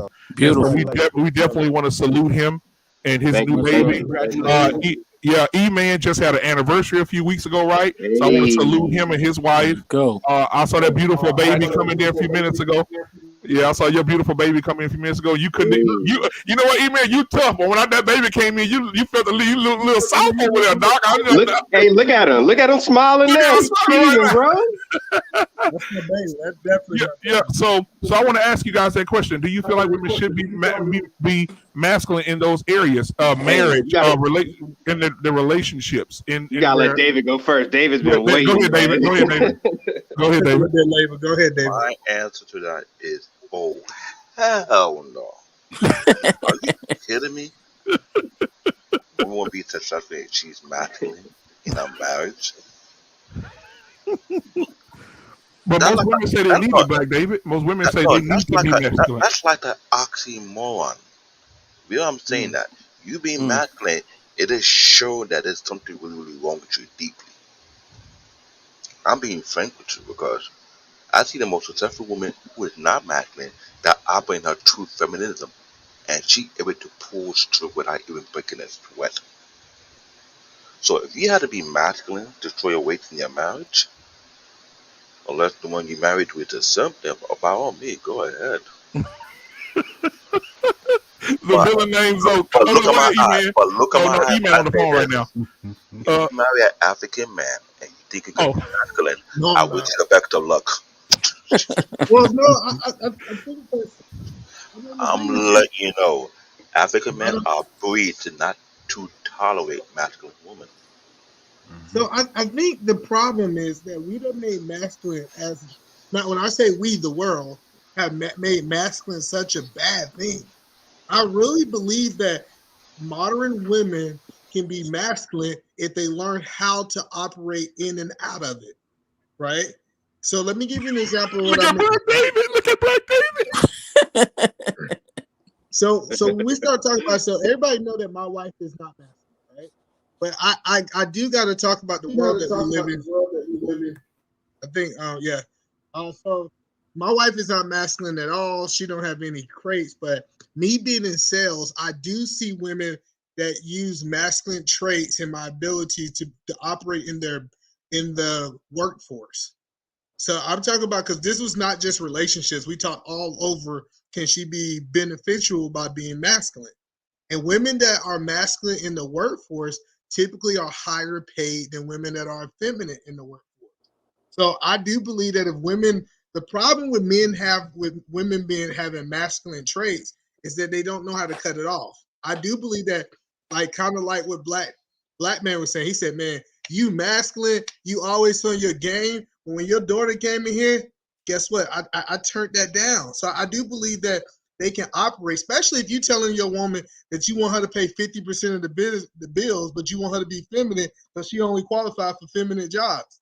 Is she really gonna be able to match you from a um a going out and being able to produce the way that you want them to produce? I definitely think that it can work for them in it. I think the problem is, like I said, they don't know authority. For example, I know men in the military who are submitted to their leadership, so they're not being masculine with their leadership, but they still know how to get the job done in a masculine way. Mm. I have to push back a little bit. You I muted, have Black to push David. back a little bit, bro. Because even if she's working, doesn't mean she can't be feminine at work because she's listening to that white boss.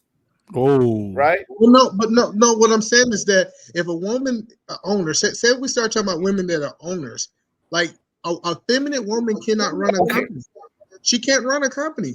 She would. She Oh would yeah, not. yeah, yeah. I mean, yeah, I agree with you on that. I agree with you on that. So Sure. what I'm saying is, if said women want to strive to be CEOs, right, CFOs, and they want to run companies, that you can't be feminine. I believe as a man, I would try to take the company if you're a feminine woman because I feel like I'm a better selection if you can't compete with me from a masculine level.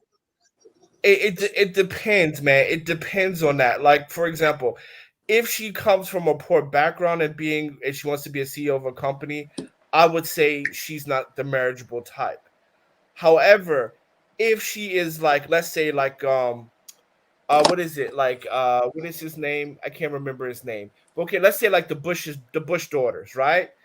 Mm-hmm. Them being CEO of companies, they're going to be more feminine, right? Women who are women who are third and fourth generational rich are much more feminine than women who will pull Good up from point. their bootstraps.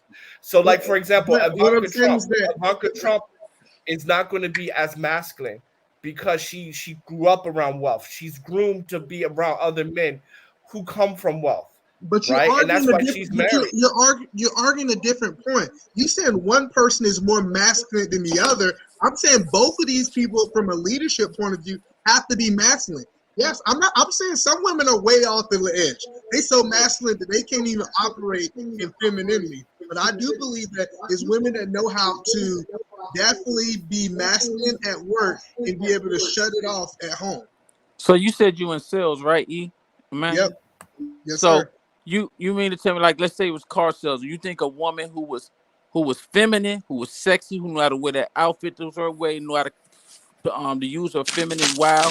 She couldn't sell as many cards as a woman who was masculine acting in a No, pantsuit and that was Village. emulating a man. I can tell you this right here. And this is my world. A masculine man will sell 30 times as much more as a feminine woman. In sales, I'm telling you how sales work. Y'all might be trying to get with her to talk to her. When you talk about you about to spend $100,000, you want somebody who's know what they're talking about. You want the number one salesman to And come we didn't out. say she didn't know what she's talking about.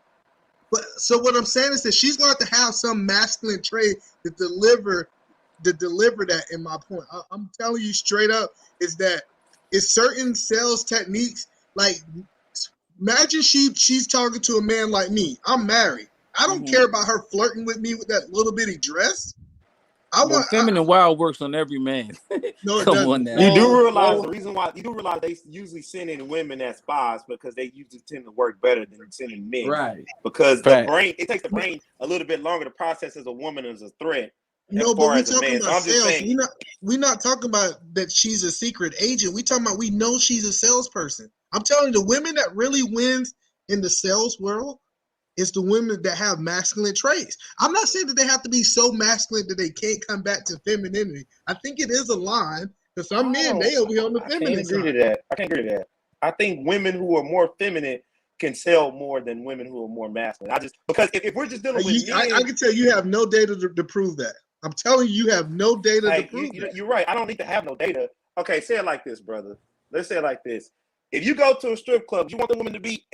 I'm not saying at some point, do you want them to be masculine, make that sell to get that money, or would you want them to be feminine? I'm telling you, feminine women can probably sell but more. Women at the strip club are not competing with men. I'm talking about in the workplace when you're competing with men, you have to have some level of masculinity. Now get it. If you think women are only supposed to be secretary, they only supposed to work at the hospital. We didn't say that. I never said they were secretary. If they're competing with men, they're gonna have to have masculine traits. As a matter of fact, if it's a female, like if it's a real good salesman, he'll take all her sales. He will go out and say, "Nah, I'm doing this one." She would have to submit to that from a feminine point of view. Who's gonna stop him from doing it? See, now a man or a masculine woman, you try to take her sales, she's gonna get masculine. Nah, bro, this is my customer. Back off my customer. You're talking about stealing as opposed to being able to draw in a community, because it's like you go to Hooters. Hooters sells. It's not just single men that go into Hooters. As opposed to going to another place who got just as good chicken. Stop! Hold up! Whoa! I don't mean to interrupt nobody. That's a conversation for another day. You see the rules that you see what Hooters has done with their business model, Emmanuel. Yeah, I saw. They said they're going to have plus size girls walking around those little orange shorts and shirts up here. Man, if you bought stock in Hooters, go ahead and start taking it out. I mean, I'm not no shot to bigger ladies, but I'm just saying Hooters. Right now, women want to be accepted for what they are instead of somebody holding them accountable for what they become. And it's not happening. Can you imagine walking in Hooters?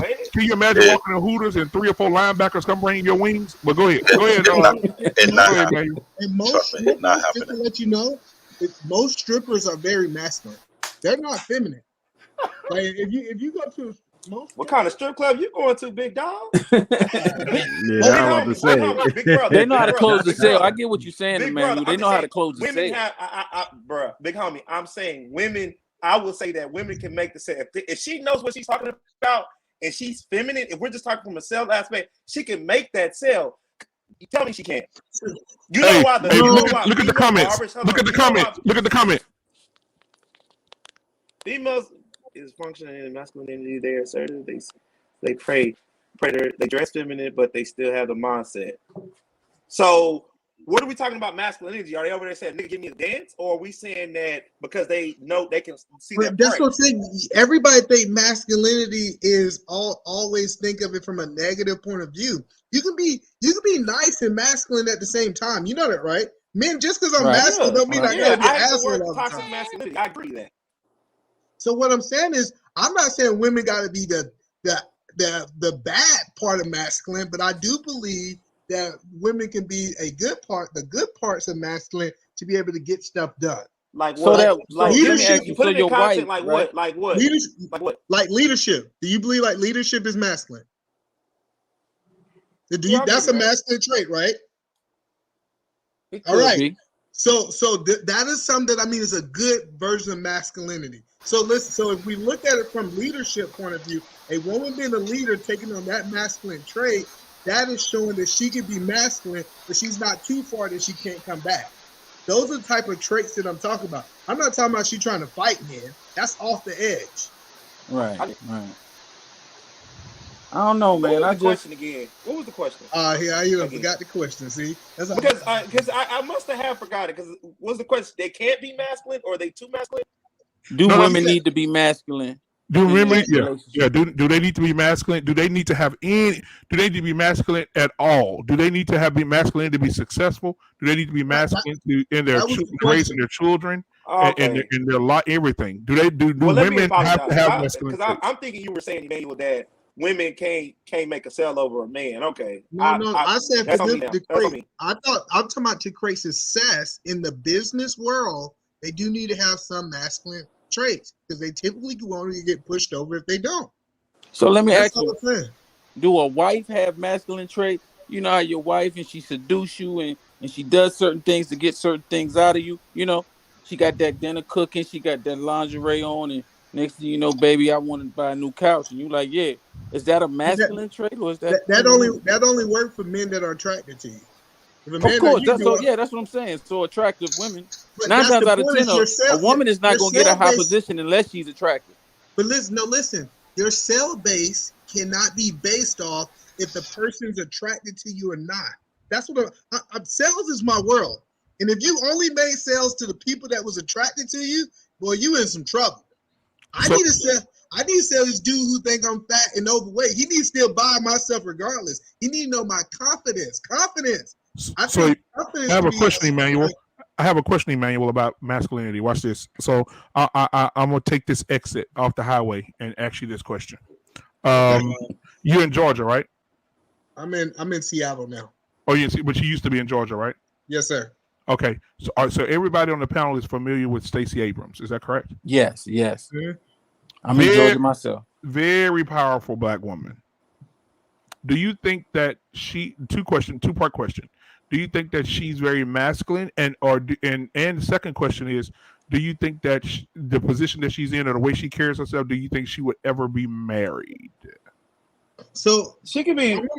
I first think that she can get married because we can't say that all men are masculine, right? There's some dudes that are not masculine, right? But the one thing I'm gonna say is that she is far off the edge masculine. Like I said, I think we make it seem like either you masculine or you not. Like I said, this right here, it is measurable. Like she's just off. I don't even know if she liked men, to be honest. No, for real. So she is like almost I don't want a man off the ledge compared to what we talking about. Is can they just have masculine traits to be successful? But no, I don't think. I think she could, depending on what she wants, because the world's kind of pretty messed up nowadays. Yeah, I think she can get married, but not who we think she would get married to. It would be like, oh, won't be one of us. I can tell you that. But let me ask you about Keisha Lance. So you were in Georgia when Keisha was mayor. Were you in Georgia were you in Atlanta when Keisha Lance was mayor? Oh yeah, Keisha tough now. Now she was a pretty attractive woman. Yeah, she was. And I know, I'm telling you, a lot of guys share her apologies suck, as we see. That's why she's out of here. But a lot of guys were like, oh, she's nice looking, and the women said, oh, she carry herself. I like the way. It was nothing masculine about her. Nothing. She was masculine. Oh, she had masculine. No, she had attitude. That wasn't masculine. Cussing people out is a masculine trait. You don't think? And that's what got her kicked out. That's when the whole city turned. No, see but that's the point that I'm making, is that women are going to be successful, and that's why I got like people like me and Anton said, we don't even want you working. We don't even want you to have to be masculine to be successful. We got this. We'll pay the bills. And so I get it. If you want a feminine woman, you need to be able to pay all the bills. If you want a woman to go out there and work, you need to deal with some of that masculinity. So guys, okay, this is a team thing. So we're gonna be on the same team with this comment. Men have feminine traits too. All men do. Yes. Yeah. Yeah, it's a balance. It's a delicate I do. balance. It's Oh a no, delicate everybody balance. tell me I don't. So. Black David is about to die. Is he going through? Every man have Because hold feminine on, traits. bro. Hold on. When she say the trait like nurturing, like okay, if our kids, we don't nurture our kids too, because ain't that still a feminine trait to nurture? No, you can be masculine and nurture. Yeah, you can be masculine. So You can that be means masculine and basically when nurture. Emmanuel said, I don't know. So on that same level, when Emmanuel said that leadership is basically only masculine, Well, he's coming from so he's coming from a place that we went Well, to I'm just earlier. saying. I'm just No. saying that. I'm saying he's coming from a place of his beliefs. He believes in what he believes, like as far as biblical. And biblical, from the biblical sense, the Bible says that men were created to be leaders, women were created to be the nurturers. All right, so I don't know. So I just want to say this for 1 second before she leaves, because she got to go. Trait, though. Hold on 1 second. Go. Hey, girl. This is my daughter. Hey, Mitt. All right, so I want to ask her because I don't know. So, do you feel that I have any feminine traits at all? Nah, I don't. There you go. You heard it from the horse's mouth. None whatsoever. It's not in my blood. What feminine trait? But do you feel like, okay? Can I ask her a question? E, is that okay? Yeah, that's okay. Go ahead. Okay, so do you feel like, since he doesn't have those traits, do you feel like that he still loves you very, very much? Okay, see, that's the thing. That's what I was just saying earlier. You don't have to be a feminine man to show unconditional love to someone. You don't have to be feminine. You don't have to go into this feminine. Hold on. You got a beautiful family, bro. Can I say something real quick? Yeah, go ahead. The woman who says every man got a feminine trait in themselves, I will say this: any man that had a feminine trait back in my country got kicked out. You always telling us how bad these Africans be kicking people out. I'm just letting you know. Any African man who was found with a feminine trait got to get out of the village. You talking about the whole continent, huh? Not just your country. No, the whole I'm talking continent. about my country that I know about. I don't know about other countries. I want to ask. I'm just saying. She hopped up though. They got. Hey, Ruby, what's up, girl? Hi. I fixed my camera cord, so it should be fine now. Okay, yeah. No problem. So, Ruby, go ahead. You're the only female on the panel, so go ahead and speak your mind. Go ahead and give us the word. Okay. Well, I disagree. I don't think women need to be masculine in order to be successful in business. In fact, I've taken a lot of, well, not recently, so maybe the information is outdated in the last 10 years, I'll be honest. However, 10 years ago, and up until 10 years ago, there was a lot of research that was done about women being successful in business and in running their own businesses and within the corporate world. And what they found, right, is that women thought they had to emulate male or masculine traits in order for them to be successful. So, they would put on the male power suits, right? You got to wear pants, and why should I wear high heels and blah, blah, blah. They were basically trying to kind of look like a slightly feminine version of the men. And what they found is, sure, those women would get, powerful, like middle management powerful. But when you looked at the top women, right, the ones who've broken through the glass ceiling and whatever, they were all typically very feminine, not just in their appearance, but also in their demeanor and in their behavior in general. Because what people don't realize is this, right? I mean, when we talk about feminine versus masculine, yes, to an extent, we all have feminine and masculine energies, right? So, I mean, when we saw Emmanuel look at his baby and this smile and, all of that came out of him, that was a feminine energy. That's not him being feminine. It's compassion. It's Wait, what? Compassion. Yeah, when you nurture your children. Okay, so when you nurture your children, that nurturing that comes out of you, that is part of your feminine energy. Men and women. So Ruby, I didn't nurture her. There was no nurturing in that moment. I was nurturing her. Let's define the word nurture. Would you ever look at a dude or some random person you don't know on the streets the way you just looked at that baby? No, this is not a bad thing, though. I don't know why we think. Not a bad. Hold on, let me clarify. Let me clarify here. I am not using these words the way the streets do. Okay. Ultimately, in order for men to be grounded and in balance and masculine and powerful and dominant and leaders and whatever, they have to have these energies within them in balance, right? And they're primarily driven by the masculine. Just like women have to have these energies in balance and they're primarily driven by the feminine. The feminine for women, right, is their driving force, and their internal masculine is kind of like their internal father. It's a grounding force to calm them down. Whereas in the feminine inside of men is a temperance of the masculine, right? It's kind of like, okay, pull back a little bit from what you would normally do and show that slightly softer approach or softer side. So I'm not approaching it the way everyone else is. I'm approaching it from a psychology perspective. Like, I'm not saying, oh, well, of course all men are feminine minded. Or no, I don't think that at all. And that's not what I was trying to say.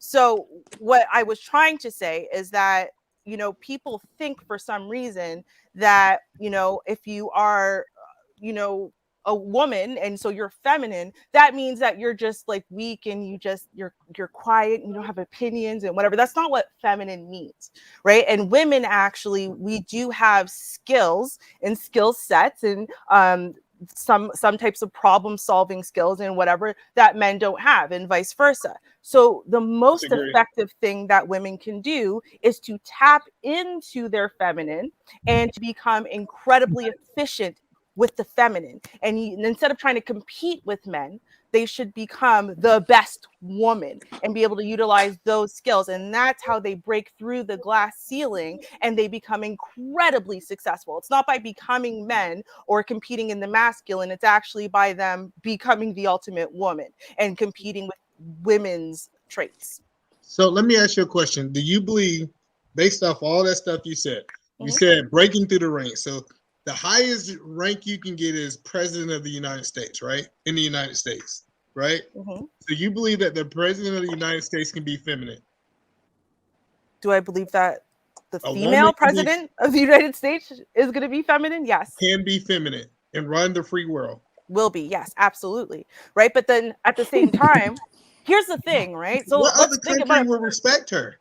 Well, there's other countries that have feminine presidents, right? I mean, it's not actually, other countries have had female presidents, and those presidents are actually very feminine. It's about the countries that's in charge. When we talk about Russia, Korea, China, the people who really make the decisions. We're talking about Britain. What countries are those? But hold on, time out, bro. The question, hold on, but can I step in real quick? The You guys gotta let her answer the question got, first, bro. You don't say they got feminine energy. They don't have nurturing skills or nothing like that. They just straight all masculine, like just straight masculine. I think that you can love someone without being feminine. Love is not it's not feminine or masculine. You think loving somebody? Yeah, bro, I agree. Like even when she was like, you see the way you smiled at your child, that's feminine. I don't think it's either one. It's just love. I didn't say it was feminine. Yes, See, You're twisting my words. Okay, my bad. What'd you say? My bad. I might have heard you. Go ahead, Ruby. Explain yourself. That is definitely a feminine trait. It does not mean that E-man is feminine at all. That's not how I took it. I just want Ruby to explain what she means. The way that he I watched that. Define feminine.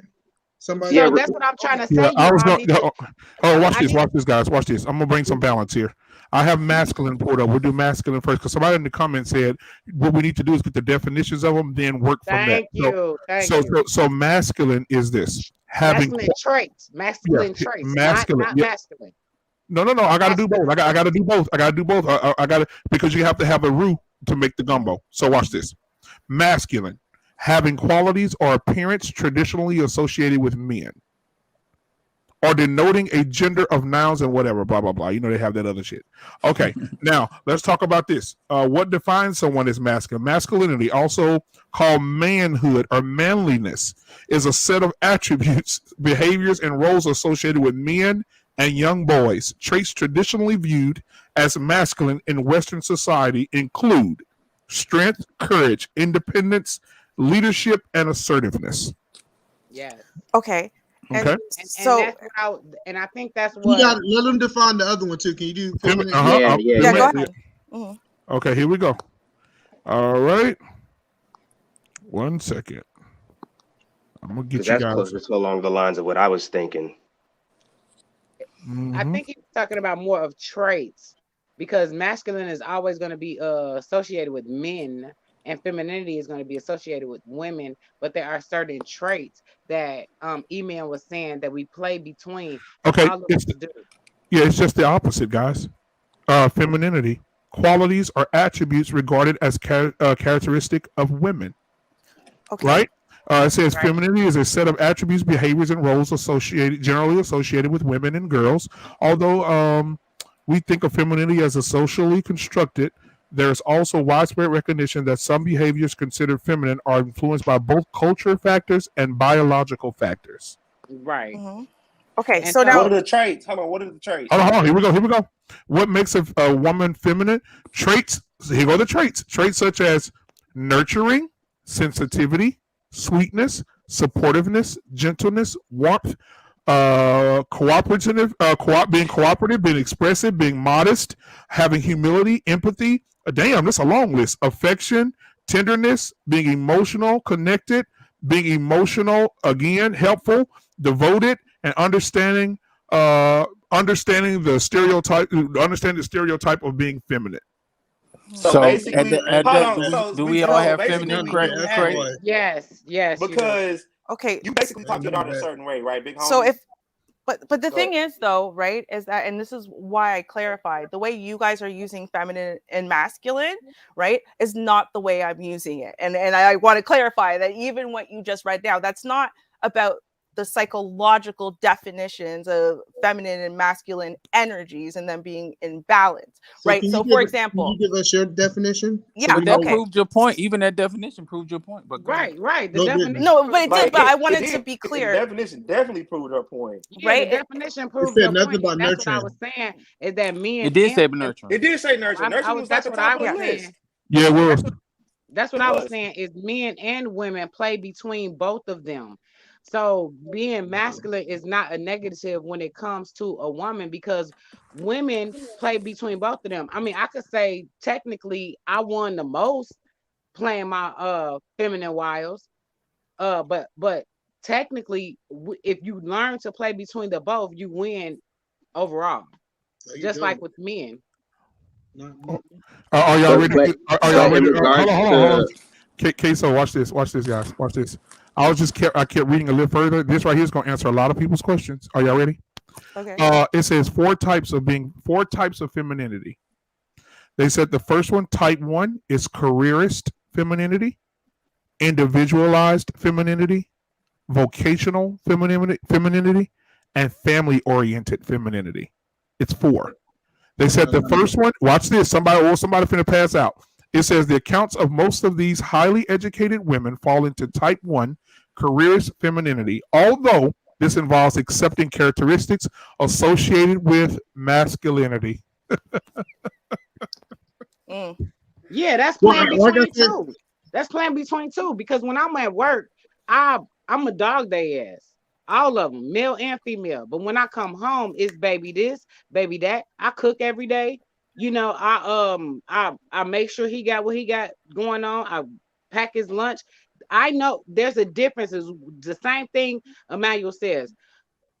A woman who is feminine is going to know how to play the home feminine and play the outside world. Because at work, I'm cooking their ass. I have no problem with that. But when I'm at home, he's the king. He's my love. You know, Okay. I'm doing all Niambi, you spoke too quick. Niambi, you spoke too quick because it also says most of these women in this category are single and will never get married and do not have children. I was about to make a point about that too. Can I make my point now? Yeah, go ahead. Psychology thing, because like I said, this is not at all what I'm talking about, right? This is the way that people when they're using the words feminine or masculine, they're talking about like the archetype of basically woman versus man. Are you manly man? Are you a womanly woman? That's really what they're talking about. Right. That's not what I was talking about. Right. Okay. Right. And so that's why I wanted to clarify. So basically, right, in psychology, the masculine energy is about it's doing, right? It's goal oriented. It's the part of you that is logic and reason, right? And so the masculine, we know that, well, men are predominantly those things. It's not all they are, but they're predominantly, right? When we're talking about masculinity, manhood, you know, a grounded, self-actualized man, right? He's normally defined by things like that. There's the action they're doing. I've heard men say, like, for example, right, women's value is just from them being born. Men's value is from the actions they take, what they do, what they accomplish, right? Whereas in feminine is about intuition. It's about being, right? It's about receiving, allowing, you're doing for others, but in a nurturing manner, right? So they're just different energies. It's different parts that you're pulling from. So when I'm talking about a woman being feminine, I'm talking about her being in balance, having these two energies within her in check, and being dominated by the feminine energy.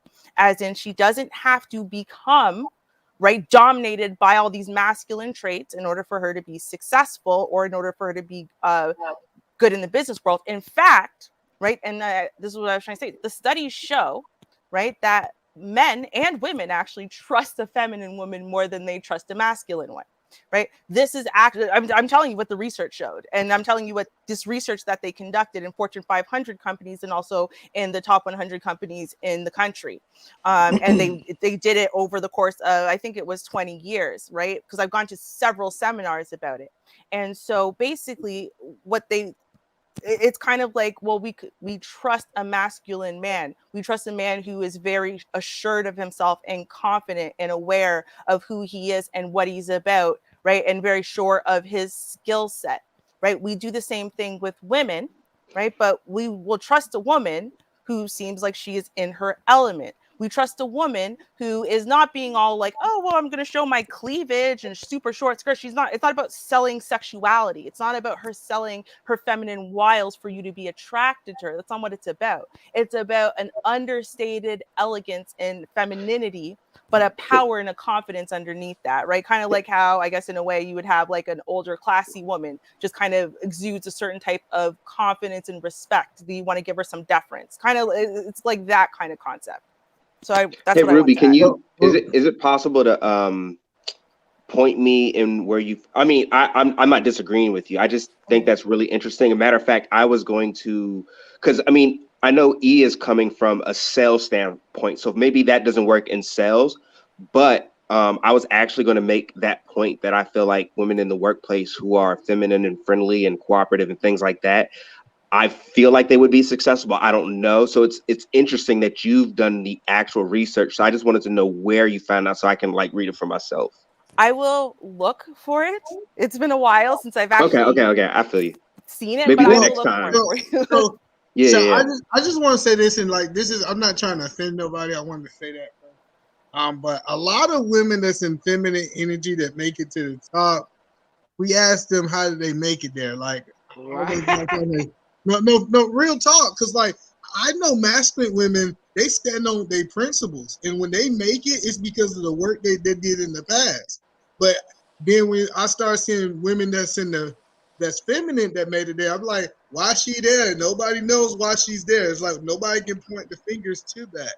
Being a whore is not being and then feminine. her kneeps are red, you know. Yeah, She's like, she was a whore. That's not the same thing at all. And I clarified that, right? It's not the same thing at all to sleep your way to the top, right? That's not earning your way using your intuition, your problem solving skills, right? Your other skills as far as managing social situations, managing people in front of you, and managing their expectations, right? I mean, like women have a large skill set that is largely feminine. Sure, go ahead. Well, let me ask you this question. Do you think leadership trait is masculine or feminine?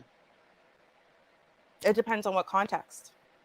In any corporation, the president, any leader, do you think that's a masculine or feminine thing? Well, I will put it this way, because it was another answer I tried to give, but then we're all over the place, which is that women who are going to remain grounded in their femininity and be in powerful positions, right, are going to pick a different team than a man would, right? Because they need a right-hand man who's going to be completely different than what a man would. They need people who are directly under them, who are executives in a way, to execute certain concepts for them, right? Because from them, it's not going to work. So you in said that that way, she should pick a man that can make decisions, but he be under her. no, that's not what I said. What I said is there's a difference between you looking at the business and saying this job needs to get done and you being the one executing it. Right. And so but you you didn't hire a answer my team question. who's going to more effectively execute something. So in and of itself, the way that a woman is going to lead is going to be different, right? She's going to, as a woman, if I know as a woman, right, I have certain weaknesses where I'm not going to be effective doing this, this, and this, right? Even though that CEO over there, he does that himself, right? What am I going to do? I'm going to hire a team to execute those things for me. So that way, overall, my business is just as effective, even though I'm not the one who's actually making that move. Well, can I interject with a question real quick? Because I'm just curious in your research, all right? Because I was thinking that women could be successful, and I think E is speaking of women in leadership as, I guess, the ultimate success. In your research, do these successful women become, or do they enter into leadership positions? That's what they were researching. So they were researching women who either own very successful businesses, the top 100 businesses in the world, or who were, the head honchos in the Fortune 500 companies. That's specifically what they were researching. So when I'm saying, well, yeah, no, obviously, yes, these people must be incredibly effective leaders. However, and again, because seminars were fine, it was over 10 years ago, so maybe I don't have every little detail still memorized, right? But I do remember that, which is that, hey, listen, me as a woman, this is just a reality. Me as a woman, there's only so much respect and deference I can command walking into a room, and there's only so much respect, deference, and a little bit of fear I can instill in the soul of a man who I'm speaking to in a certain way. You never answered my question. You didn't give me a yes or no. So my question is a leader? I said yes, she can be a leader. She can be an incredibly effective leader, but she's not going to be the same leader that a man will. So I want to jump in and ask one question to the whole panel. Do you think that Oprah is a feminine? If I had to guess, I'd say no. No, she's not. I don't know her. Right. But when you look at her, she looks feminine, right? No, not at all. No, I think, not at all. hold on. Can I answer that question? Back in the day, I've never looked at Oprah and said she's feminine. I've never thought that, yeah. No, back when she was a little bit more skinny, when she first started off, she was way more fit. No, sir. No, sir. Not even on Color Purple. Even on Color Purple, she was masculine. No. When she was skinny, I'm talking about that early stages of Oprah when she first popped out. I've never looked at Oprah as feminine ever. So I rebuke. So who do we think is the best? So look at your feminist leaders and then who are do we think is the best option? We as a leader, we think the man is the best option as a leader, or you think the woman is the best option? That's for the whole panel. Okay, man, I agree to that. That I agree to. Man. Okay, let the aliens have it. Okay, but aliens. I just because like what Anton was saying, look at us now. We have a male president, then we got Kamala Harris as the president, and now he said this is the worst vice president we've had in the history of our country, and he said it happens to be a woman. Do you guys agree with that? I mean, Pence was a horrible. Joe Biden was a horrible vice president, but go ahead.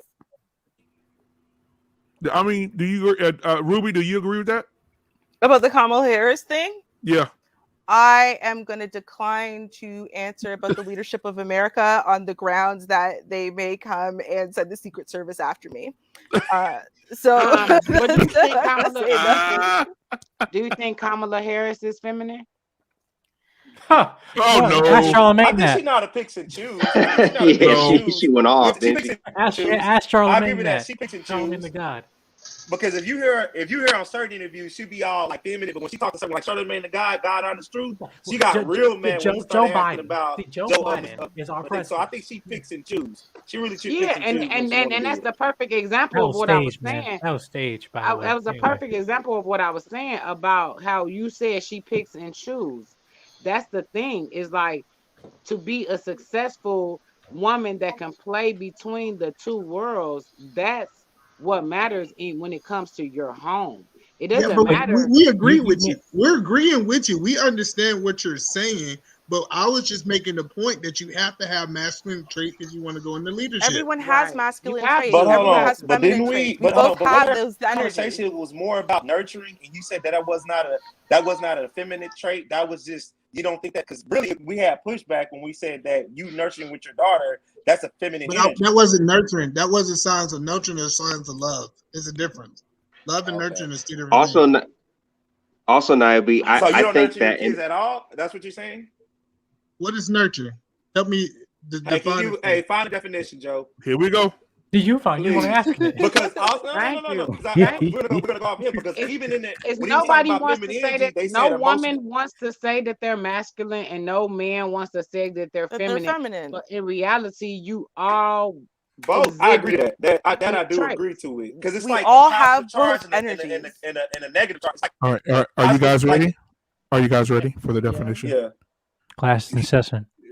In Oxford Languages and Oxford Dictionary, it states clearly: nurture, care for or encourage the growth or development of a person or persons.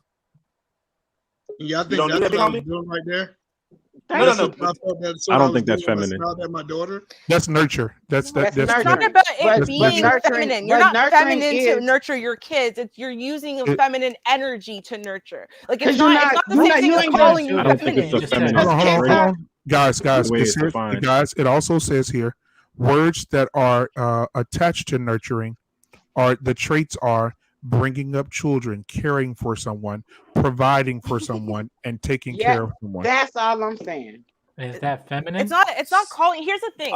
We're not so calling caught you up in feminine. calling women masculine as an insult and calling men feminine as an insult that like even the bare suggestion that men and women both have masculine and feminine energies. And if those are in balance, then men are going to be predominantly driven by their masculine energies, right? And tap into the feminine energy when required, and vice versa for women. That is actual reality, right? So like that's not calling any man who nurtures his kids, oh, well, then he's a feminine one. Like, no, that's not what it is. If so you're a very masculine man, I don't think anybody took it like that. It really feels like everyone is, that there's so much pushback from using feminine energy. That's the wrong panel. Miss Ruby. Well, I'm just saying it seems that way because of this reaction that it's like, well, I don't think that's feminine, but like, I didn't expect. Okay, but what is that? How does that mean that someone thinks it's negative just because they don't agree with you?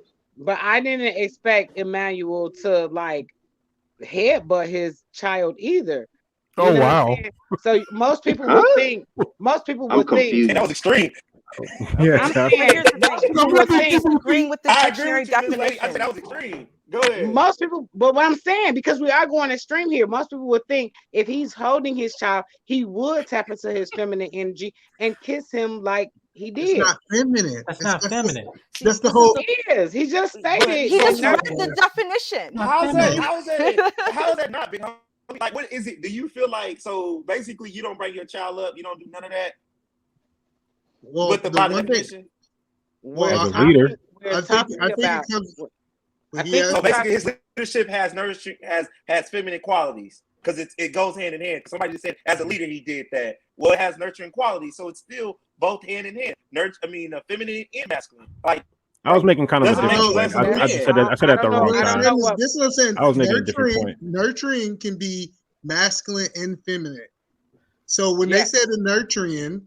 So now you can come back and say that leadership. Well, let me finish. Masculine and feminine. Can't she?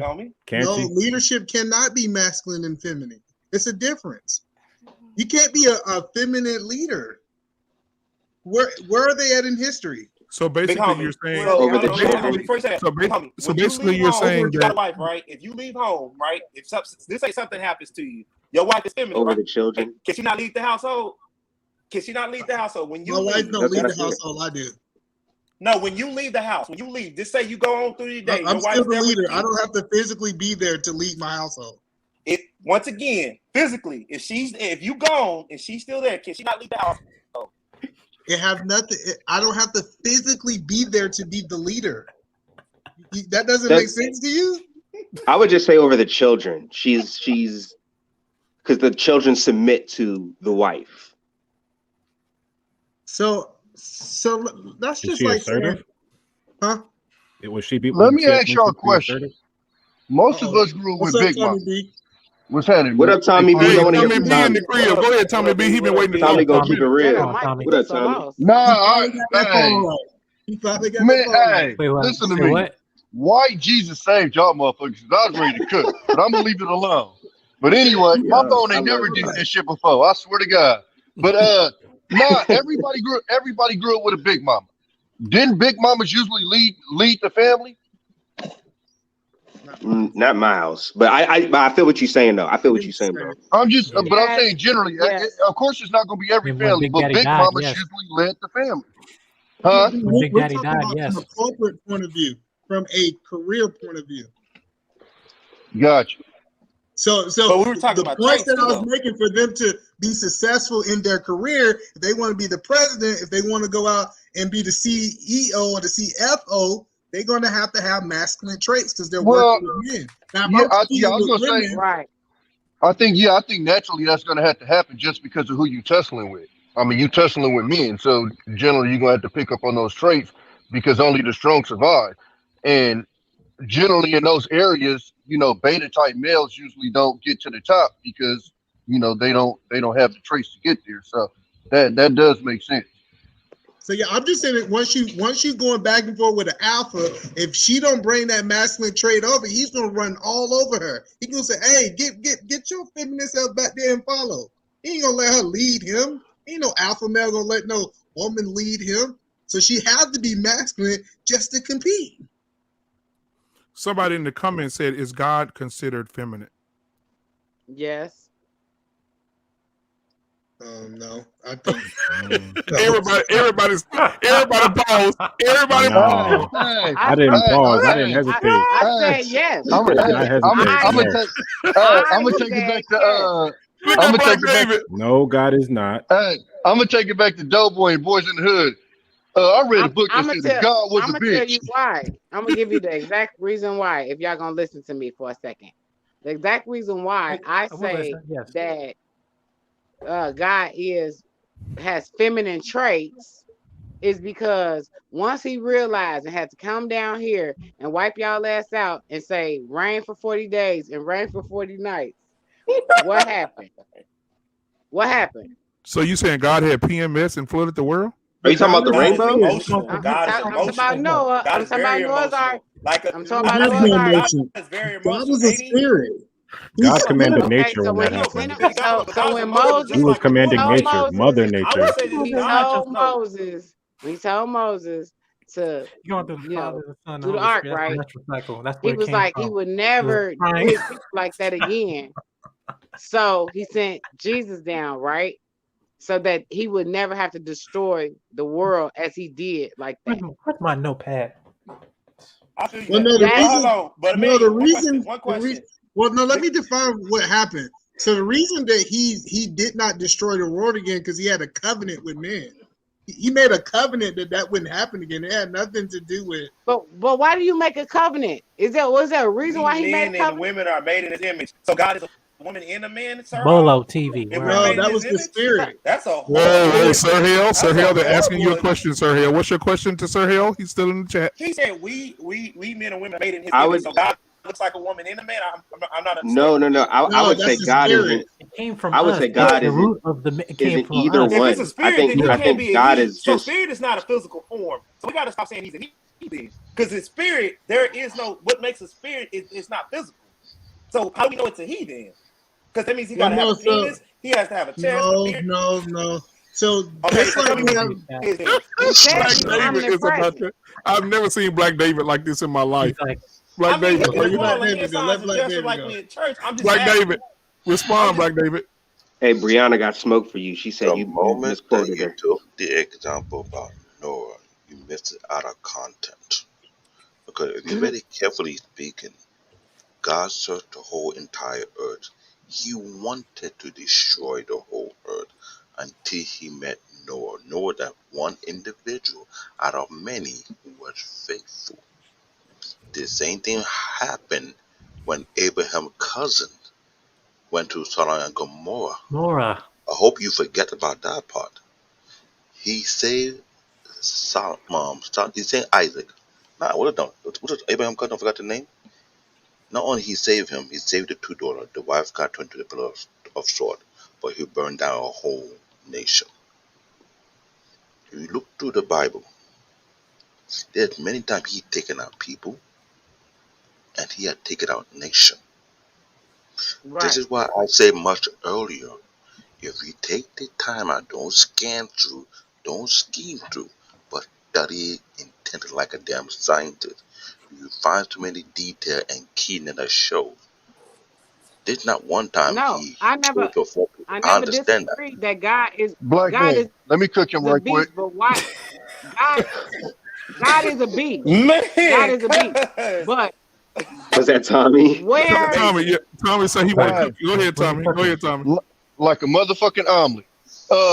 First of all, you're a nerd, Black David, and your definition of pagan was way the fuck off. Go look it up and see how wrong you was. Second of all, yeah, that's not the definition of a pagan at all. At all. It has nothing to do with not believing in. Nah, that's you way off. Second of all, the very reason why that would be off is because most of the fucking traditions you Christians get is directly from the pagans. That is a fact. You can go look that up. Christmas, the story of Christmas, the story of the resurrection, etc., etc. Hold your head all you want to. You can go research it on Friday when we do that live. I'll show you the book. That's fact, buddy. Ladies and gentlemen, I have the definition of pagan here. Go ahead. Yeah, here we go again from OxfordDictionary.com. It says pagan, a person holding religious beliefs other than those of the main world religions. It also says paganism is a term first used in the 4th century by early Christians for people in the Roman Empire who practiced, ethnic religions and other Judaism. Cooked. That has been my overcooked. Yo, Tommy, you remind me of my best friend, bro. Man, he reminds me of somebody I know too, bro. Hey, hold your face again. Hold your face again. Black So David, God do you does have have feminine. So God does have feminine traits, though, right? Can we? No. Yeah. Hold on. Listen to this. So this is what I don't understand. One thing about God sometimes. He regrets making man so much, so he acts feminine, gets emotional, and wipes a whole world and takes them apart. He will burn down villages. He will burn down villages if he doesn't get his way. Like, to me, all I'm saying is that think about it now, Joe. I mean, Black Man Filter. You always say that black women act a certain way when they don't get their way. They're not accountable. Who holds God's accountable when he makes mistakes sometimes? That's all I'm asking. Who mean God makes mistakes? God doesn't make mistakes. No, think about this. So if God is foreknowing before see, how the hell? No, God's foreknowing before see. Why the hell would he create man knowing that they was gonna mess up anyway? He didn't. No, he told man. Let you talk. Now, he told man not to eat from the tree. So Why put the tree there? No. Why put the tree there? You asked the question. Don't wake up my father. Emmanuel said he wants to cook. Don't wake up. Don't make me wake up my father. He done said 5 different questions, and he want to keep asking questions without no answer. So let me answer your question. Hold on, Emmanuel, big homie. Be quiet so I can answer your question. Stop that, big homie. You want me to answer your question, right? Do you want me to answer your question? Or you just want to ask questions to the internet? All right. First question. You said God created man in he created man and female. He created their spirits way before he created their bodies. So when he's talking about the image of him, he's talking about his image was a spirit. Later on, if you read Genesis, it says that he created their bodies from the dust of the ground. It's 2 separate parts of men. That's why your spirit can live without your body cannot live without your spirit. Once he created the body from the ground, he then went back to the man because the man is the foundation, and he pulled the rib out the man to create woman. So their spirit was created way before that. So when we talk about God, God is a spirit. He is not that. The reason how he became flesh is he brought Jesus back into this earth to become flesh. So when you said that and that was his feminine trait, because he was tired of tearing y'all ass up. Because Jesus was masculine. But he made man in his image. So I mean, since we're probably, I don't know. For me, I assume when he said image, he didn't mean a spirit. Have you ever seen an image of spirit? Please tell me. Well, because, see, this is my. We gotta talk about the physical. If I could finish my point really quickly, if I could just finish my last sentence. Oh, Ruby, let Ruby go first. Yeah. We're gonna be polite and let the lady go. Go ahead, lady. Go ahead, Ruby. So I've always understood this not to mean that there's this like literal man that looks like humans floating in the sky or whatever, right? I've always taken that to mean as far as his like the character, like who we are, right? What man and women are. And so these, because you use to think about the words that that are used to describe God as being vengeful or this or that or whatever, right? And so I've always taken it to mean that. And so when I hear, okay, well, we were made in his image, I take it to mean that everything that makes us human, the good, bad, all of our character traits, masculine, feminine, all of that is coming from God. That's how I've always seen it. Okay. And that's why you had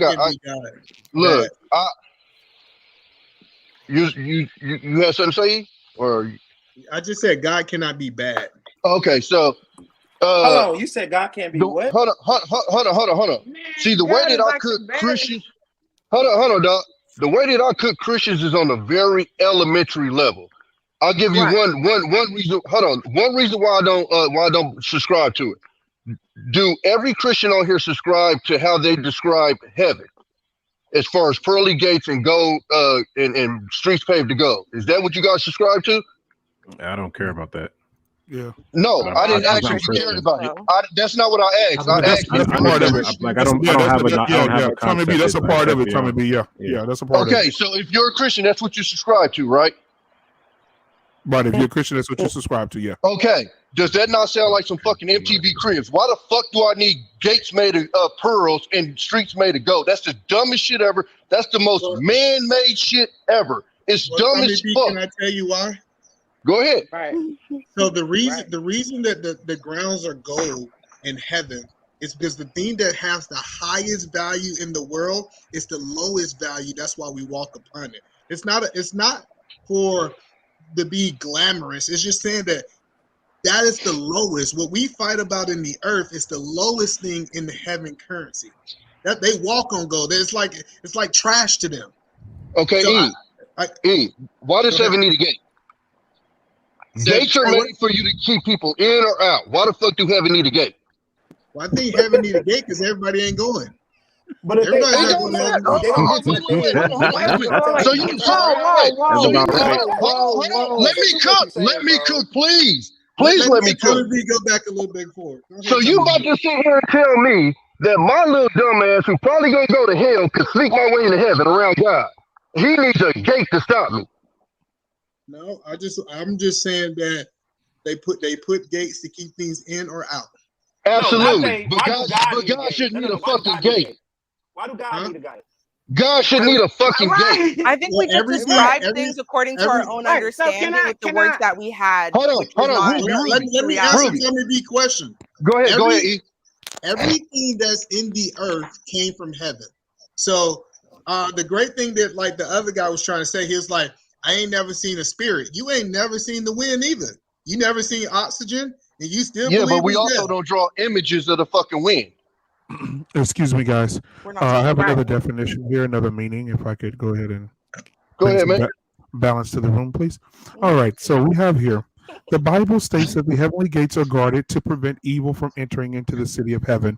Each of the 12 gates is protected by an angel. The Bible does not specify which angel guards these gates, but the reason the gates are there is to protect those who get to heaven from evil.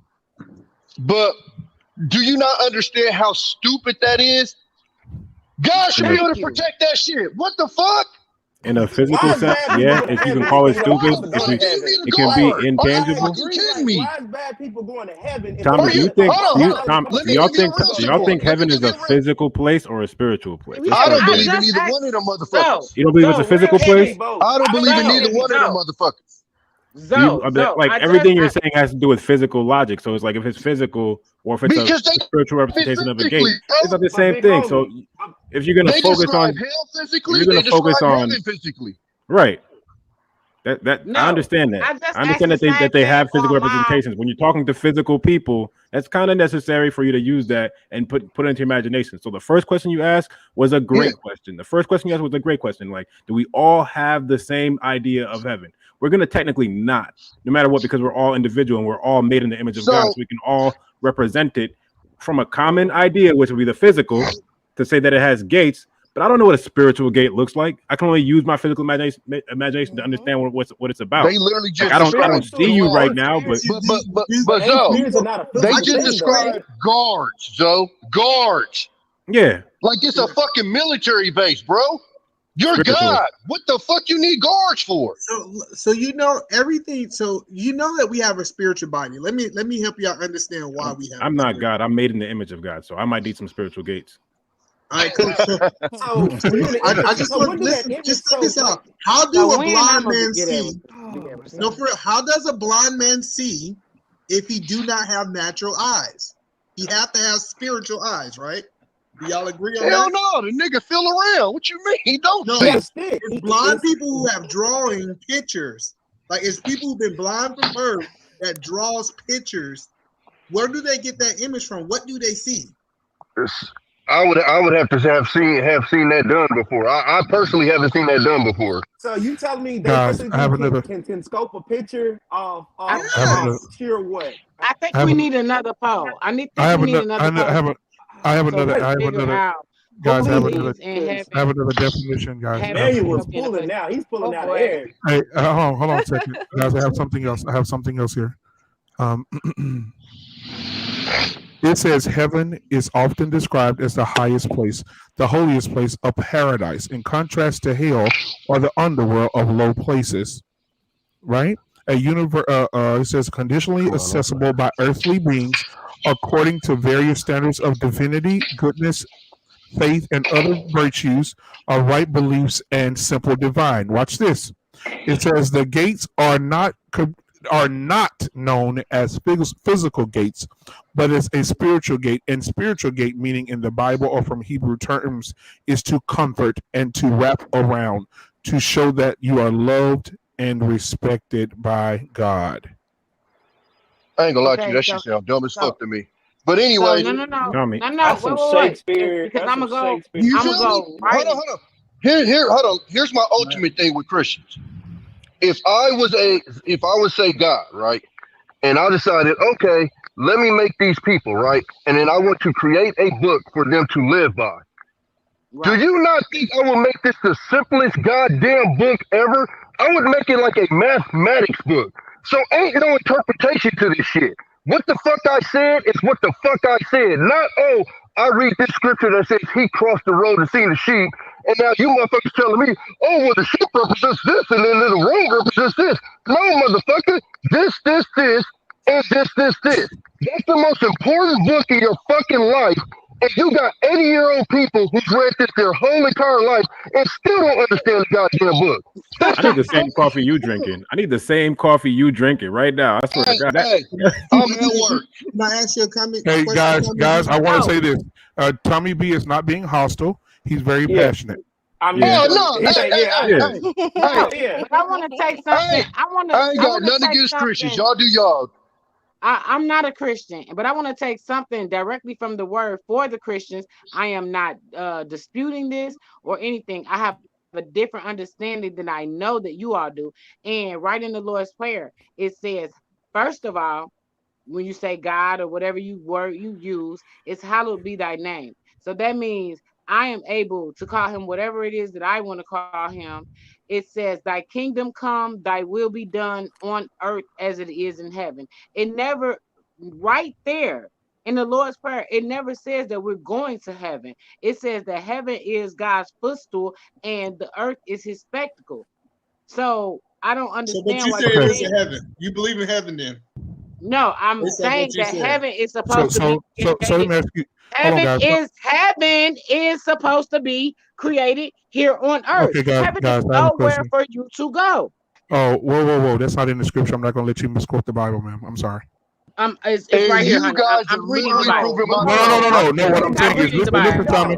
No. What I'm saying is, It but says, what I'm "Thy saying is, kingdom, hold on. thy kingdom come, thy kingdom come, thy will be done." Hold on. You can't What I'm stop saying a to you is, scripture, what I'm my saying is boy. this. What I'm saying is this. On the platform, we have to respect what everybody believes, right? The non-believers and the believers. What I'm saying to you is, I don't want it to be offensive to anybody. Watch, everybody can have their viewpoints, but I don't want to be offensive when we're quoting things that are not in scriptural form. Just like if somebody says something about the Quran, and I'm not a Muslim, and I'm not going to let you misquote the Quran to make a point, because we have to respect everybody's viewpoints. So I what you just understand said that. is I ain't literally not going in. Hey, verbatim from the. black It's I'm man, literally going not in there. verbatim. black I'm man. going Let me verbatim. make 2 I'm points. going Let me verbatim hold on. from the Lord's prayer. Let I'm me going make verbatim 2 from the points for the Lord's prayer. Let me make 2 points for the chat. Number one, I'm not trying to change nobody's faith. These are the questions that cause me to not believe. I'm not trying to change nobody's faith. I don't look down on nobody that believes that. I don't call nobody stupid. None of that. These are the questions that literally nobody could answer for me that made me stop believing and start wondering about other stuff. That's all this is. Number two, I'm an introvert because I hate being around people. Period. I like being home. That's why I say I'm an introvert. Continue. Tommy, you have those questions because you have a strong sense of like the physical and not really any sense at all of the spiritual. So when you ask your questions, that's exactly what it's about. It's like absolutely you understand that you like. I like evidence. Like when someone says you're made in the image of God, what do you think that means? I don't know, bro, and that's my problem. See, so you got to look up the KRS-One experiment. You got to look that up so you can have an understanding of like what being made in the image of God really means. Because KRS-One, he breaks it down really easily for the fact of the spiritual. Literally, you have a space in your mind where you can hear and you can speak, and it's not a physical thing that's happening. I know right what you're now, saying. you're speaking when and you you're talk hearing to what I'm yourself. saying, and it's I know what physical. you're saying. It's physical. There's a vibration there, a physical vibration. It's in the real world, and that I know what you're talking about. Like if you what's say that a word controlled in your by head, is I know so what you're that with saying. that being the case, when that exists somewhere also, and no one can say where it exists. You can do all the research you want on consciousness. Nobody can explain that. So when the Bible starts off with that in principle of being spiritual, and then even I think it's John wherever where people are quoting like we were made in the image of God. It's that is talking about. And if you sincerely speak from that space, that sincerely speak to that space to the high representation, what you were made in the image of, you will find answers that are honest and sincere. Let me give you another question that I had. So everything else is also. I'll finish up right here. So everything else, when there's physical representations of things, gates in heaven, spirits, angels that are guarding them, those are also all spiritual representations, and that's powerful because that's what helps you manifest things in the world. So being able to describe that in a physical sense only helps, and that's the point biblically. That's why we would all have a different understanding of heaven, somewhat, even though we're all reading from the same book. But we all agree that we want to get there. You know what I'm saying? I got you because I personally believe I don't believe in like necessarily heaven, but I do believe you can make your own heaven and hell on earth. I believe if you live a certain way, you'll have hell on earth, and if you live a certain way, it'll be more like heaven. But that was the next thing I was going to address about you. But I feel like you that's already what the Lord prayer but one of my things that also gets me too, and most of it's just more about like the parables that they have in there. But you have like God sacrificed his son. But in my head, I'm like, well, how the fuck you sacrifice your son if you knew you could bring the nigga back? That literally makes no sense to me. See, if I sacrifice my son, he ain't coming back. That's a sacrifice because he ain't coming back. But if I kill my son and I know I can bring the nigga back in 3 days, how's that a sacrifice? It's not a sacrifice. Tommy B. So I like that question because it's kind of mystery behind it. And I want to answer both of your questions. Let me answer the first question. The first question you asked about, can you say that first part again, just to make sure I heard it right? It was talking about how did you say it? You said the real question that I have is about. I said if I was say God and I wanted everybody on earth to believe in me, I would make this book the simplest. Oh, the parables. Okay, yeah. Esau's fables. So let me ask you a question. Let's break it down to you. Would you tell a random strangers all your secrets? No, probably not. No. Okay. So, but if you created a relationship with somebody, would you tell your best friend your secrets and like somebody you really trust? Yeah, probably. But bro, Hold on. so Let me finish. I got you. I got you. So when people see parables in the Bible and people don't understand it, it was a mystery because the people that builds a relationship with God know the secrets of what He's saying. The reason that it wasn't just black and white is because He wanted us to build a relationship for us to understand it. He didn't want to just. It is rules, like we have laws like thou should not kill, thou should not commit adultery. Like it is straightforward rules in the Bible, absolutely. but when you read the whole Bible, the reason it was parables because it's easy to teach somebody. It's easy to teach somebody through a parable than just tell them straight up because everybody wouldn't understand that. That's why parables is there. Right. And I want to say this real quick. So, because we're about to end real quick, man. Because I know we all got things to do in the morning. Everybody got to get up and go to work. And this has been a great conversation because guess what? Again, I continue to say the same thing. It doesn't matter if we all agree. What matters the most is that we're having the conversation, right? Absolutely. Everybody's camming up. Everybody's having the conversation. Now, we can be keyboard warriors and be in the comments like on all other platforms, Tommy. You know, where they used to eat us up in the comments. But Hey, y'all camming up. Everybody's sharing their viewpoints. Everybody's passionate about what they believe, standing 10 toes down. Man, I want to say that I appreciate all of you.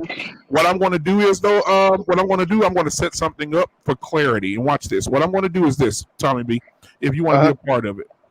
I'm listening. I was thinking that all the people that have questions about faith, because I think that it's a thing that needs clarity. If you have questions, and most people are not qualified to answer those questions, and there are people that are qualified to answer those questions. So what I'm gonna do is I'm gonna set up a whole show, right? I'm gonna make it a show, and I'm gonna have more people come in that have doctrines and theology and things like that, and I'll have them come in, and then I'll have y'all come in and ask any questions you want. Okay. And have them answer it. How do y'all feel about that as a panel? How do y'all feel? I mean, Emmanuel and all y'all. I think I you want should to have start it that. there, you know, What you say, because artist? I'm spiritual. Huh? I think you should have a diverse. Talk to people. You said what, artist? I Go think you ahead. should You can have talk, a Miss Lady. Go ahead. diverse. She can go first.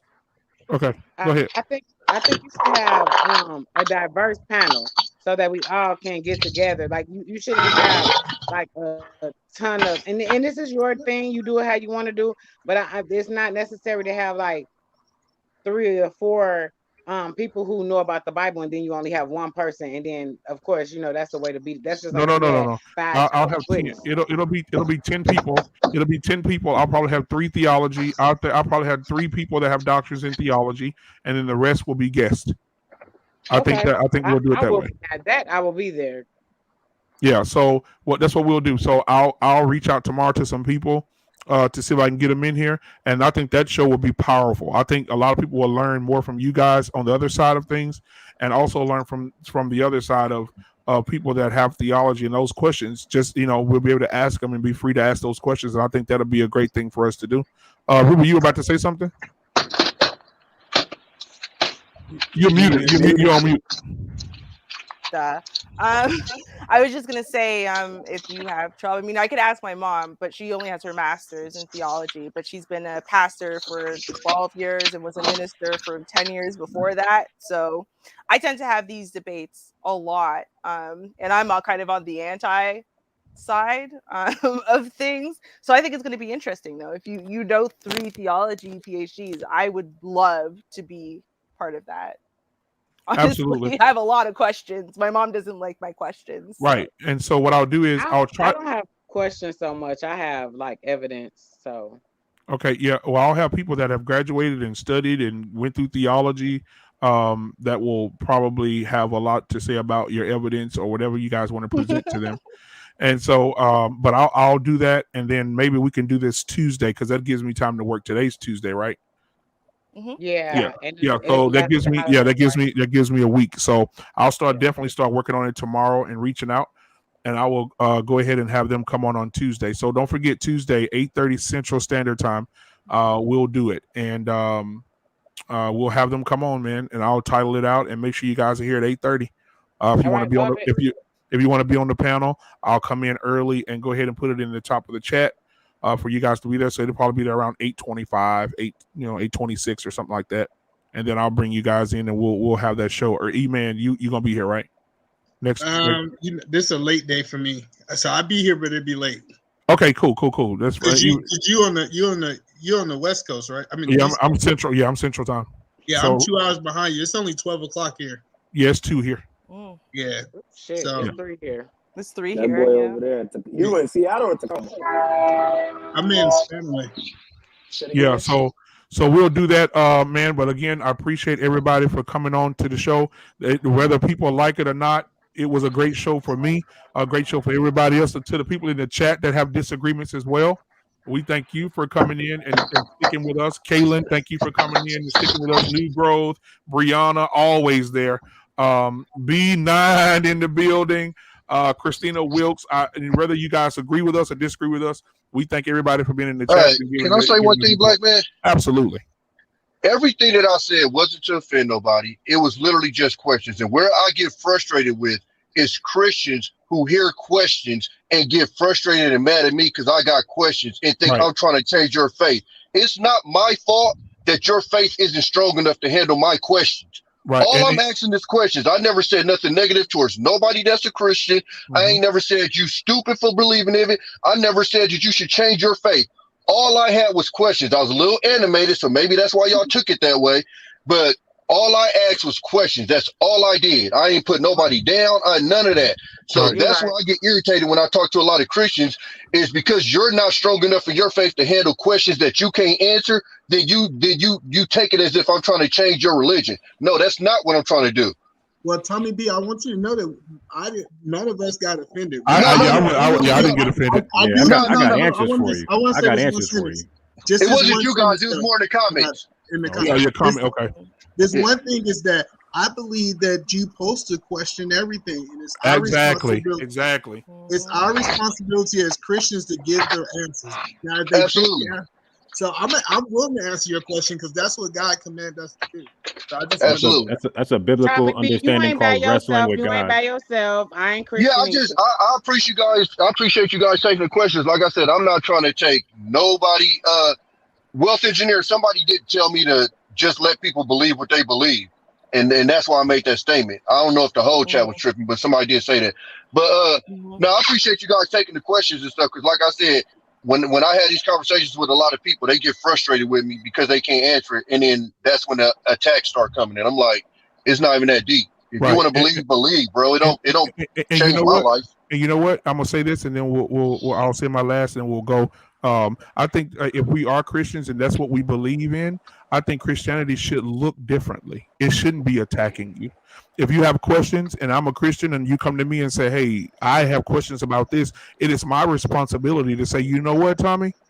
I don't have that answer for you. But however, I know somebody that does. Let me get you to somebody that can help you, because you never know what you'll be doing for a person's life or their vision or their clarity by helping them. Attacking everything is not the answer, but sometimes it takes you get into the right circles to address it. I know you got to end this, Black Man, but the guy who attacked Tommy said he wasn't a Christian. So we got to also be mindful. Oh, okay. People that's not Christians that's trying to act like Christians to make Christians look bad. But I do appreciate you guys. I love y'all guys. And mind you guys, I actually go to church from time to time just because I like the energy, literally, for real. So it's not like I hate Christians and nothing like that. I just have questions. But I'm going to get those questions answered for you next Tuesday at 8:30 Central Standard Time. Ruby, please come back. I always love to see you in the chat. Yes, so sir. I appreciate that. I want to kick a shout out to everybody in the chat, because I'm hearing people in the chat say they're listening to the show to stay woke at work. It's been entertaining, so it's helping them get through their shift at work. So I'm proud that we're able to do that for you guys. I really appreciate you. Villain named Zoe, I love you, bro. Artist named Chi, I love you, big head as well. Tommy B. Tommy B. You know I got love for you, Ruby. Yeah, Thank you fella, so fella. much. I need to see you more often. Come in and give your perspectives. And Niambi, we'll disagree on 99.9% everything like a previous test. But I love you, Suge. I love you. I love it anyway. And tell Black David to stop running from this Have smoke. a little battle. Yeah, Black David. Yeah, battle. It ain't worth it. Yeah. Black David was in the comments. Black David said he got to get up and go to work in the morning. So I appreciate him for coming in and Jedi Mike and all the cast that normally comes in. Yeah, so I love you guys, man, and we'll see you guys Tuesday. Tommy B, Tuesday, you good next Tuesday? I mean, I'll be at work, but I'll get in where I fit in. Okay, cool. All right, I'll see y'all next week, man. Happy holidays, everybody. Happy holidays to everybody, man. Happy holidays to y'all too. Peace. All right. Right. Ooh, this has been Black Men Unfiltered, guys. This is what we're about, right? I want to change my camera view because I want to see myself in a different view. Hold on a second. Let me change it here. Let me see. Because let me see. So, guys, this is what we do. You know, this is what we do. A lot of people get upset. A lot of people get angry. A lot of people get mad. But this is what we do. This is what we do. And so I created this platform. I wanted to have these conversations. I wanted to have conversations that people agree with and disagree with. And that's what it's about. And that's what I'm about. The controversy. I've always been controversial. I've been a controversial person since I was a kid. And so I've always had a lot of questions. And I was always told by my teacher that the only dumb question is the one that you don't ask. So I thank Tommy B for asking those questions. And I thank Ruby, and I thank Jedi Mike, and I thank the entire cast that came in early. I thank Sir Hale and Lance, and I thank all the people that came in and contributed to the conversation. It was a long conversation. We're almost at 5 hours and 49 minutes. Hey, but if you're driving somewhere for 7 hours, listen to it. If you're driving somewhere for 4 hours, listen to it. But however, if you're watching right now, please go hit the subscribe button. Please go hit the subscribe button. I have a goal. I'm trying to make this show one of the biggest shows and one of the most watched shows on YouTube. And so in order to do that, I need your help. And you don't have to pay me anything. You don't have to send me any money. All you have to do is hit the subscribe button. And so if you're watching right now, please take the time to hit the subscribe button. Also, the people that are still watching right now, take the time to go ahead and hit the like button. I appreciate you. This has been Black Men Unfiltered. Another week, another Tuesday down. Guys, also remember on Friday at 8 p.m. Central Time, we're going to be cooking with the kings. We're going to have all nothing but the fellas on the show to talk about fellas type of conversations. So make sure you're there for that. As well as Saturday. We got the ladies. The ladies will be winding down with real women. And so they'll be on Saturday at 12 p.m. Central Time. So all the ladies that's watching right now, please come in. We'll have the link at the top of the chat, and you guys can come into the conversation. We'll allow 10 women in at one time, and you guys can have that conversation as long as you need to have that conversation about what's going on with women. Like we'll be having a conversation on Friday. So I appreciate you guys. Please hit the subscribe button. Please share these videos. Also, keep your eye on my page. I will be cutting these conversations down. I'll be cutting them down into 4-minute and 5-minute videos, so you guys it can be more watchable. So you won't have to go back and forward through it. I'll get all the high points and all the low points of the shows, and I'll have them posted on the channel as well. So again, I really want to thank you guys. I appreciate you guys. I love you guys. This has been Black Men Unfiltered, and we're out. Oh, love everybody. Do something nice for yourself. And if you can't do anything nice for anybody else, please do something nice for yourself. Love yourself. Love yourself first, and then you'll be able to love others.